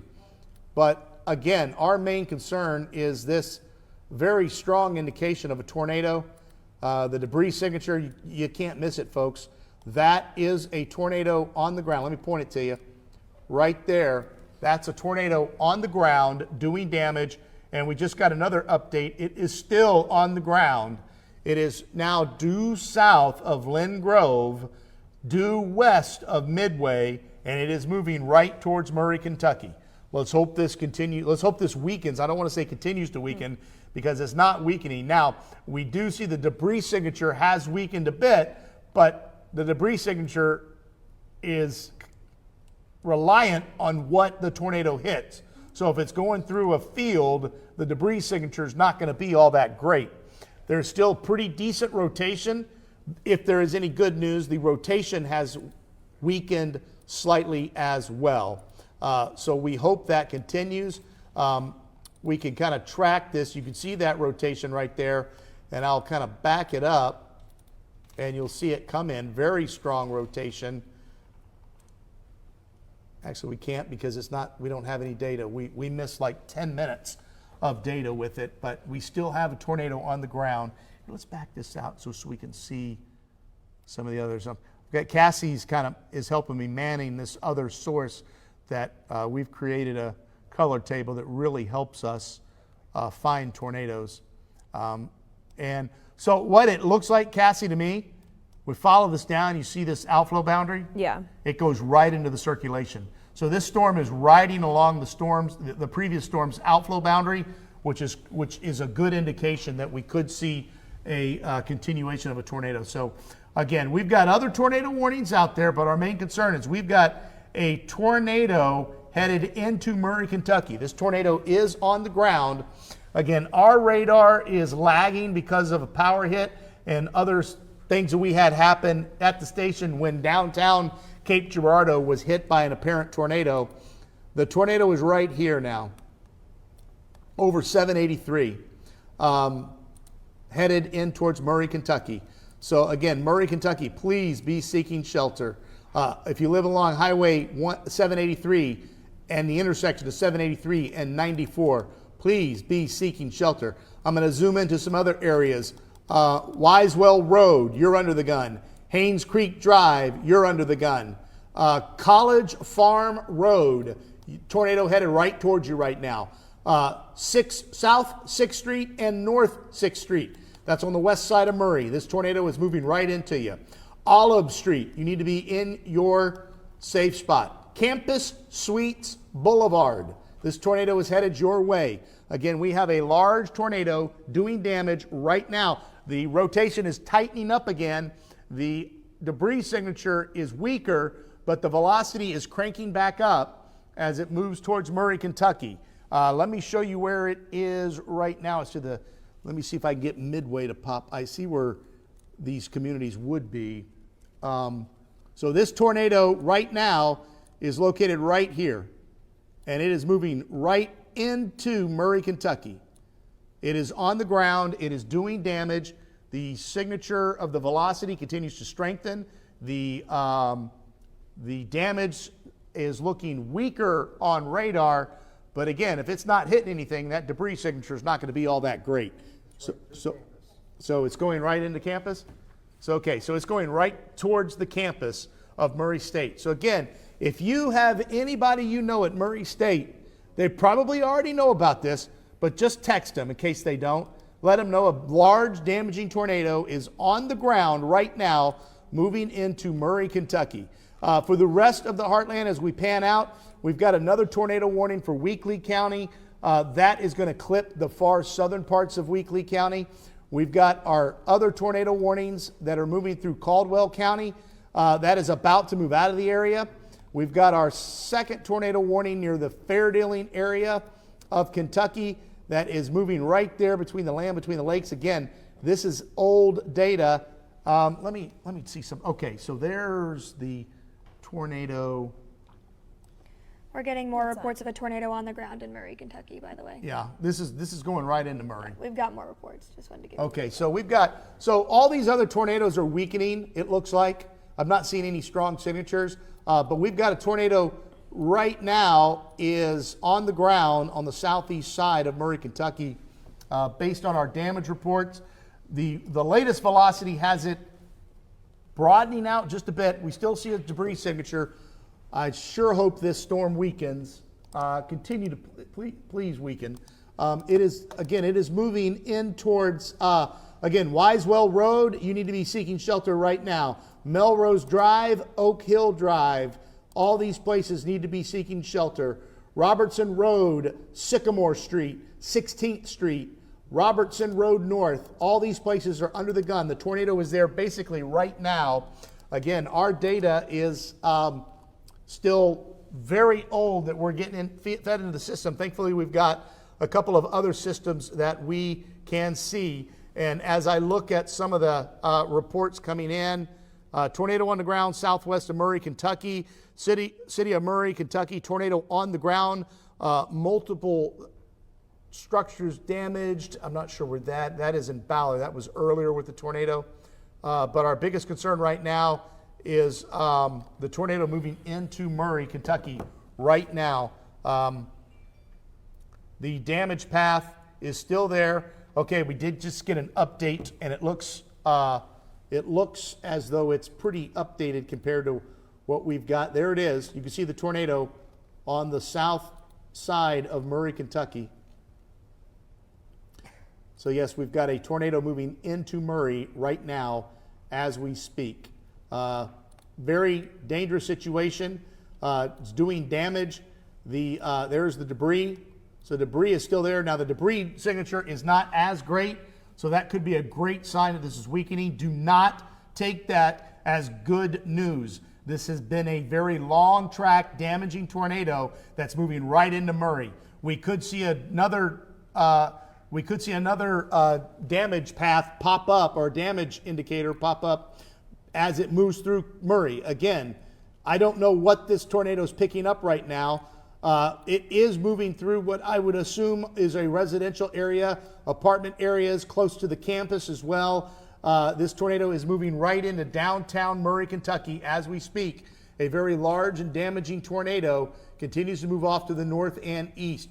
I want to kind of just leave the radar right there and look at our other sources because we continue to see a damaging tornado moving into a highly populated area of the heartland. The good news, if there is any, we could say Paducah, you're in the clear. The tornadoes have moved past the Paducah area. They've also moved past the Mayfield, Kentucky area. I want to give those folks a much needed break because Mayfield has been hit hard plenty of times. I want them to know that they are out of harm's way. But Murray, Kentucky, you are in, there's a tornado right in Murray, Kentucky right now. Hopefully the radar trend is telling us the truth, that it is weakening, because the radar continues to look weak. But this was a very large, damaging tornado. So, and we're getting reports of a tornado on the ground in Murray. Go ahead and, swap back over to that. There we go. The damage continues to the damage indicator continues to look better, but the rotation is still there. It looks as though, to me, Cassie, is that the outflow has outraced the tornado, and that would likely be causing this tornado to die off. So hopefully that's the case, and we can say that this tornado is dying off right now. But we are still seeing circulation, and this was a significant tornado on the ground just 5 minutes ago as it was moving into Murray. So hopefully this outflow is winning and taking care of the tornado. I want to get people updated on the storms that are near Princeton. They've moved out of your area, even though the radar is still showing them. The possible tornado in southern Lyon County is out of there as well.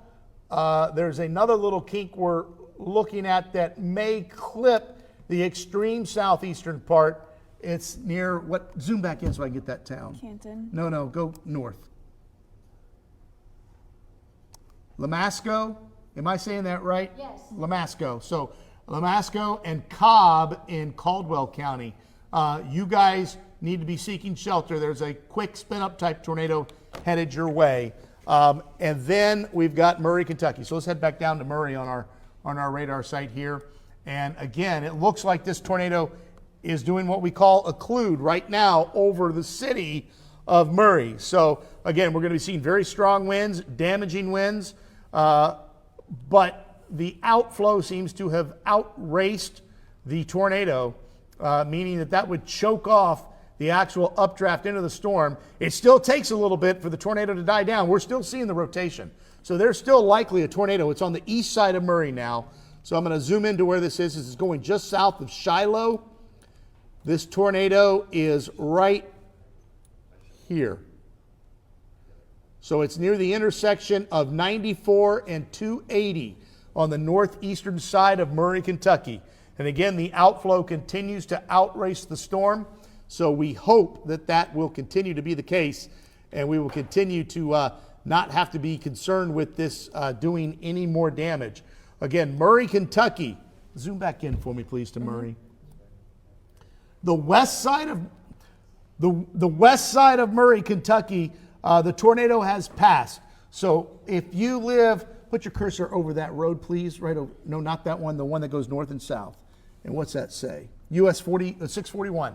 If you live west of US Highway 641, I know our radar is showing the tornado. The tornado is not there. The tornado is east of 641. We just got a new tornado warning out, new confirmation tornado warning, meaning that there's still a tornado doing damage on the east side of Murray. Again, it's going to take probably at least 5 minutes to maybe 10 minutes for this tornado to completely occlude. It is on the ground east of Murray, Kentucky now.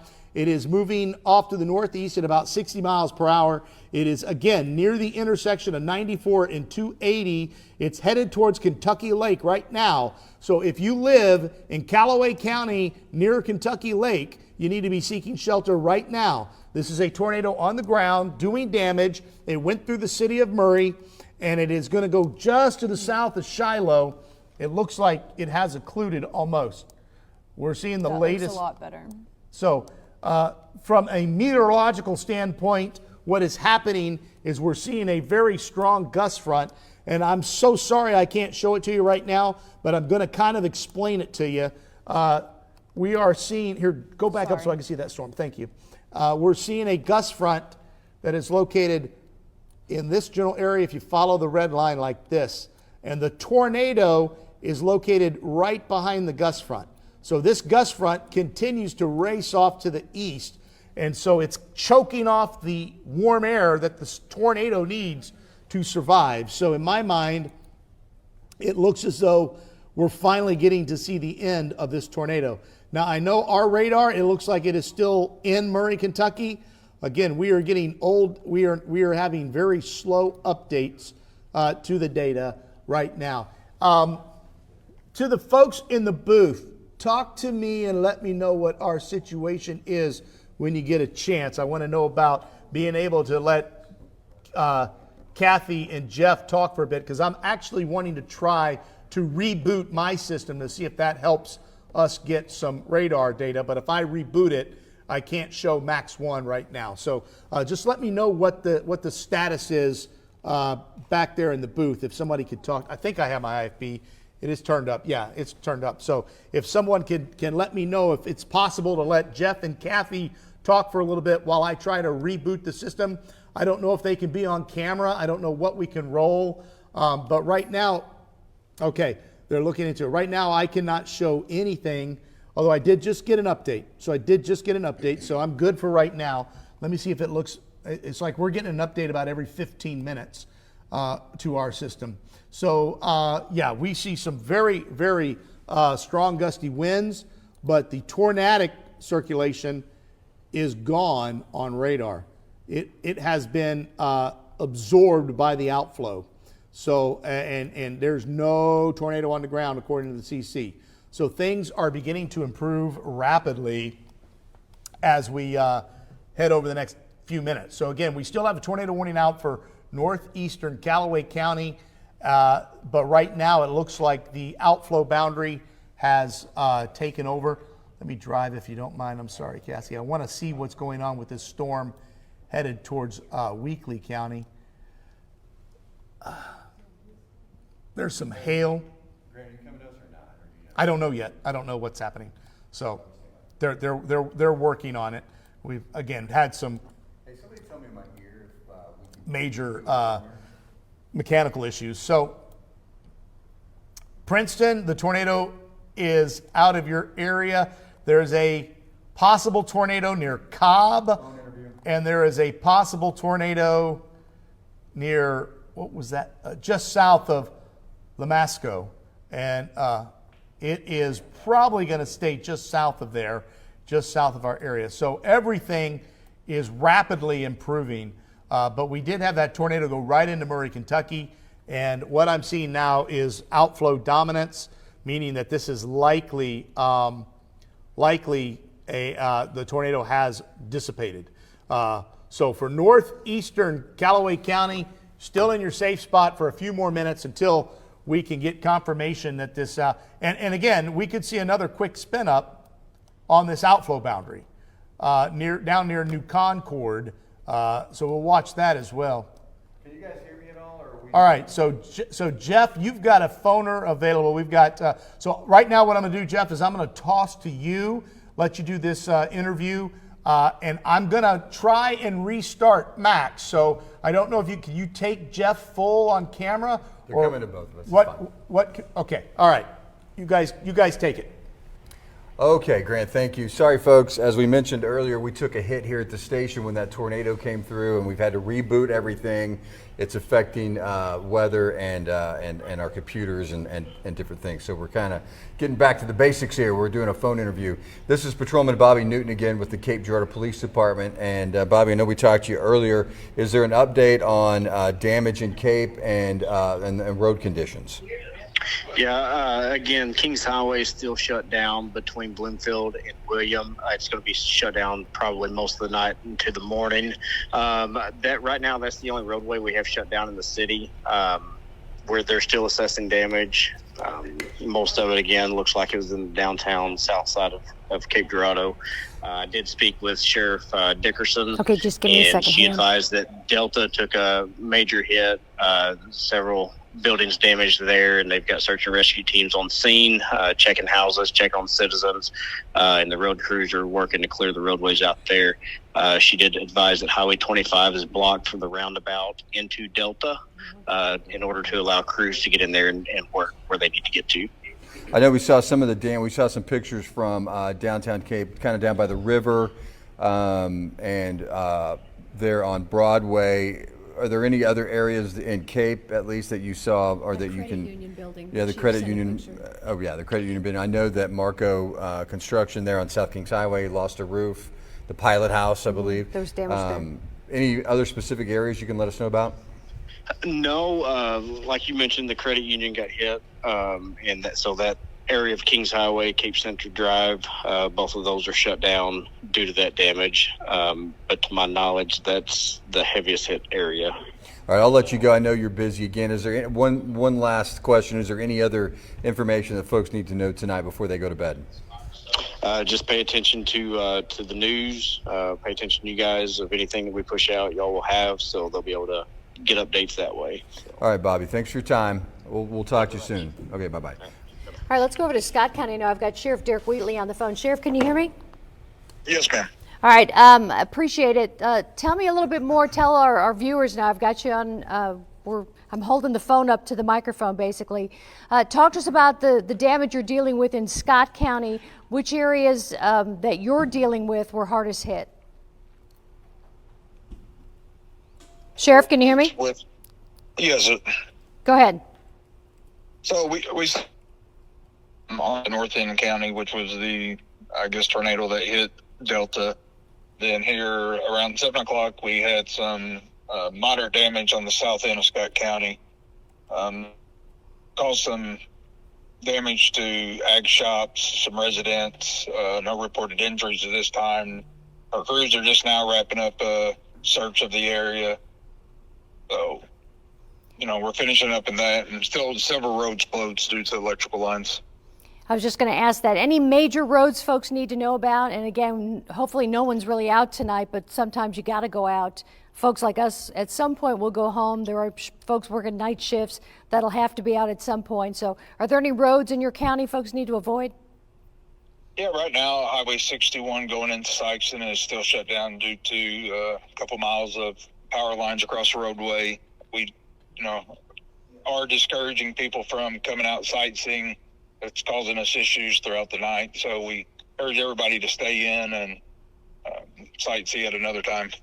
Yeah, and before I let you go, Sheriff, are any of your guys going to Delta to help out? Because I know a lot of the other responders, I know Cyclone sending their mobile command to Delta. Do you have any guys going to Delta or no?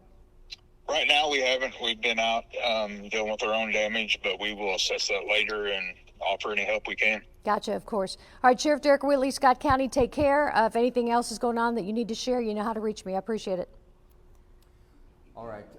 We are, again, we're having some problems with our system just because of that storm that came through Cape Girardeau, the tornado. It hit the station, and we're having to reboot computers and stuff. This is some damage left behind in Delta that we just got in a little bit ago. These are some pictures that you can see That area, again, hard hit by the storms. We know there are emergency personnel in the area. You just heard Kathy talking to the Scott County Sheriff, getting an update on all of that. Yeah, and that's where we find Ahmad Lathan. He is going to give us the very latest now from Delta. Right here on the edge of Delta, as we came through on Highway 25, majority of law enforcement are blocking the entranceway into Delta. Dozens of law enforcement and first responders are out here getting people to safety. And something else that is very impressive with this storm, let's see if we can see this. This is what we're also concerned with for you folks in eastern Callaway County, is the look at how tall this is. And I may be too close. I'm going to have to zoom out so you can see this and kind of explain why we've got so much hail with this storm. Again, this is only going to be with us for about 5 more minutes. This is a tornado warning for eastern Callaway County, so there may be a lot of homes that are right along the lake there. This is Kentucky Lake in Callaway County. If you live along Kentucky Lake in Callaway County, you need to be seeking shelter right now. Callaway County, east of Murray, along Kentucky Lake. That's where we're seeing the possibility of this tornado, and very strong winds and very large hail. Cassie, what is the hail marker? Earlier it was 3 inches. It's still close to that. So we're talking the possibility of our hail marker is probably close to baseball size right now. So we're probably seeing just under tennis ball size hail actually reaching the ground with this storm. But let's see if we're far enough out now to where you can see it, because again, this is a very, very tall storm in the atmosphere. You can see this purple going well up over 20,000 feet, the yellows and the reds going up to 40,000 feet. That's just full of water and ice that's falling down, and the tornado would be on the back side of this storm. So again, we see a possible tornado east of Murray, north of New Concord, and just off to the south and east of Shiloh. Again, we're going to zoom in a little closer to show you right where the tornado is, because the tornado is moving onto the shores, it looks like, of Kentucky Lake, and once it gets across Kentucky Lake, it officially is out of our viewing area, and we'll throw things back to regular programming. So again, we're going to be with it for, it's almost 3:45 right now. We'll be with this for about 3:50 more than likely. So here's where the tornado is. Again, I'm not getting a lot of roads showing up here, so we may not have a lot of communities here, but you know, there could be a couple of cabins here that are on the lake that watch us. The tornado is right there. That is where the possible tornado is if it were to drop. And again, it's going to be moving across Kentucky Lake here very, very shortly. Very strong signs of hail in this storm as well. It's full of hail. You can see that mixed color here, and that darker green indicates large hail that we're seeing in this storm. We'll take a look at the rotation in there again. Again, it's a tight storm, and the tightest rotation is the next tilt up. So it's a little tighter aloft, so it's probably still in the air but trying to form. So right along Kentucky Lake is where we see this possible tornado right now. So let's zoom back out so we can show everybody what's going on. Again, we have it's Callaway County, Kentucky. This is just east of Murray. It does not include the Murray, Kentucky area. We've got a tornado warning, a tornado moving across Kentucky Lake right now. We're watching other storms developing to our south. These have been struggling a bit, but they're trying to get their act together. And what we're really concerned with later is this right here. We can see all this heavy rain falling in the Merrimack River Valley, over the Jacks Fork River Valley that'll come into the current River Valley. We've been talking about the flooding potential. It's going to get real bad later tonight. And these isolated storms that are forming west of Jonesboro, those are the ones that had the potential later this evening to produce some significant tornadoes.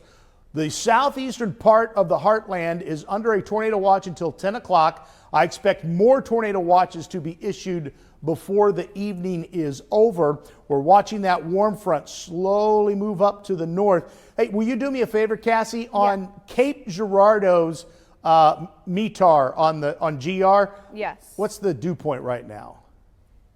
It's at 55. 55. What is it in Cyclone? Is it still 63? Sikeston 64. 64. Okay, so the warm front has now moved north of Sikeston. It hasn't quite reached the airport.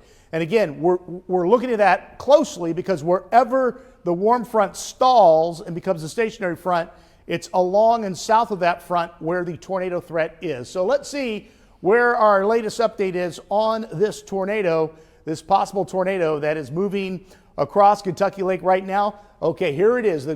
The actual tornado now will have moved across the lake, so it is moving out of our area. So there's still going to be a tornado warning out for a few more minutes for Callaway County, but the circulation, well, before I throw it back to regular programming, let me just double check by looking at the shear on this right here. And yeah, it looks like it has moved over Kentucky Lake. And so the tornado threat in our viewing area has ended. You're still getting some pretty large hail right along the lake shore, but that'll move out in about 5 minutes. Again, we're going to be here all night. Cassie's watching the radar. I'll be watching the radar. I think we've got Madeline coming in later to help watch the radar as well. We expect another busy evening and more tornado warnings before the night is over. So stay with us and we'll get you through this evening. For a first alert tornado warning. All right, we do have a tornado warning now out for that storm we were talking about. The southern end is redeveloping, and it's in the warm, moist air. Neelyville, we've got a camera site there I can look at that has a thermometer, and the dew point there is 64 degrees. There is a funnel cloud with it. We don't know if it's on the ground yet, but a tornado is trying to develop right now south of Poplar Bluff. Again, this is in southern parts of Ballard County where we are seeing the possibility of a tornado developing right now as we speak. Again, a very strong storm in southern Reynolds County that's headed towards Piedmont right now. I wouldn't be surprised if we get a severe thunderstorm warning with that, but that will remain elevated. This storm near Centerville headed towards Fredericktown will remain elevated as well, meaning just a hail threat. But let's zoom into this.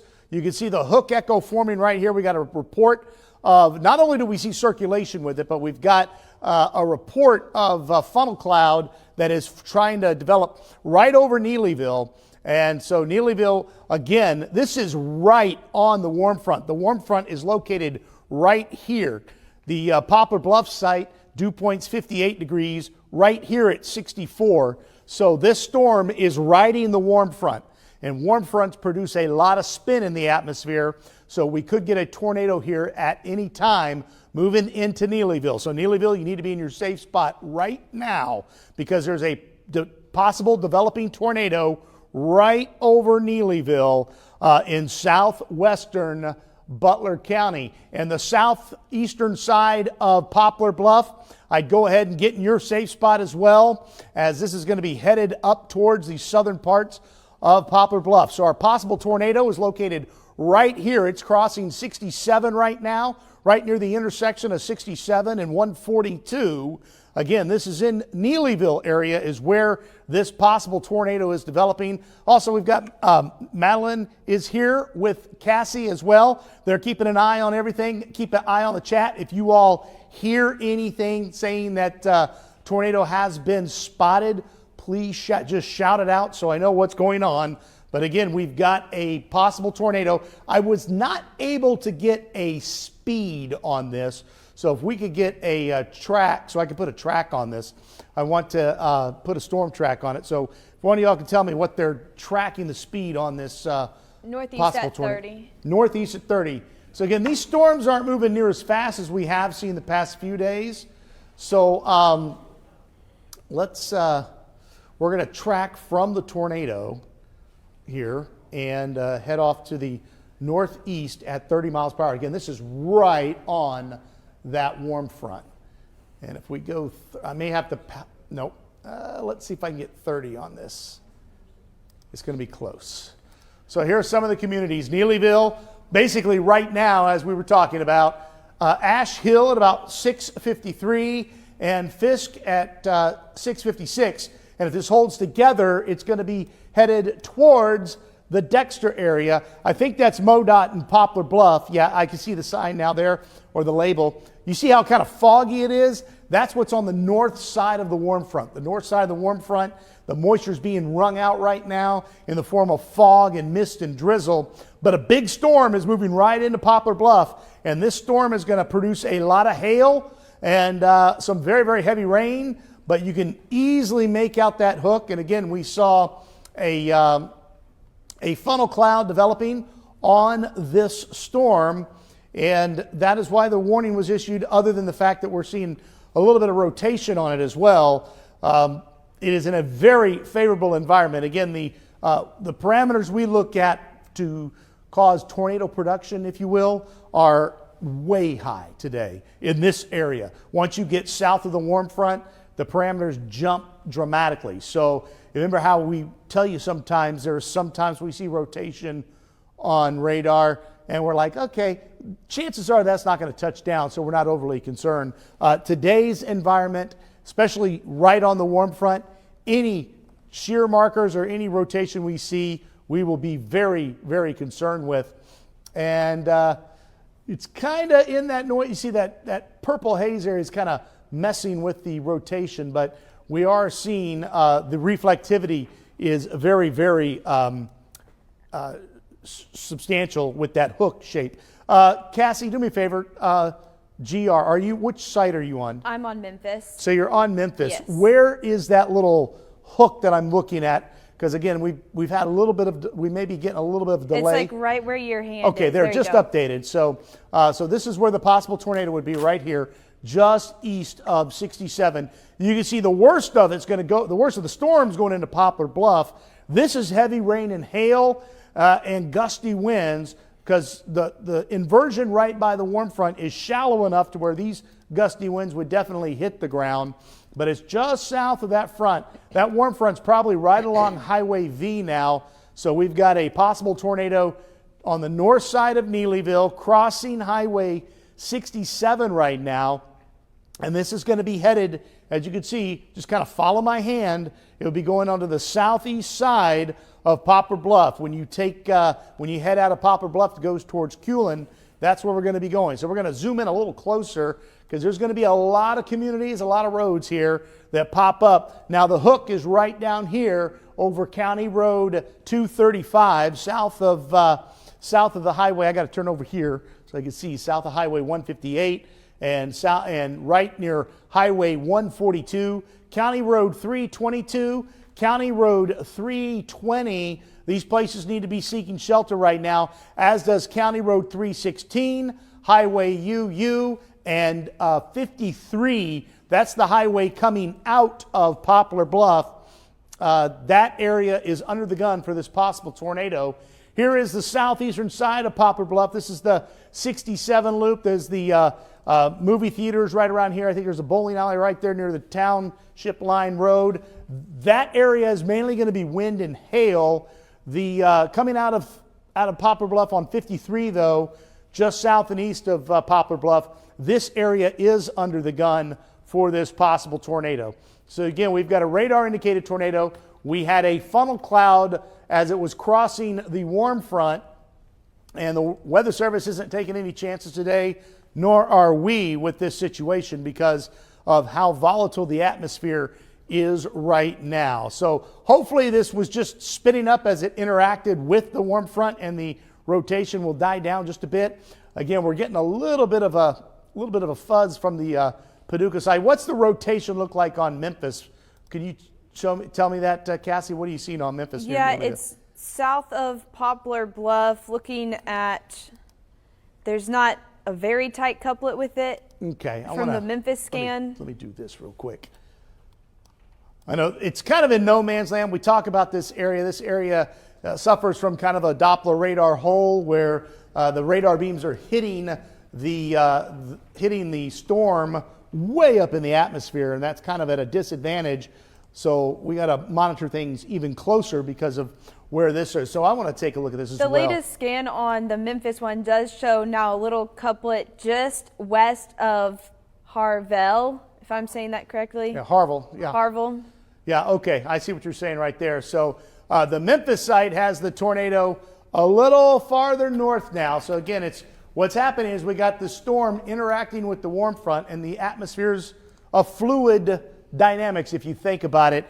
It's like water, but it's air. So as the warm front moves, it spins the atmosphere. So we had a spin right here. Now we're getting a new spin right here. Let me zoom into this because this could be a new developing tornado. We saw that on the 14th, actually, if you remember, looked like that tornado was going to go south of Poplar Bluff, and then it just kind of spun up to the north.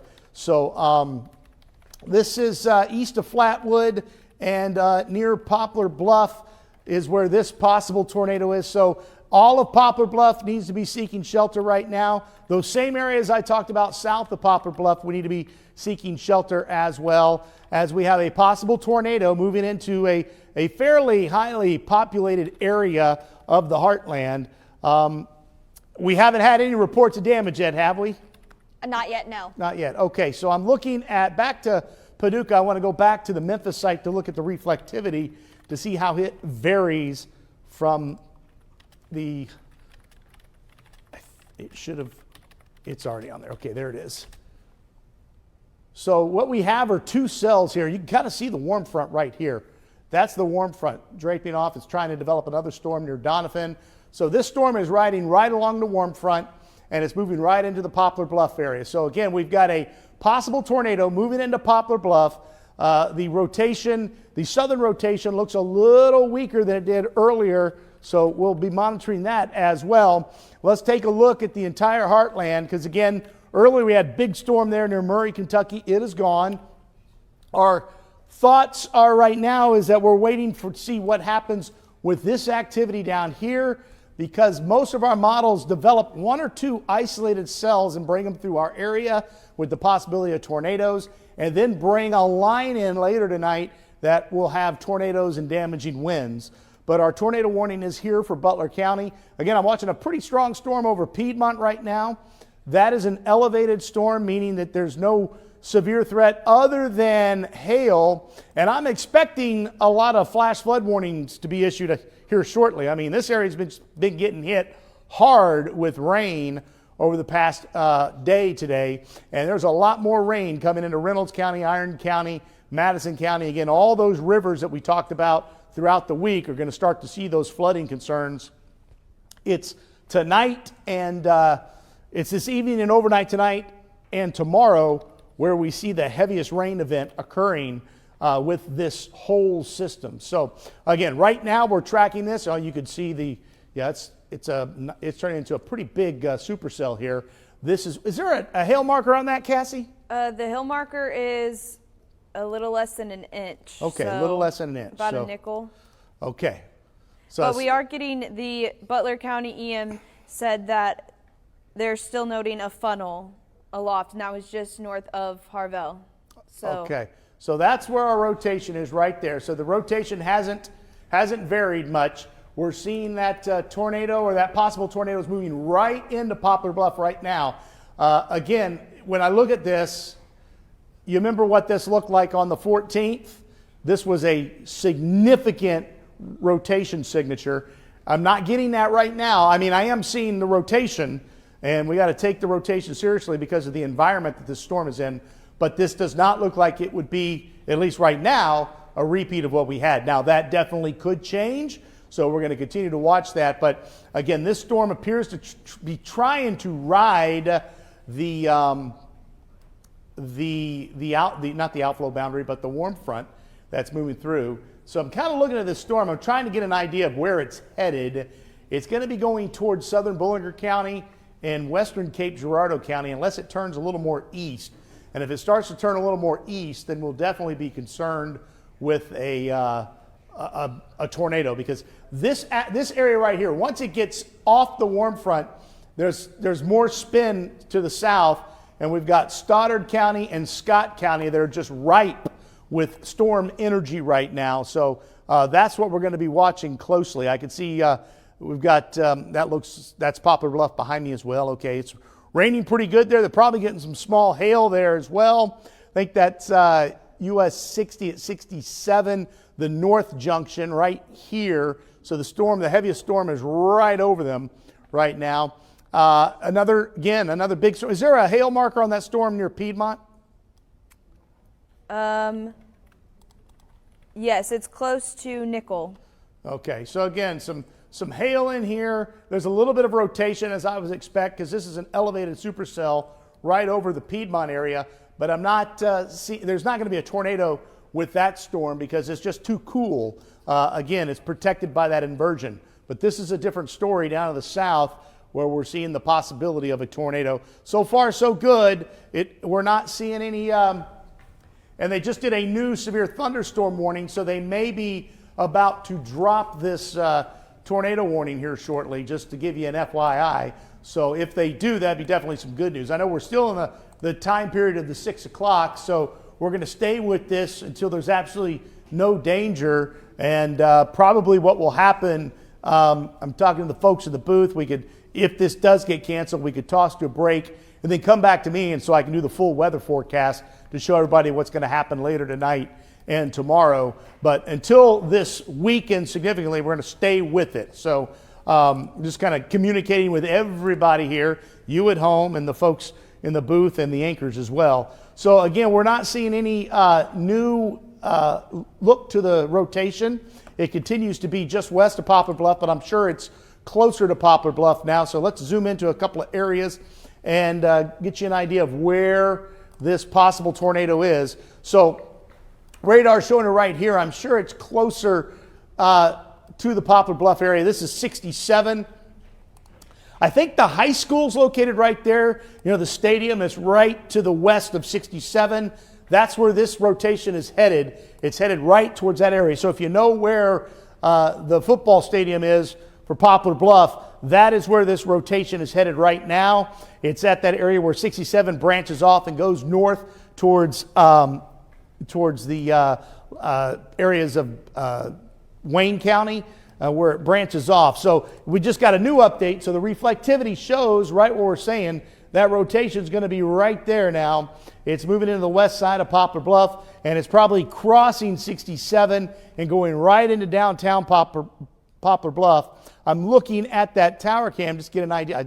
I saw some lightning there, and I can see that it's raining pretty heavy, but I'm not seeing a lot of lightning. You can see the lightning flashing right there, as you would expect with this type of storm. So let's look inside it again, see what it looks like. Hopefully we've got an update to the velocity. This is how we really see where the tornado is, if there is one. And I'm going to have to zoom out just a tad because We've got a report of a funnel on the south side of Poplar Bluff near the industrial park. So a possible funnel near the industrial park.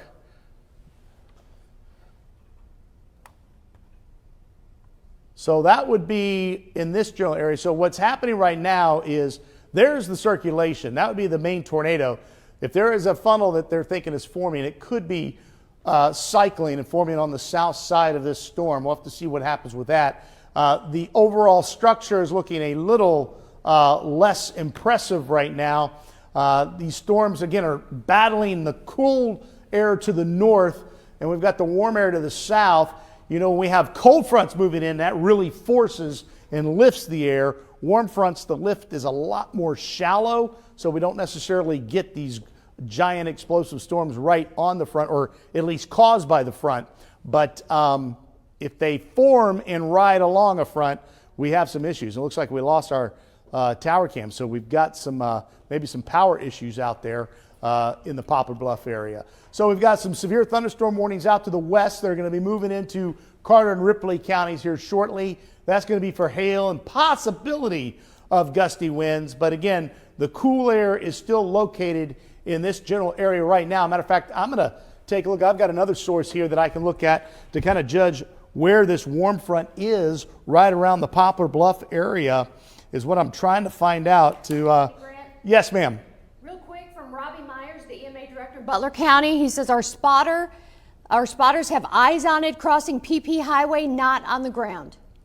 Not on the ground. PP Highway, and I'm wondering if that's what he's got, because it looks like I'm seeing something on, and I think he controls the tower cam that I'm looking at. And the one tower cam, there's another tower cam that just went down because I think there may be some power outages in that area. I don't know if he knows that as well. I'll ask him right now. So I do see that the warm front's moving right through the Poplar Bluff area. So you said Highway PP that they're looking at. Again, not on the ground. Yeah, not on the ground. So that's good. It's probably still elevated. It's probably just right on the cooler side, or what we call the chilly side of the warm front. And again, it's hard to get tornadoes down to the ground through those inversions caused by the cool air on the north side of the warm front. But the warm front is so close that we got to be very, very careful, especially that this is moving into a populated. What you got, Kathy? Power is out, he said, yes. Yes, okay. So we've had something happen to get power to go out, because you got a flash flood warning just issued for Carter County as well. So we want to give you that first alert. So there's a possibility of some significant flooding. But our possible tornado is moving right into this general area. I don't know exactly where PP is, so we're saying it because that's where the eyes are. We've got some emergency managers that are okay. I see it. So yeah, that's right where I'm thinking it is. It's so the high school football stadium is close to this, and here's PP right here. We just got word it's near the senior high school, near the Menards. Okay, that's right where I was thinking it was. So it's crossing. So right where that football stadium is right. Thanks, Madeline. Is right where the high school is. Again, right now it appears as though this tornado is aloft and not on the ground. So it's not a tornado. It would be a funnel cloud. I don't know how close it is to the ground. So, and again, this is a very volatile atmosphere that can get these things to the ground very, very easily. But our rotation is located right here. Yeah, I can see it right here. And that's going right into the downtown section of Poplar Bluff. So hopefully it stays aloft, because if it doesn't, we will find out very, very quickly, because it's going into a lot of areas that are heavily populated, and there's a lot of structures. So again, we've got a possible tornado moving into Poplar Bluff right now. If you are in Poplar Bluff, you need to be seeking shelter, especially if you're around the high school, Menards, Highway PP, the industrial area. We see the possibility of a tornado. We have eyes on a funnel cloud, but we're not seeing any touchdown that we know of yet. Just checking a couple of more sources, and everybody's kind of talking about this, that it is right on that boundary, and because it's right on that boundary, that adds to the spin. And I'm looking at stuff. I'm getting people sending me stuff from Poplar Bluff just to see if I can see it again. Do me a favor. I've got Madeline Parker here. I've got Cassie Campbell. I want you to make sure you're following both of their pages and start sending them reports, because I'm not going to be able to be checking all the reports during this if this gets to be another crazy night. And then, again, I mentioned this last time. They're not going to be able to answer every one of your questions. We're all tracking storms, but at least they'll be able to check to see if we get reports. So, again, they're not ignoring you if they're not getting back with you. I want to make sure you realize that, and it will help us out greatly to help track what's going through the heartland. So here's our possible tornado moving right through Poplar Bluff. Again, we're not getting an extension of the warning. What are they saying in the chat? I'm assuming they're probably not going to extend this warning. They haven't mentioned anything yet. That we're just still waiting to hear. How long does the warning go until? 6:30 or 6:45? Hold on, I've got the wrong warning up. We've got until, this is tornado watch. We've got a lot of warnings in here. In effect till 6:30. 6:30. 6:30. Yes. So here's what we're going to do. At 6:30, I'll toss to break. I guess that'll be the end of the 6 o'clock news. Grant, yes. Again, no contact with the ground is all he has. No Well, that's contact good. with the ground. And hopefully that trend will continue. It is on the cool side now of the warm front, so that's definitely good news. It's gonna again be hard. If it was 5 miles farther south, I'd be much more concerned, because that's how quickly things evolve with these warm fronts. And as we pan down to the south and we look, we're not seeing a lot in this area. And this is the area we're watching for development. Now, we are seeing this development right here. These are pretty big, but you can see they're moving off to the north-northeast.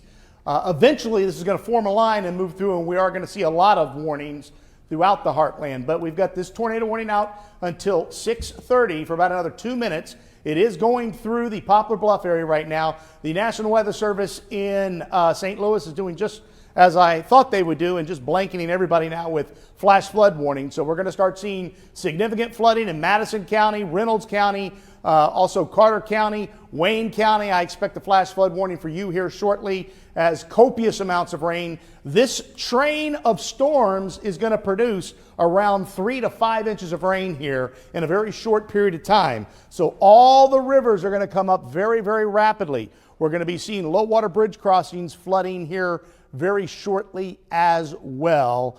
Robbie Myers still with you, Kathy? Yep. And he's still saying that everything's... Again, he's responding when I ask him questions. So again, no contact with the ground. I asked him any idea how close to the ground. He said no contact, but that's all I have. Gotcha. Thank you very much. That helps us out. There's a hail marker just southwest of Poplar Bluff, kind of going over that same area, and it's a little over a quarter. So if people are out of power, it's larger than an inch now. Yeah. Yeah. See, this is what I was zooming into that area right as you were saying that, Cassie, because there's a new. It looks like a new updraft is trying to form. Our rotation would be located right in here now, and new tornado warning out. So we're going to stay with this. They've continued the tornado warning until 7 o'clock. Till 7 o'clock. So Butler County? Yes, for Butler County. And so there's our possible tornado. And it looks like, do they have it more of an easterly movement now? It's more of an east-northeast? Yes.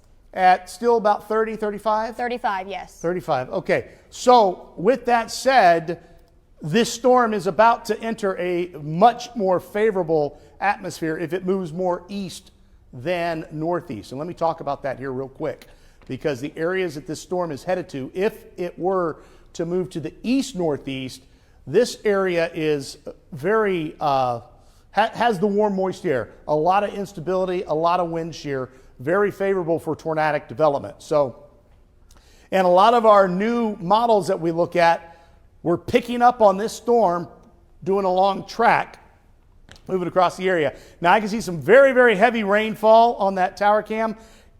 Can't really tell if it's hail, but I think there's some hail bouncing off that road as well. It's really kind of hard to tell when I look at it because the screen is so small, but there's definitely got to be some hail right at that intersection because the strongest part of the storm, the updraft, is going right over the northern parts of Poplar Bluff, right where that intersection is. So we have a new tornado warning, and it is still for Butler County. And now we're talking about Ash Hill, the airport that's just east of Poplar Bluff.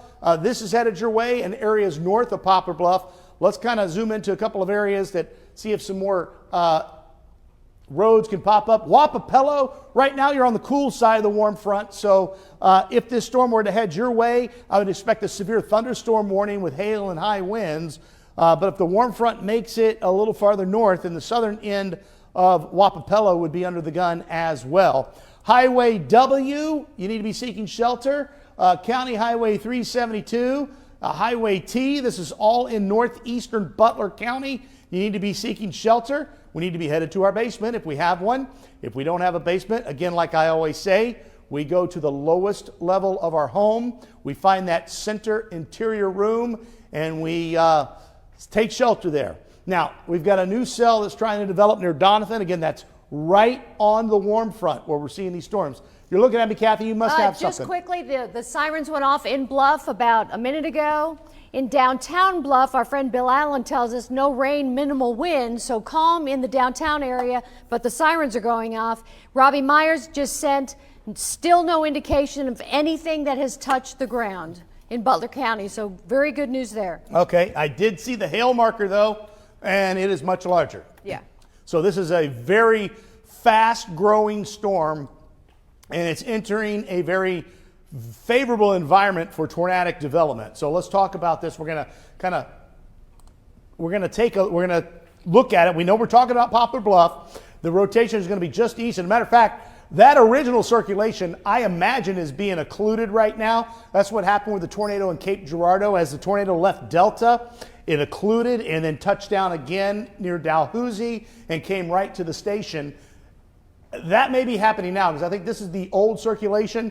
And we've got a stout updraft now, and I'm worried that a new circulation may be forming over the south side of Poplar Bluff. See, there's our old circulation, And I'm worried right here we're going to get a new circulation, basically right where that sky cam is that we have, or that MoDOT that we had at the junction, the north junction of 60 and 67. So right there, it looks like the precipitation is calmed down a little bit, which would tell me there's probably an updraft right there. And based on what I'm seeing on reflectivity, I would say that was probably the case.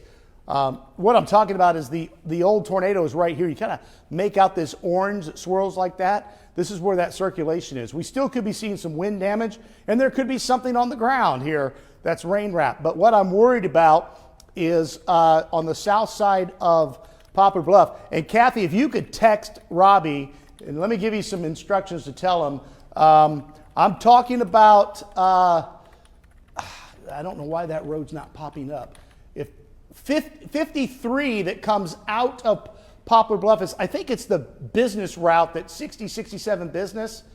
I'm not 100% sure. It's 67. It's not the Highway 67. It's the actual 67 that goes into downtown. Near the intersection of 67 and 53, I think we have a new circulation that is trying to develop there. There is a new updraft right there, and this is a cyclical supercell, and this is where it would try to develop based on where the air is flowing into the storm, and that's the warmer part of the storm. So again, what I'm concerned with is you kind of see a new hook that's trying to form right here. So if someone was located right here, they could be looking into that updraft base to let us know what's happening, because I think we may be getting in a new... Robbie's listening to you right now. Okay, so good. feel good, free good. to talk directly All to right, him so if you Robbie's like. listening too. Okay, Still nothing touching the ground per his spotters. Good. Let's hope that stays the case, because this is moving right over the city right now. So the first circulation that caused the first tornado warning is still the circulation while we have the tornado warning. It is located right here. You see that void. This is in northeastern Butler County. It is north of Highway 60. This is what I'm concerned with. It looks like we have a new hook forming, and there's definitely a new updraft, because you can see it growing on the Poplar Bluff, right? Do we have any, what's the hail marker on it, Cassie? The hail marker is 1.25, so close to a little over a quarter. Yeah, between a quarter and a $50. Just a little while ago, it was about golf ball. At least it was showing that, which made me a little curious. But you kind of see how now we've got a new formation where it's wrapping around, right where I was saying we're going to be seeing the possibility of this occlusion taking place and a new circulation trying to develop. The old circulation, again, that has the tornado warning, is in northeastern Butler County. You can see it right there. It's crossing Highway T. That's north and east of Poplar Bluff. It's very, very noisy. So what I'm going to do, I want to check out this new updraft, and I'm going to have to do it from Memphis. So I'm going to have to automatically change things here. And we're on reflectivity. I'm looking at Memphis now, Grant, and it's still pretty noisy right in between that layer. But the only thing that I can really make out is that north of Poplar Bluff, where they're talking about that funnel still being located. But gotcha. I am watching just south you there. See Memphis too? I just want to kind of see what the velocity looks like from Memphis of that. So here's what I'm talking about. So wow. Well, even coming from Paducah, there's definitely a new circulation forming right where I was talking about, the intersection of 67 and 53. We've got a new circulation developing. Here's the old circulation, and I think that's Highway T. No, Highway T's right here. It's just to the west of Highway T, but it's headed there. There's that old circulation that went through. It's occluding, and we've got a new circulation forming right over Highway 53, near the intersection now of Highway 142 and 53 on the south side of Poplar Bluff. A new circulation. I can see it right there from Paducah. It's not anything terribly strong right now, but it's something to watch. Now, let's see, we're still from the Paducah site, I think. Let me try to get this to switch over to the Memphis site. There it goes. And yep, Memphis has got it as well. It's much higher in the atmosphere, but there's winds going towards the radar, rapidly away. So we've got a new circulation that is forming on the south side of Poplar Bluff right now as we speak. So tornado warning out for the Poplar Bluff area. Our first circulation that caused that tornado warning has moved up to the north a bit, and now we've got a new circulation that is developing right here. You kind of see the blue going. I've got true velocity, so both images are going towards the radar, but this is going towards the radar much slower than this, which tells me it's actually moving away from the radar in perspective of the storm movement. So we've got rotation right there. So let's back things out and get everything caught up to date. Again, we're talking about Poplar Bluff. It looks like a cyclical supercell's riding right along that warm front, and I want to see the overall movement to see if it actually has turned to the right a little bit, and it's still kind of going on that northeast trajectory. If it starts turning a little more to the right, that'd be a bigger concern. We've got a severe thunderstorm that's going to be moving into Carter and Ripley counties here shortly. No warning there yet, but I want to give you your first alert. You're going to have some very heavy rain, some hail, and some high winds, but the tornado threat with this is fairly low right now. And the tornado threat is fairly low from Reynolds County up towards Madison County and Perry County in Missouri. Also Perry County, Illinois, Jefferson County, Illinois. I don't think the warm front's going to make it that far north. Now, we do have flash flood warnings out for western Kentucky. No more heavy rain there right now, but much more heavy rain coming there tonight.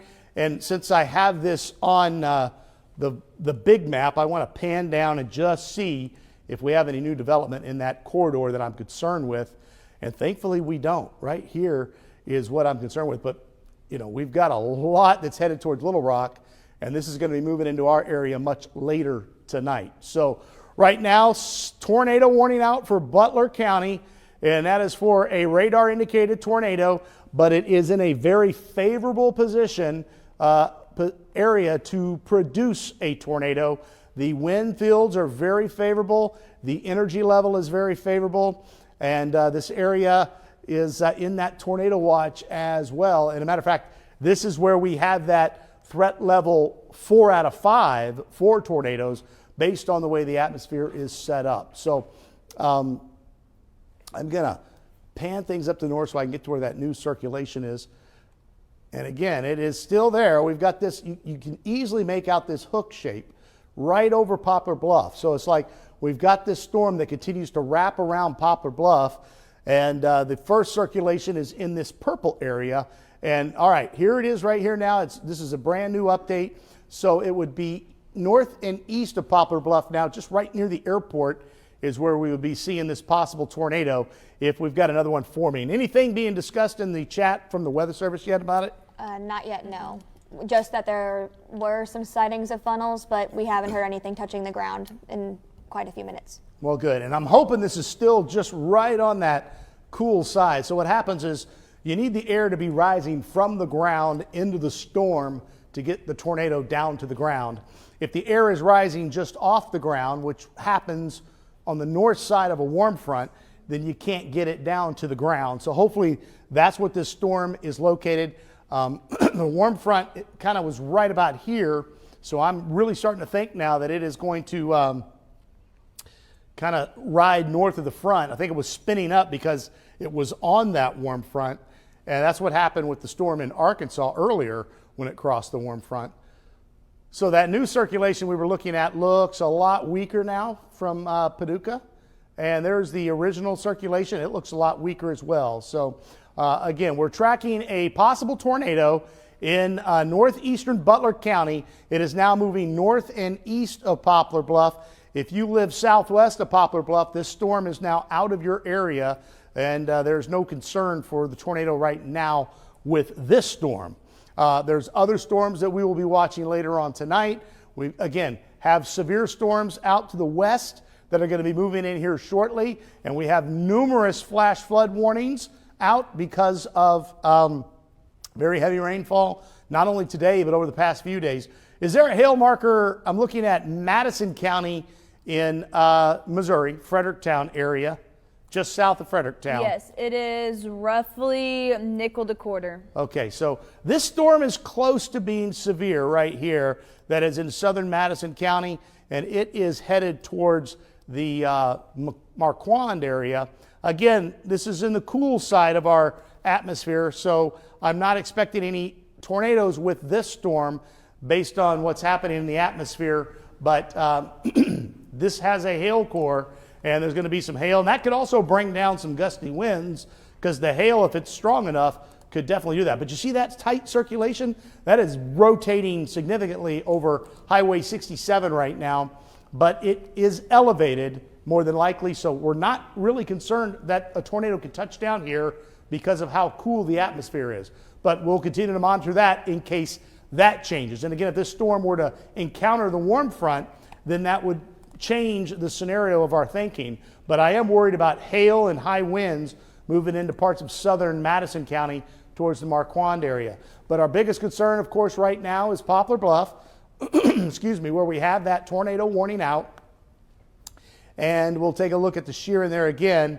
You can see there is the first circulation. There's that other circulation that we were watching, but it looks much, much weaker. What's the hail core on the Poplar Bluff storm, Cassie? It actually just went up, so now it's at 2.27, so close to egg on here. So according to, and that's in the far northeastern part of the county, I'm assuming? Yes. Yeah, so let's zoom in. So again, while we've got you here, because we have the tornado warning, we can give people their first alert on other things as well.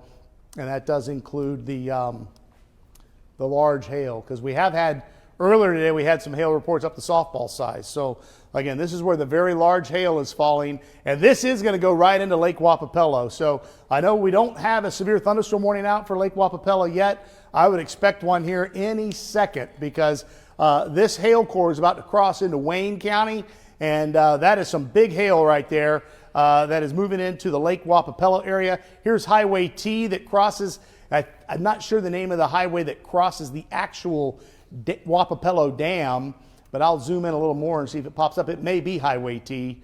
I think it is Highway T, but here's the Wapapello Dam.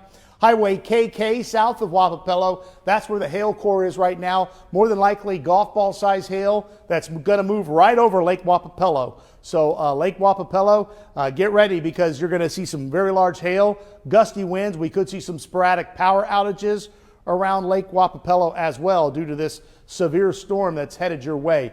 All right, let's get back down to where the possible tornado could be.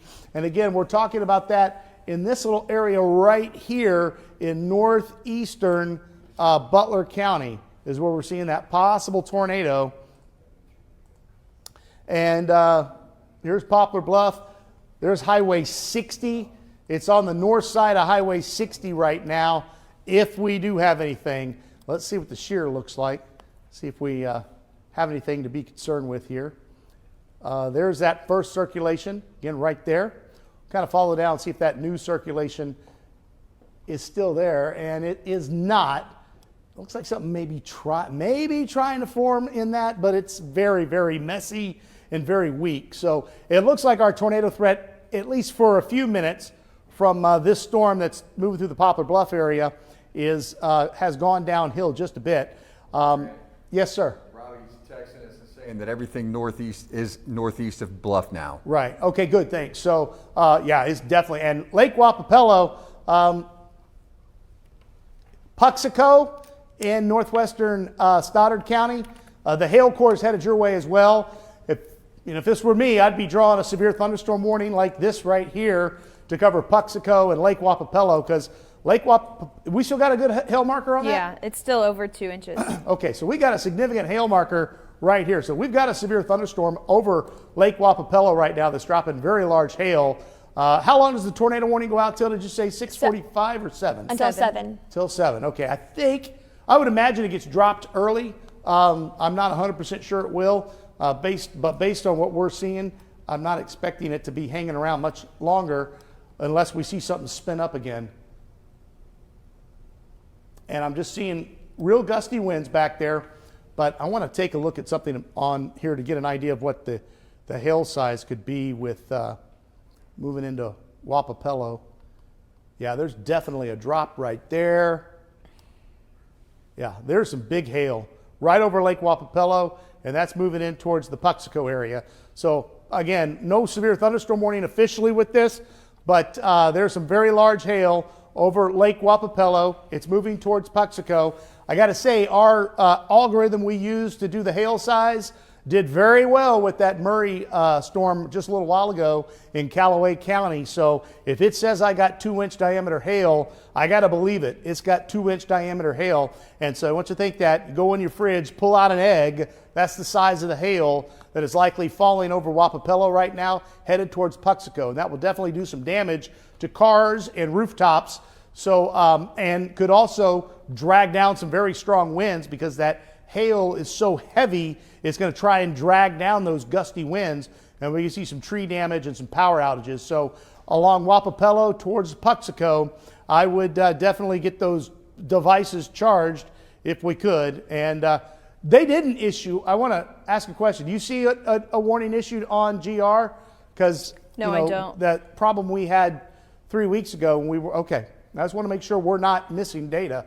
So There's no new warnings in the chat either. Is anybody asking about that? I guess they're not. All right. Well, I'm going to give you your first alert, Wapapello and Puxico. There's some large hail that's headed your way right now, but the tornadic circulation looks like it's weakening pretty good. Let me check it again here. Yeah, I'm not seeing anything in there. I'm going to give it a couple of more scans, and if we continue to see the scans show no tornadic activity, I'm going to throw things back to regular scheduled programming because in our eyes, the circulation has weakened significantly. However, in our eyes also, there's a severe storm in eastern Wayne County, moving into northwestern Stoddard County and southern Bullinger County. This is a big, big storm that's got a big hail signature. And if we continue to track that movement, you can see that it's going to go right into Cape Girardeau and Jackson. So I just want to give everybody the first alert that we've got a lot of possibility of some big hail with that storm. And you can see we've got a tornado warning now out west of Jonesboro. So this line we're going to have to deal with later tonight. We were worried about a couple of these isolated cells ahead of the main line. And so far we've only had two that we had to be concerned with, one near Murray and this one near Poplar Bluff. But the one near Poplar Bluff, the tornadic problem looks to have ended. So I want to give it a couple more minutes before we throw things back to regular programming. Again, the warning officially goes out for another 10 minutes, but once the rotation, the storm is out of the area, we'll throw things back. But we could see right here a little bit of looks like a little bit of a hook. Again, this is an extremely big storm. Flash flood warning just came out for Wayne County. So Wayne County, a really high probability of seeing some flash flooding here throughout the next couple of hours. But this would be where the tornado would form if we have one. Let's take a look at we'll take a look at the velocity inside it. See if there's anything that hints that we have a tornado there trying to form. And this is right near the Ash Hill area. It's very, very weak, very weak. And I'm not seeing it. I am seeing the possibility of a pretty good downburst right where that hail core is. So let's see what this, and again, I can kind of get an estimate on how large the hail is by, there's the severe thunderstorm warning that, yeah, that is giant hail on, when the ZDR drops to that, that tells us that there's what's happening in the atmospheres, the objects are tumbling. So this is a extremely large hail. What's the hail marker on that storm now near Wapapello? On GR, it's still a little over 2. The warning was put out for a $0.5 sized hail and 60 mile per hour wind gusts. All right. Did they tag it for a possible tornado? Yes. They did. Okay, they did tag it. Now, the actual tornado warning goes out until 10 o'clock, but the rotation is gone. And we've given you ample warning for Puxico and Wapapello. We've been talking about this storm for quite some time. It's moving into extreme southern Bullinger County as well. So what we're going to do right now, since we have a brief moment before this spins up and this moves in, we're going to throw things back to regular scheduled programming, but we're going to be keeping our eyes on the radar throughout the night to keep you safe.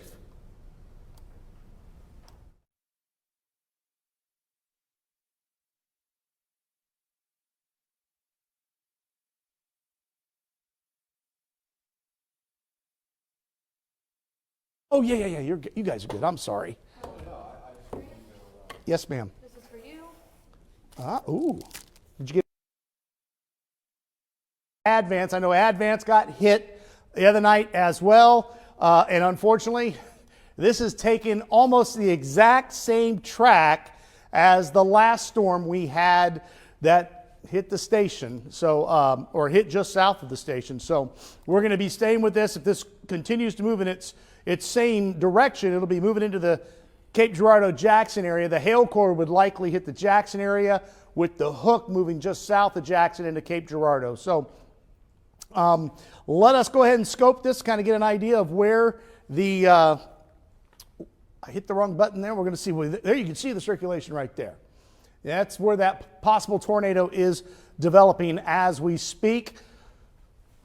Again, it's large hail is a very big concern with this storm as well. So we've got very, very large hail likely with this storm.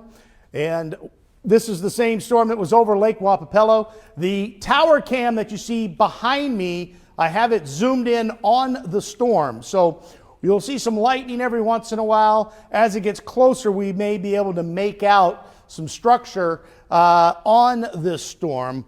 So let's kind of scope this and we'll talk about what we're seeing. And you can see we've got a possible tornado right here that is to the west of Advance. This is about to go right into Zalma. So let's zoom in. So we've got baseball-sized hail falling near Zalma, and then we've got a possible tornado moving into Zalma right now. Again, this is in southern parts of Bullinger County. So the baseball-sized hail moving right into the Zalma area. The tornado is going to be right here. Let me kind of get a look at what that State Highway P, just to the south of Zalma, at the intersection of State Highway P and 51. That's where that tornado is. This is the Castor River that goes through the Zalma area. This tornado is going to go right across the Castor River and go towards State Highway C there as well. Now, as we pan up to the north and east, we'll continue to track this circulation. This is Highway 25. Sound familiar? Unfortunately, it does. The circulation would likely stay just to the north of Highway 25. It's going to come awfully close to Advance. Advance, you need to be seeking shelter right now. And again, Delta, which is not showing up right now, but Delta, you need to be seeking shelter as well, as this possible tornado is headed your way. It's headed towards the Whitewater. It's headed towards Chaffee as well. Again, tornadoes are small, but the tornadic circulation, remember, the radar is tilted, so when the beam hits it up here, the tornado could be in a different area from the exact location. That's why we don't draw 2-mile wide polygons. They're much larger because we need to be able to keep everybody safe that's in harm's way. So again, we've got, is this still being tracked at 35 miles per hour like it was earlier? I believe it's at 40. 40 now, yes. 40. Okay, so what we're going to do is we're going to put a track on this because this does go into Cape Girardeau County. It's just west of Cape Girardeau itself. A funnel cloud has been reported dropping and retracting on C Highway west of Advance. Okay, thank you very much. So funnel cloud with this circulation. Again, you can see the image behind me. Let's see, it is 7:15 right now, and this is once again headed right towards where we don't want it to be going towards. So I know I've got a couple of very nervous folks at home right now. So Mom, you've got a little while. I'm going to track it for you. I think it's going to miss that exact area. It looks like it's going to go just north of the last track. I know a lot of people have been asking the tornado that hit Delta, how close was it to my house? I measured it. It was 2,000 feet from hitting the house. So we're all fine, but other folks were much worse off, and we're thinking about them right now because we've got a giant storm moving that way that has the possibility of producing another tornado in the area that was just impacted 2 days ago, unfortunately. So I want to put a track on this. You said 40 miles per hour out, right? Yes. All right, so 40 miles per hour. And we're going to track the circulation. I'm not tracking the hail core. I'm tracking right where the tornado is. And you can see as we go off to the north and east, I'm going to go 40 miles per hour. Let's do that again because it didn't stop when I wanted it to. We're tracking the tornadic circulation. And so if it holds together at 40 miles per hour, here's the track. You can see Delta at 738. Delta, 738. So you've got 20 minutes. Advance, you have 4 minutes. You definitely need to be in your safe spot right now. Cape Girardeau, officially you're not in this warning, but that's 7:57, and that's downtown, basically right where the station is. So this storm is headed the exact same track as the one we saw 2 days ago. So I'm talking to everybody in the station as well that at about 7:45 to 7:50, if it holds together, I'll be talking more to you all as well. So we've got a possible tornado in southern Bullinger County. It's going to clip the northern parts of Stoddard County, and then it's going to move into southwestern Cape Girardeau County. And unfortunately, it is headed towards the Delta area that just took such a big hit the other day. Hopefully this stays aloft. I did notice that the dew point had risen to 61 degrees at the airport. So the real warm air is still south of this storm. So this storm, fingers crossed, is going to stay elevated, but the layer of cold air is very shallow, and a strong enough downdraft can easily break through that inversion and touch something down to the ground. So this is not the best scenario we've got going on, but we've got a tornado warning, and it's moving into advance right now. Again, we had the possibility of some baseball-sized hail. Did we get any reports of hail? I know you got the report of the funnel cloud. We've also got an observed wall cloud on Highway V north of Advance. Yeah, and I think I'm kind of making, whenever I see the lightning, I can kind of see that structure from our tower cam. Again, I've got the tower cam pointed right into this, and see, this has got a tremendous inflow notch right here, and this would be kind of where the tornado. What did they see? The wall cloud? What state highway? It was on Highway V north of Advance. Highway V north of Advance. So that's not showing up right now. So it's going to be somewhere up in here. Is where they're looking right into that. You see this little void where we go from purple to green back to purple. That's the air going into the storm. It's wrapping around. This is the hail, large hail, state highway. I think that's AB. That is east of Zalma. Also Highway 51, just getting crushed with large hail right now. We have a report of a tornado on the ground. We've got a report of a tornado on the ground. So we have a tornado on the ground.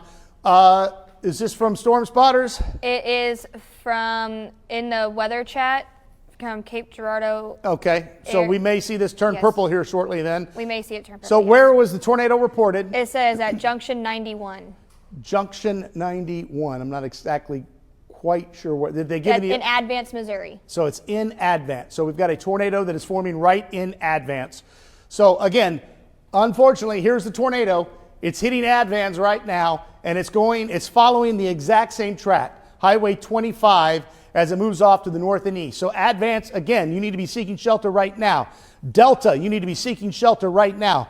Whitewater, more than likely it'll go to your south. Get in your safe spot anyway. As tornadoes occlude, they take sharp turns to the left. And so if this tornado decided to occlude and weaken, before it weakens, it would take a sharp turn and go right into Whitewater. So I need Whitewater in their safe spot. I need Delta in their safe spot. I need Advance in your safe spot. According to Storm Spotters, we have a tornado on the ground. I'm going to kind of take a different look at some things and see what we can find here. And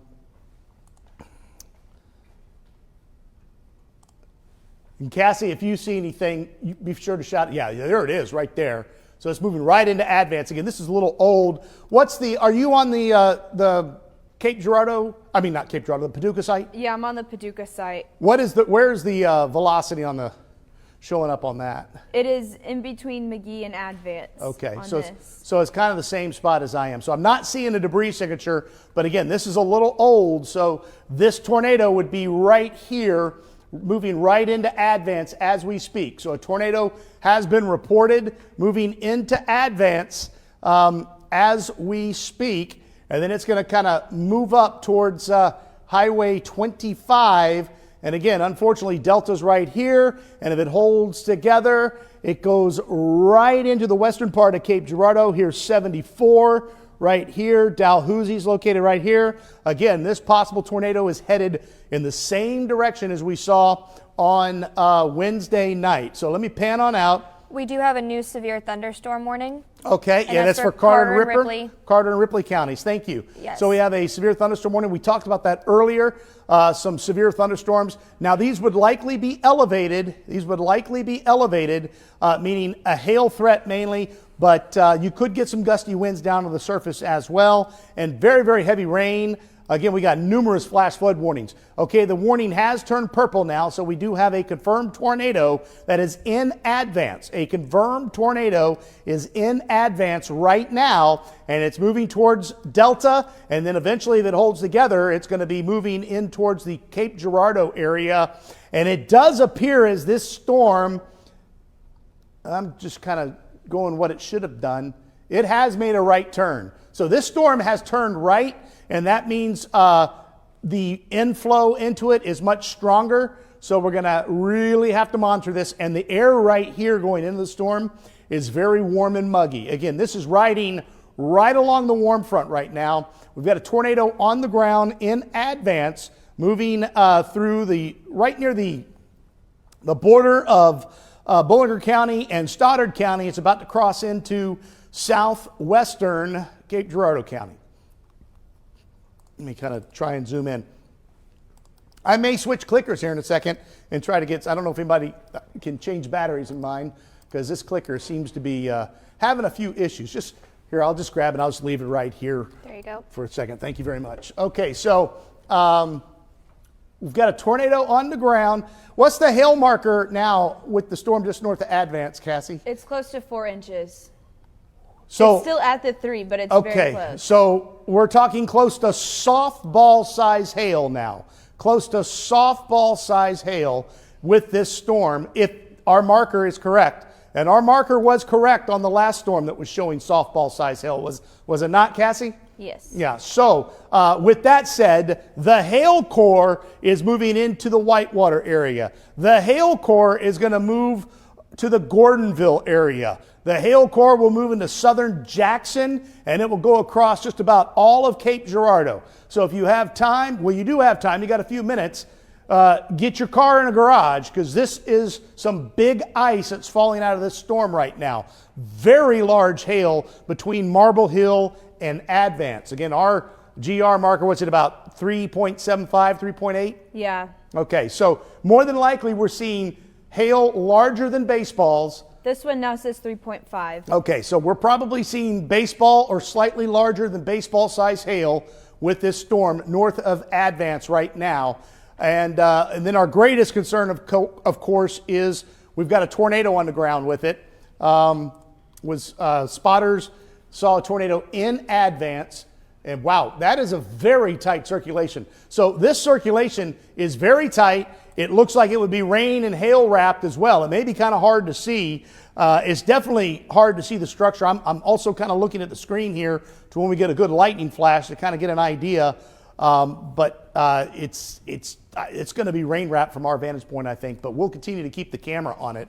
But extremely large hail falling with this storm. It is about to cross into Cape Girardeau County right now. Again, Gordonville, you're under the gun for this extremely large hail. There's a couple of communities along, a couple of housing developments that are south of Jackson along Highway 25 there. This hail core is headed your way. But the tornado is tracking right along Highway 25. We've got a tornado on the ground in Advance moving towards Delta. Tornado on the ground moving towards Delta. Right along the Highway 25 corridor. Again, this is taking the exact same location. There it is, a very, very tight circulation. And let's see, I don't have a debris signature, but we've got word from storm spotters that the tornado is on the ground, and the shear marker would verify that is very strong winds going away from the radar and very strong winds going towards the radar. So we have a tornado on the ground on the north side of Advance. It is basically on the county line of Stoddard County and Ballard County. And then this is Cape Girardeau County. So it is about to cross. Matter of fact, it probably already is in Cape Girardeau County based on the speed that it's going and how long it takes for radars to update. Because, you know, the radar, it has to make a few spins around because it does different scans all the way up through the storm. And so it can take anywhere between 2 and 5 minutes to get a brand new update. And that's one of the reasons why you hear me so vocal about how we need another radar. And we'll work on that when the storms calm down to try and get something out there in southeast Missouri to help fill the void that we have. But again, this is a very dangerous storm. If it's producing baseball-sized hail and a tornado, and it has gone down to 2 inches on the latest scan. So hopefully that's a sign that the overall, I was just seeing the lightning strike. Looks like I could see that wall cloud in the back there.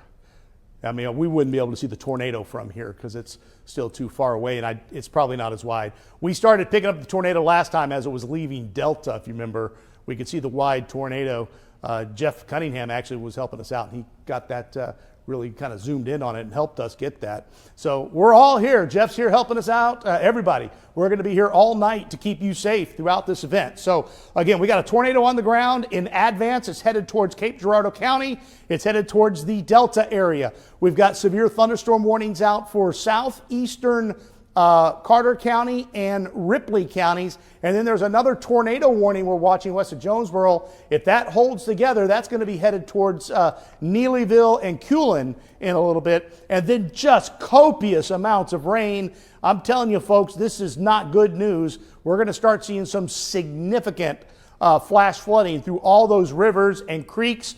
So the St. Francis River, the Black River, the Castor River, the Current River, the Jacks Fork River, Saline Creek, Apple Creek, there's nowhere for the water to go. And so the tributaries fill up. So these low water bridge crossings are going to be very susceptible to very fast moving water.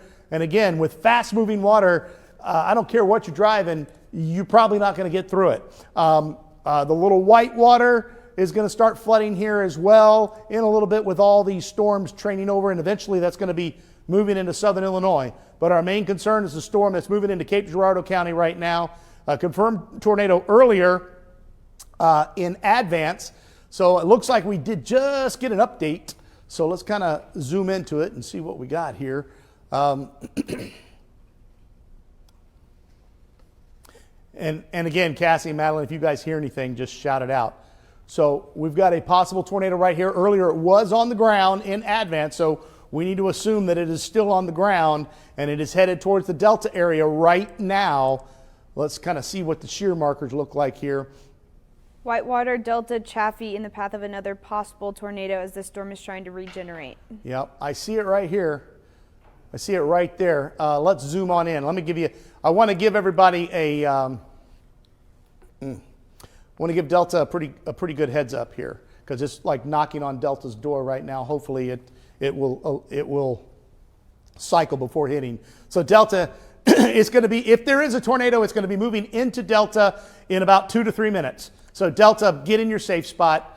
Get in your safe spot. Get in the basement if you have one. If you don't have one, put as many walls between you and the outside as possible. But the tornado is located right here, and it's moving right into Delta as we speak. So again, we've got a tornado that is moving in towards the Delta area, and unfortunately, Delta took a very hard hit on Wednesday and could be taking another hit here tonight. Now, with that said, there's always a chance that this tornadic circulation dissipates before moving in.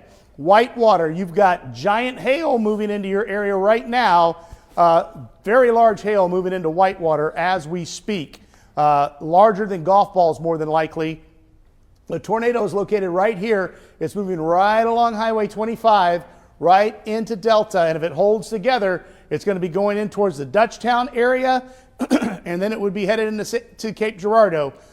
So again, it's basically taking the same path. Jeff, do you have something?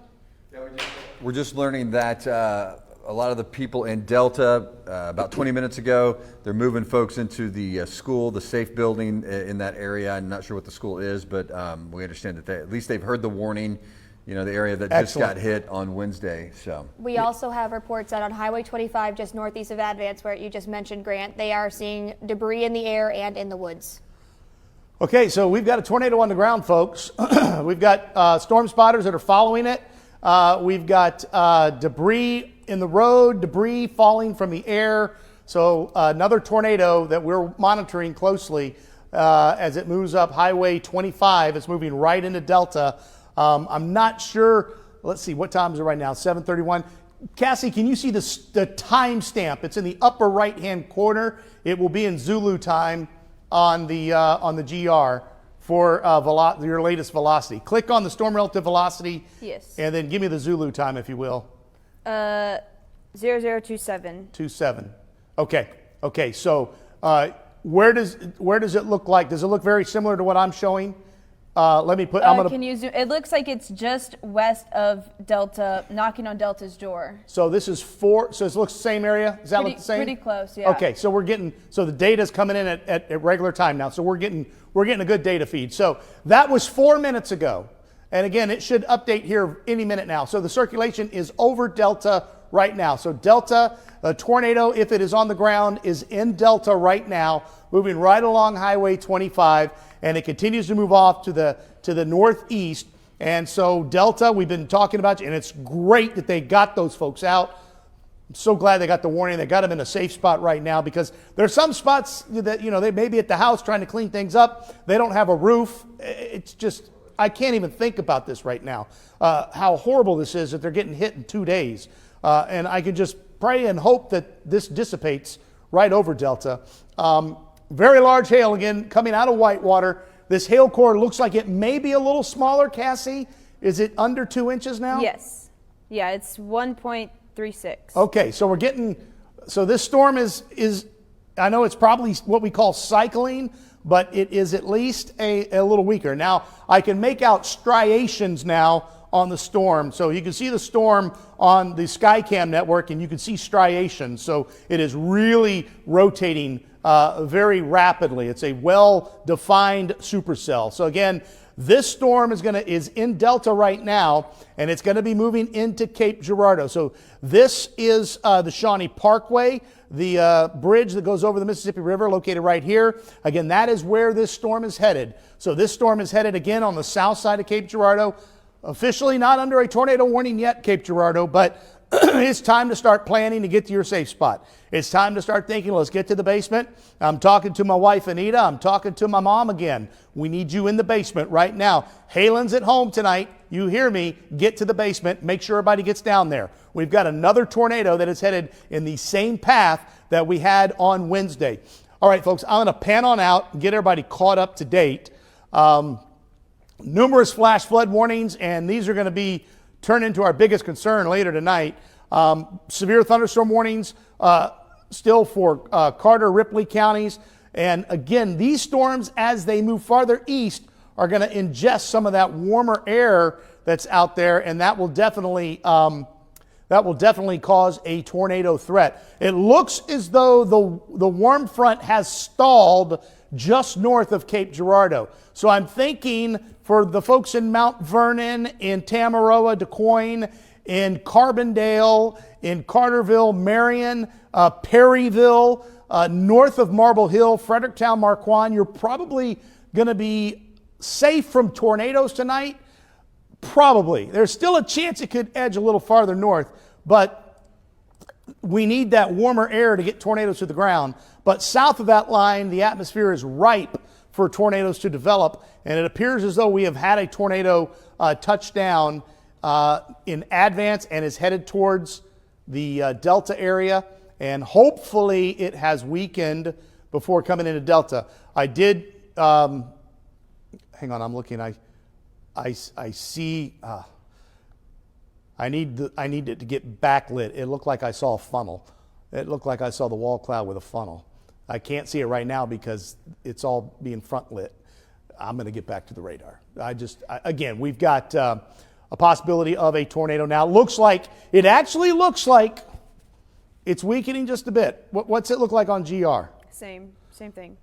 Okay, so please. There's still a little bit of what looks like a couplet over the Delta area as we speak, but it doesn't look as tight as what it was. Yeah, I have no doubt there was a tornado touchdown in advance.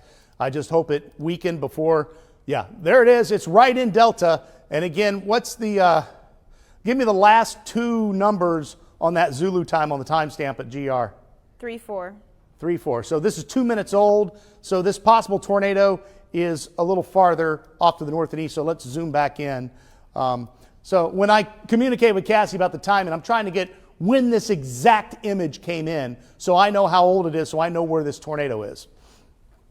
So this tornado, if it is still with us, is about right here. It is now east of Delta. It is now east of Delta. It'll be moving on the northern side of Chaffee, moving towards the, again, I said this Wednesday, you know where the big traffic loop is there, where everything splits off. That's where this is headed right now. It's headed towards that, pretty close to that traffic loop. So if you live anywhere near there, you definitely need to get in your basement if you have one. If you don't have a basement, we're going to put as many walls between you and the outside as possible. So again, very large hail. Thankfully, the hail core has come down a little bit. We're seeing hail maybe quarter, maybe a little larger than quarters right now. A couple of things I like to do is I want to take a look again at the shear to see where this possible tornado is. And you can see it's right there. That green right next to the fuchsia there and the orange. And then I like to look to see if there's any signature for debris, and we don't have it. Remember, Wednesday we had a good debris signature with this. So this is a good sign that things could be weakening. And then I like to look at this to see if there's a new updraft forming. And there's definitely a new updraft forming right over Chaffee. So we're trying to get a new storm to develop here and move off to the northeast. So we could be cycling. We could be seeing a new storm trying to develop between Chaffee and Oran. Are there two hail markers by chance on it? Or No, just one still? There's just one. Near Whitewater, right? Yes, just south of Whitewater. Okay, so now I can definitely see, I don't see funnel, but I did see the wall cloud, so I could see the circular discs of the bottom of it. So it's still rotating. So I've got that low-level rotation in here. But when we haven't heard anything from Delta, have we? No, we have not. So the last report we got was debris east of Advance on Highway 25. Yes. So it looks like that parts are just to the north side of Advance may have taken a hit from this tornado, and hopefully it weakened right as it was moving into the Delta area. So again, if you're just joining us, we've got a tornado warning out, and it is for the exact same area that was hit hard on Wednesday. Numerous flash flood warnings. That's going to be the big problem later on the night. There's going to be too many counties to name later tonight. We've got a severe thunderstorm that we're going to be watching closely in Ripley County. Matter of fact, I'm going to zoom in on that because it looks like it is moving more to the east as well, and it has nothing in front of it other than warm, moist air now, which could be because it looks pretty strong. Is there a hail marker? It's west of Poplar Bluff, what I'm looking There at. is. It's just a Right little over an inch. Right over Donovan, a little over an inch? Yes. Okay. 1.07. Let's see.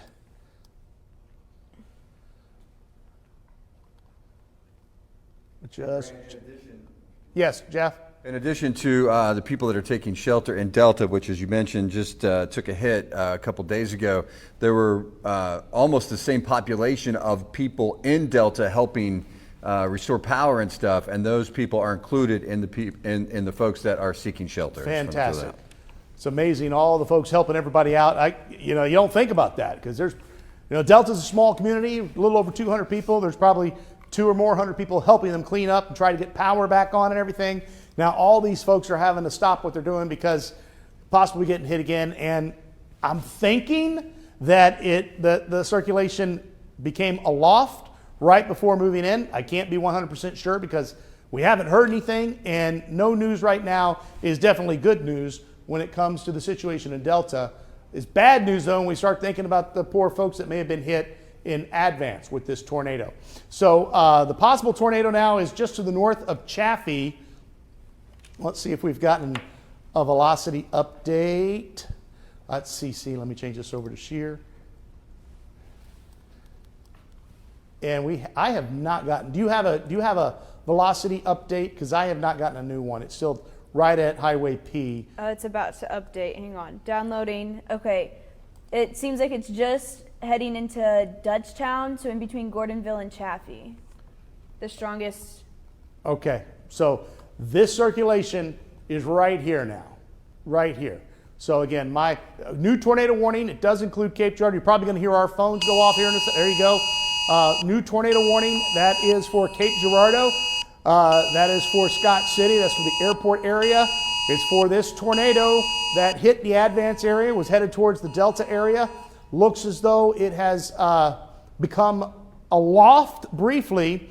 And again, we've got our tower cam kind of pointed into the storm.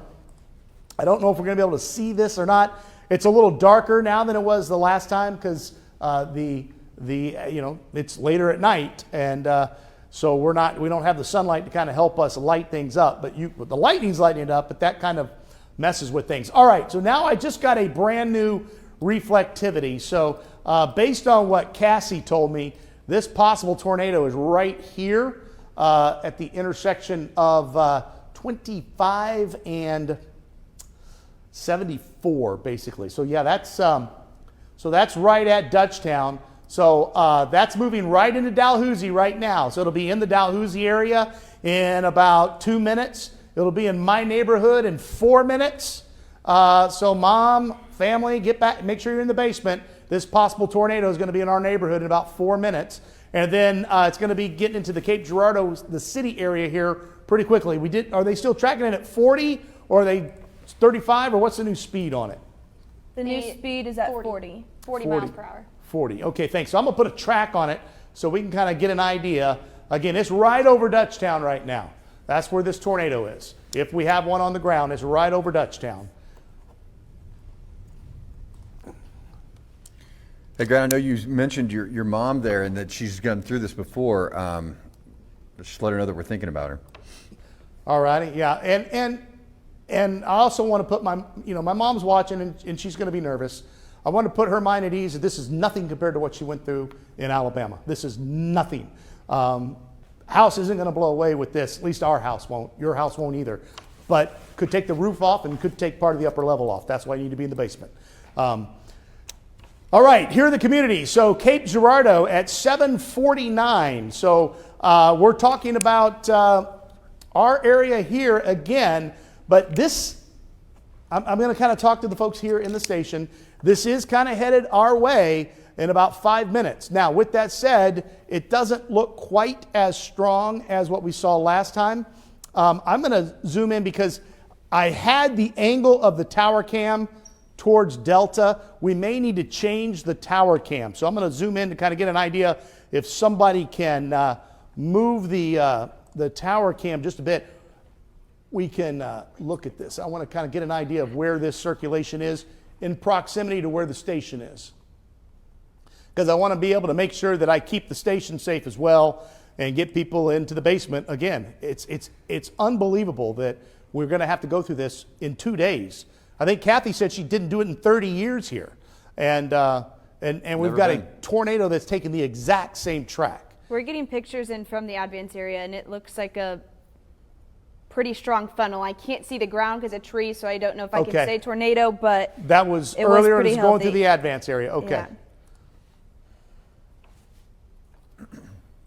Circulation heading toward Dutchtown and I-55 as per this latest scan in the NWS chat.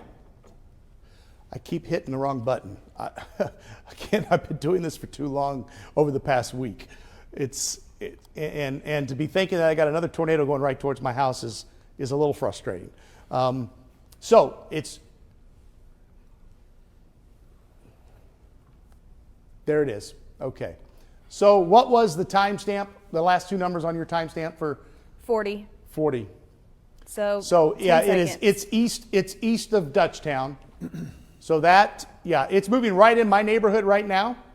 It's moving right in my neighborhood right now. It's going to be moving over towards Menards. Again, close to the Cape High School. You folks need to be in your safe spot. I'm trying to think where we are, where the camera needs to be pointed. I can't really. Oh, that's the courthouse. That's the courthouse that I see lit. So if somebody could put the courthouse on the far right edge of the frame. So we need to move the camera slightly to the left, just slightly to the left. If somebody can get in, and if not, I can do it. But again, we've got a tornado moving in towards Cape. Okay. I think I see the funnel. The latest scan on storm relative velocity grant shows a pretty tight signature just north of Dutchtown. Right, and I think I see the tornado on the tower cam. I think I see it. So we need to get a lot of people in the safe spot again. Two days ago. So yeah, I see a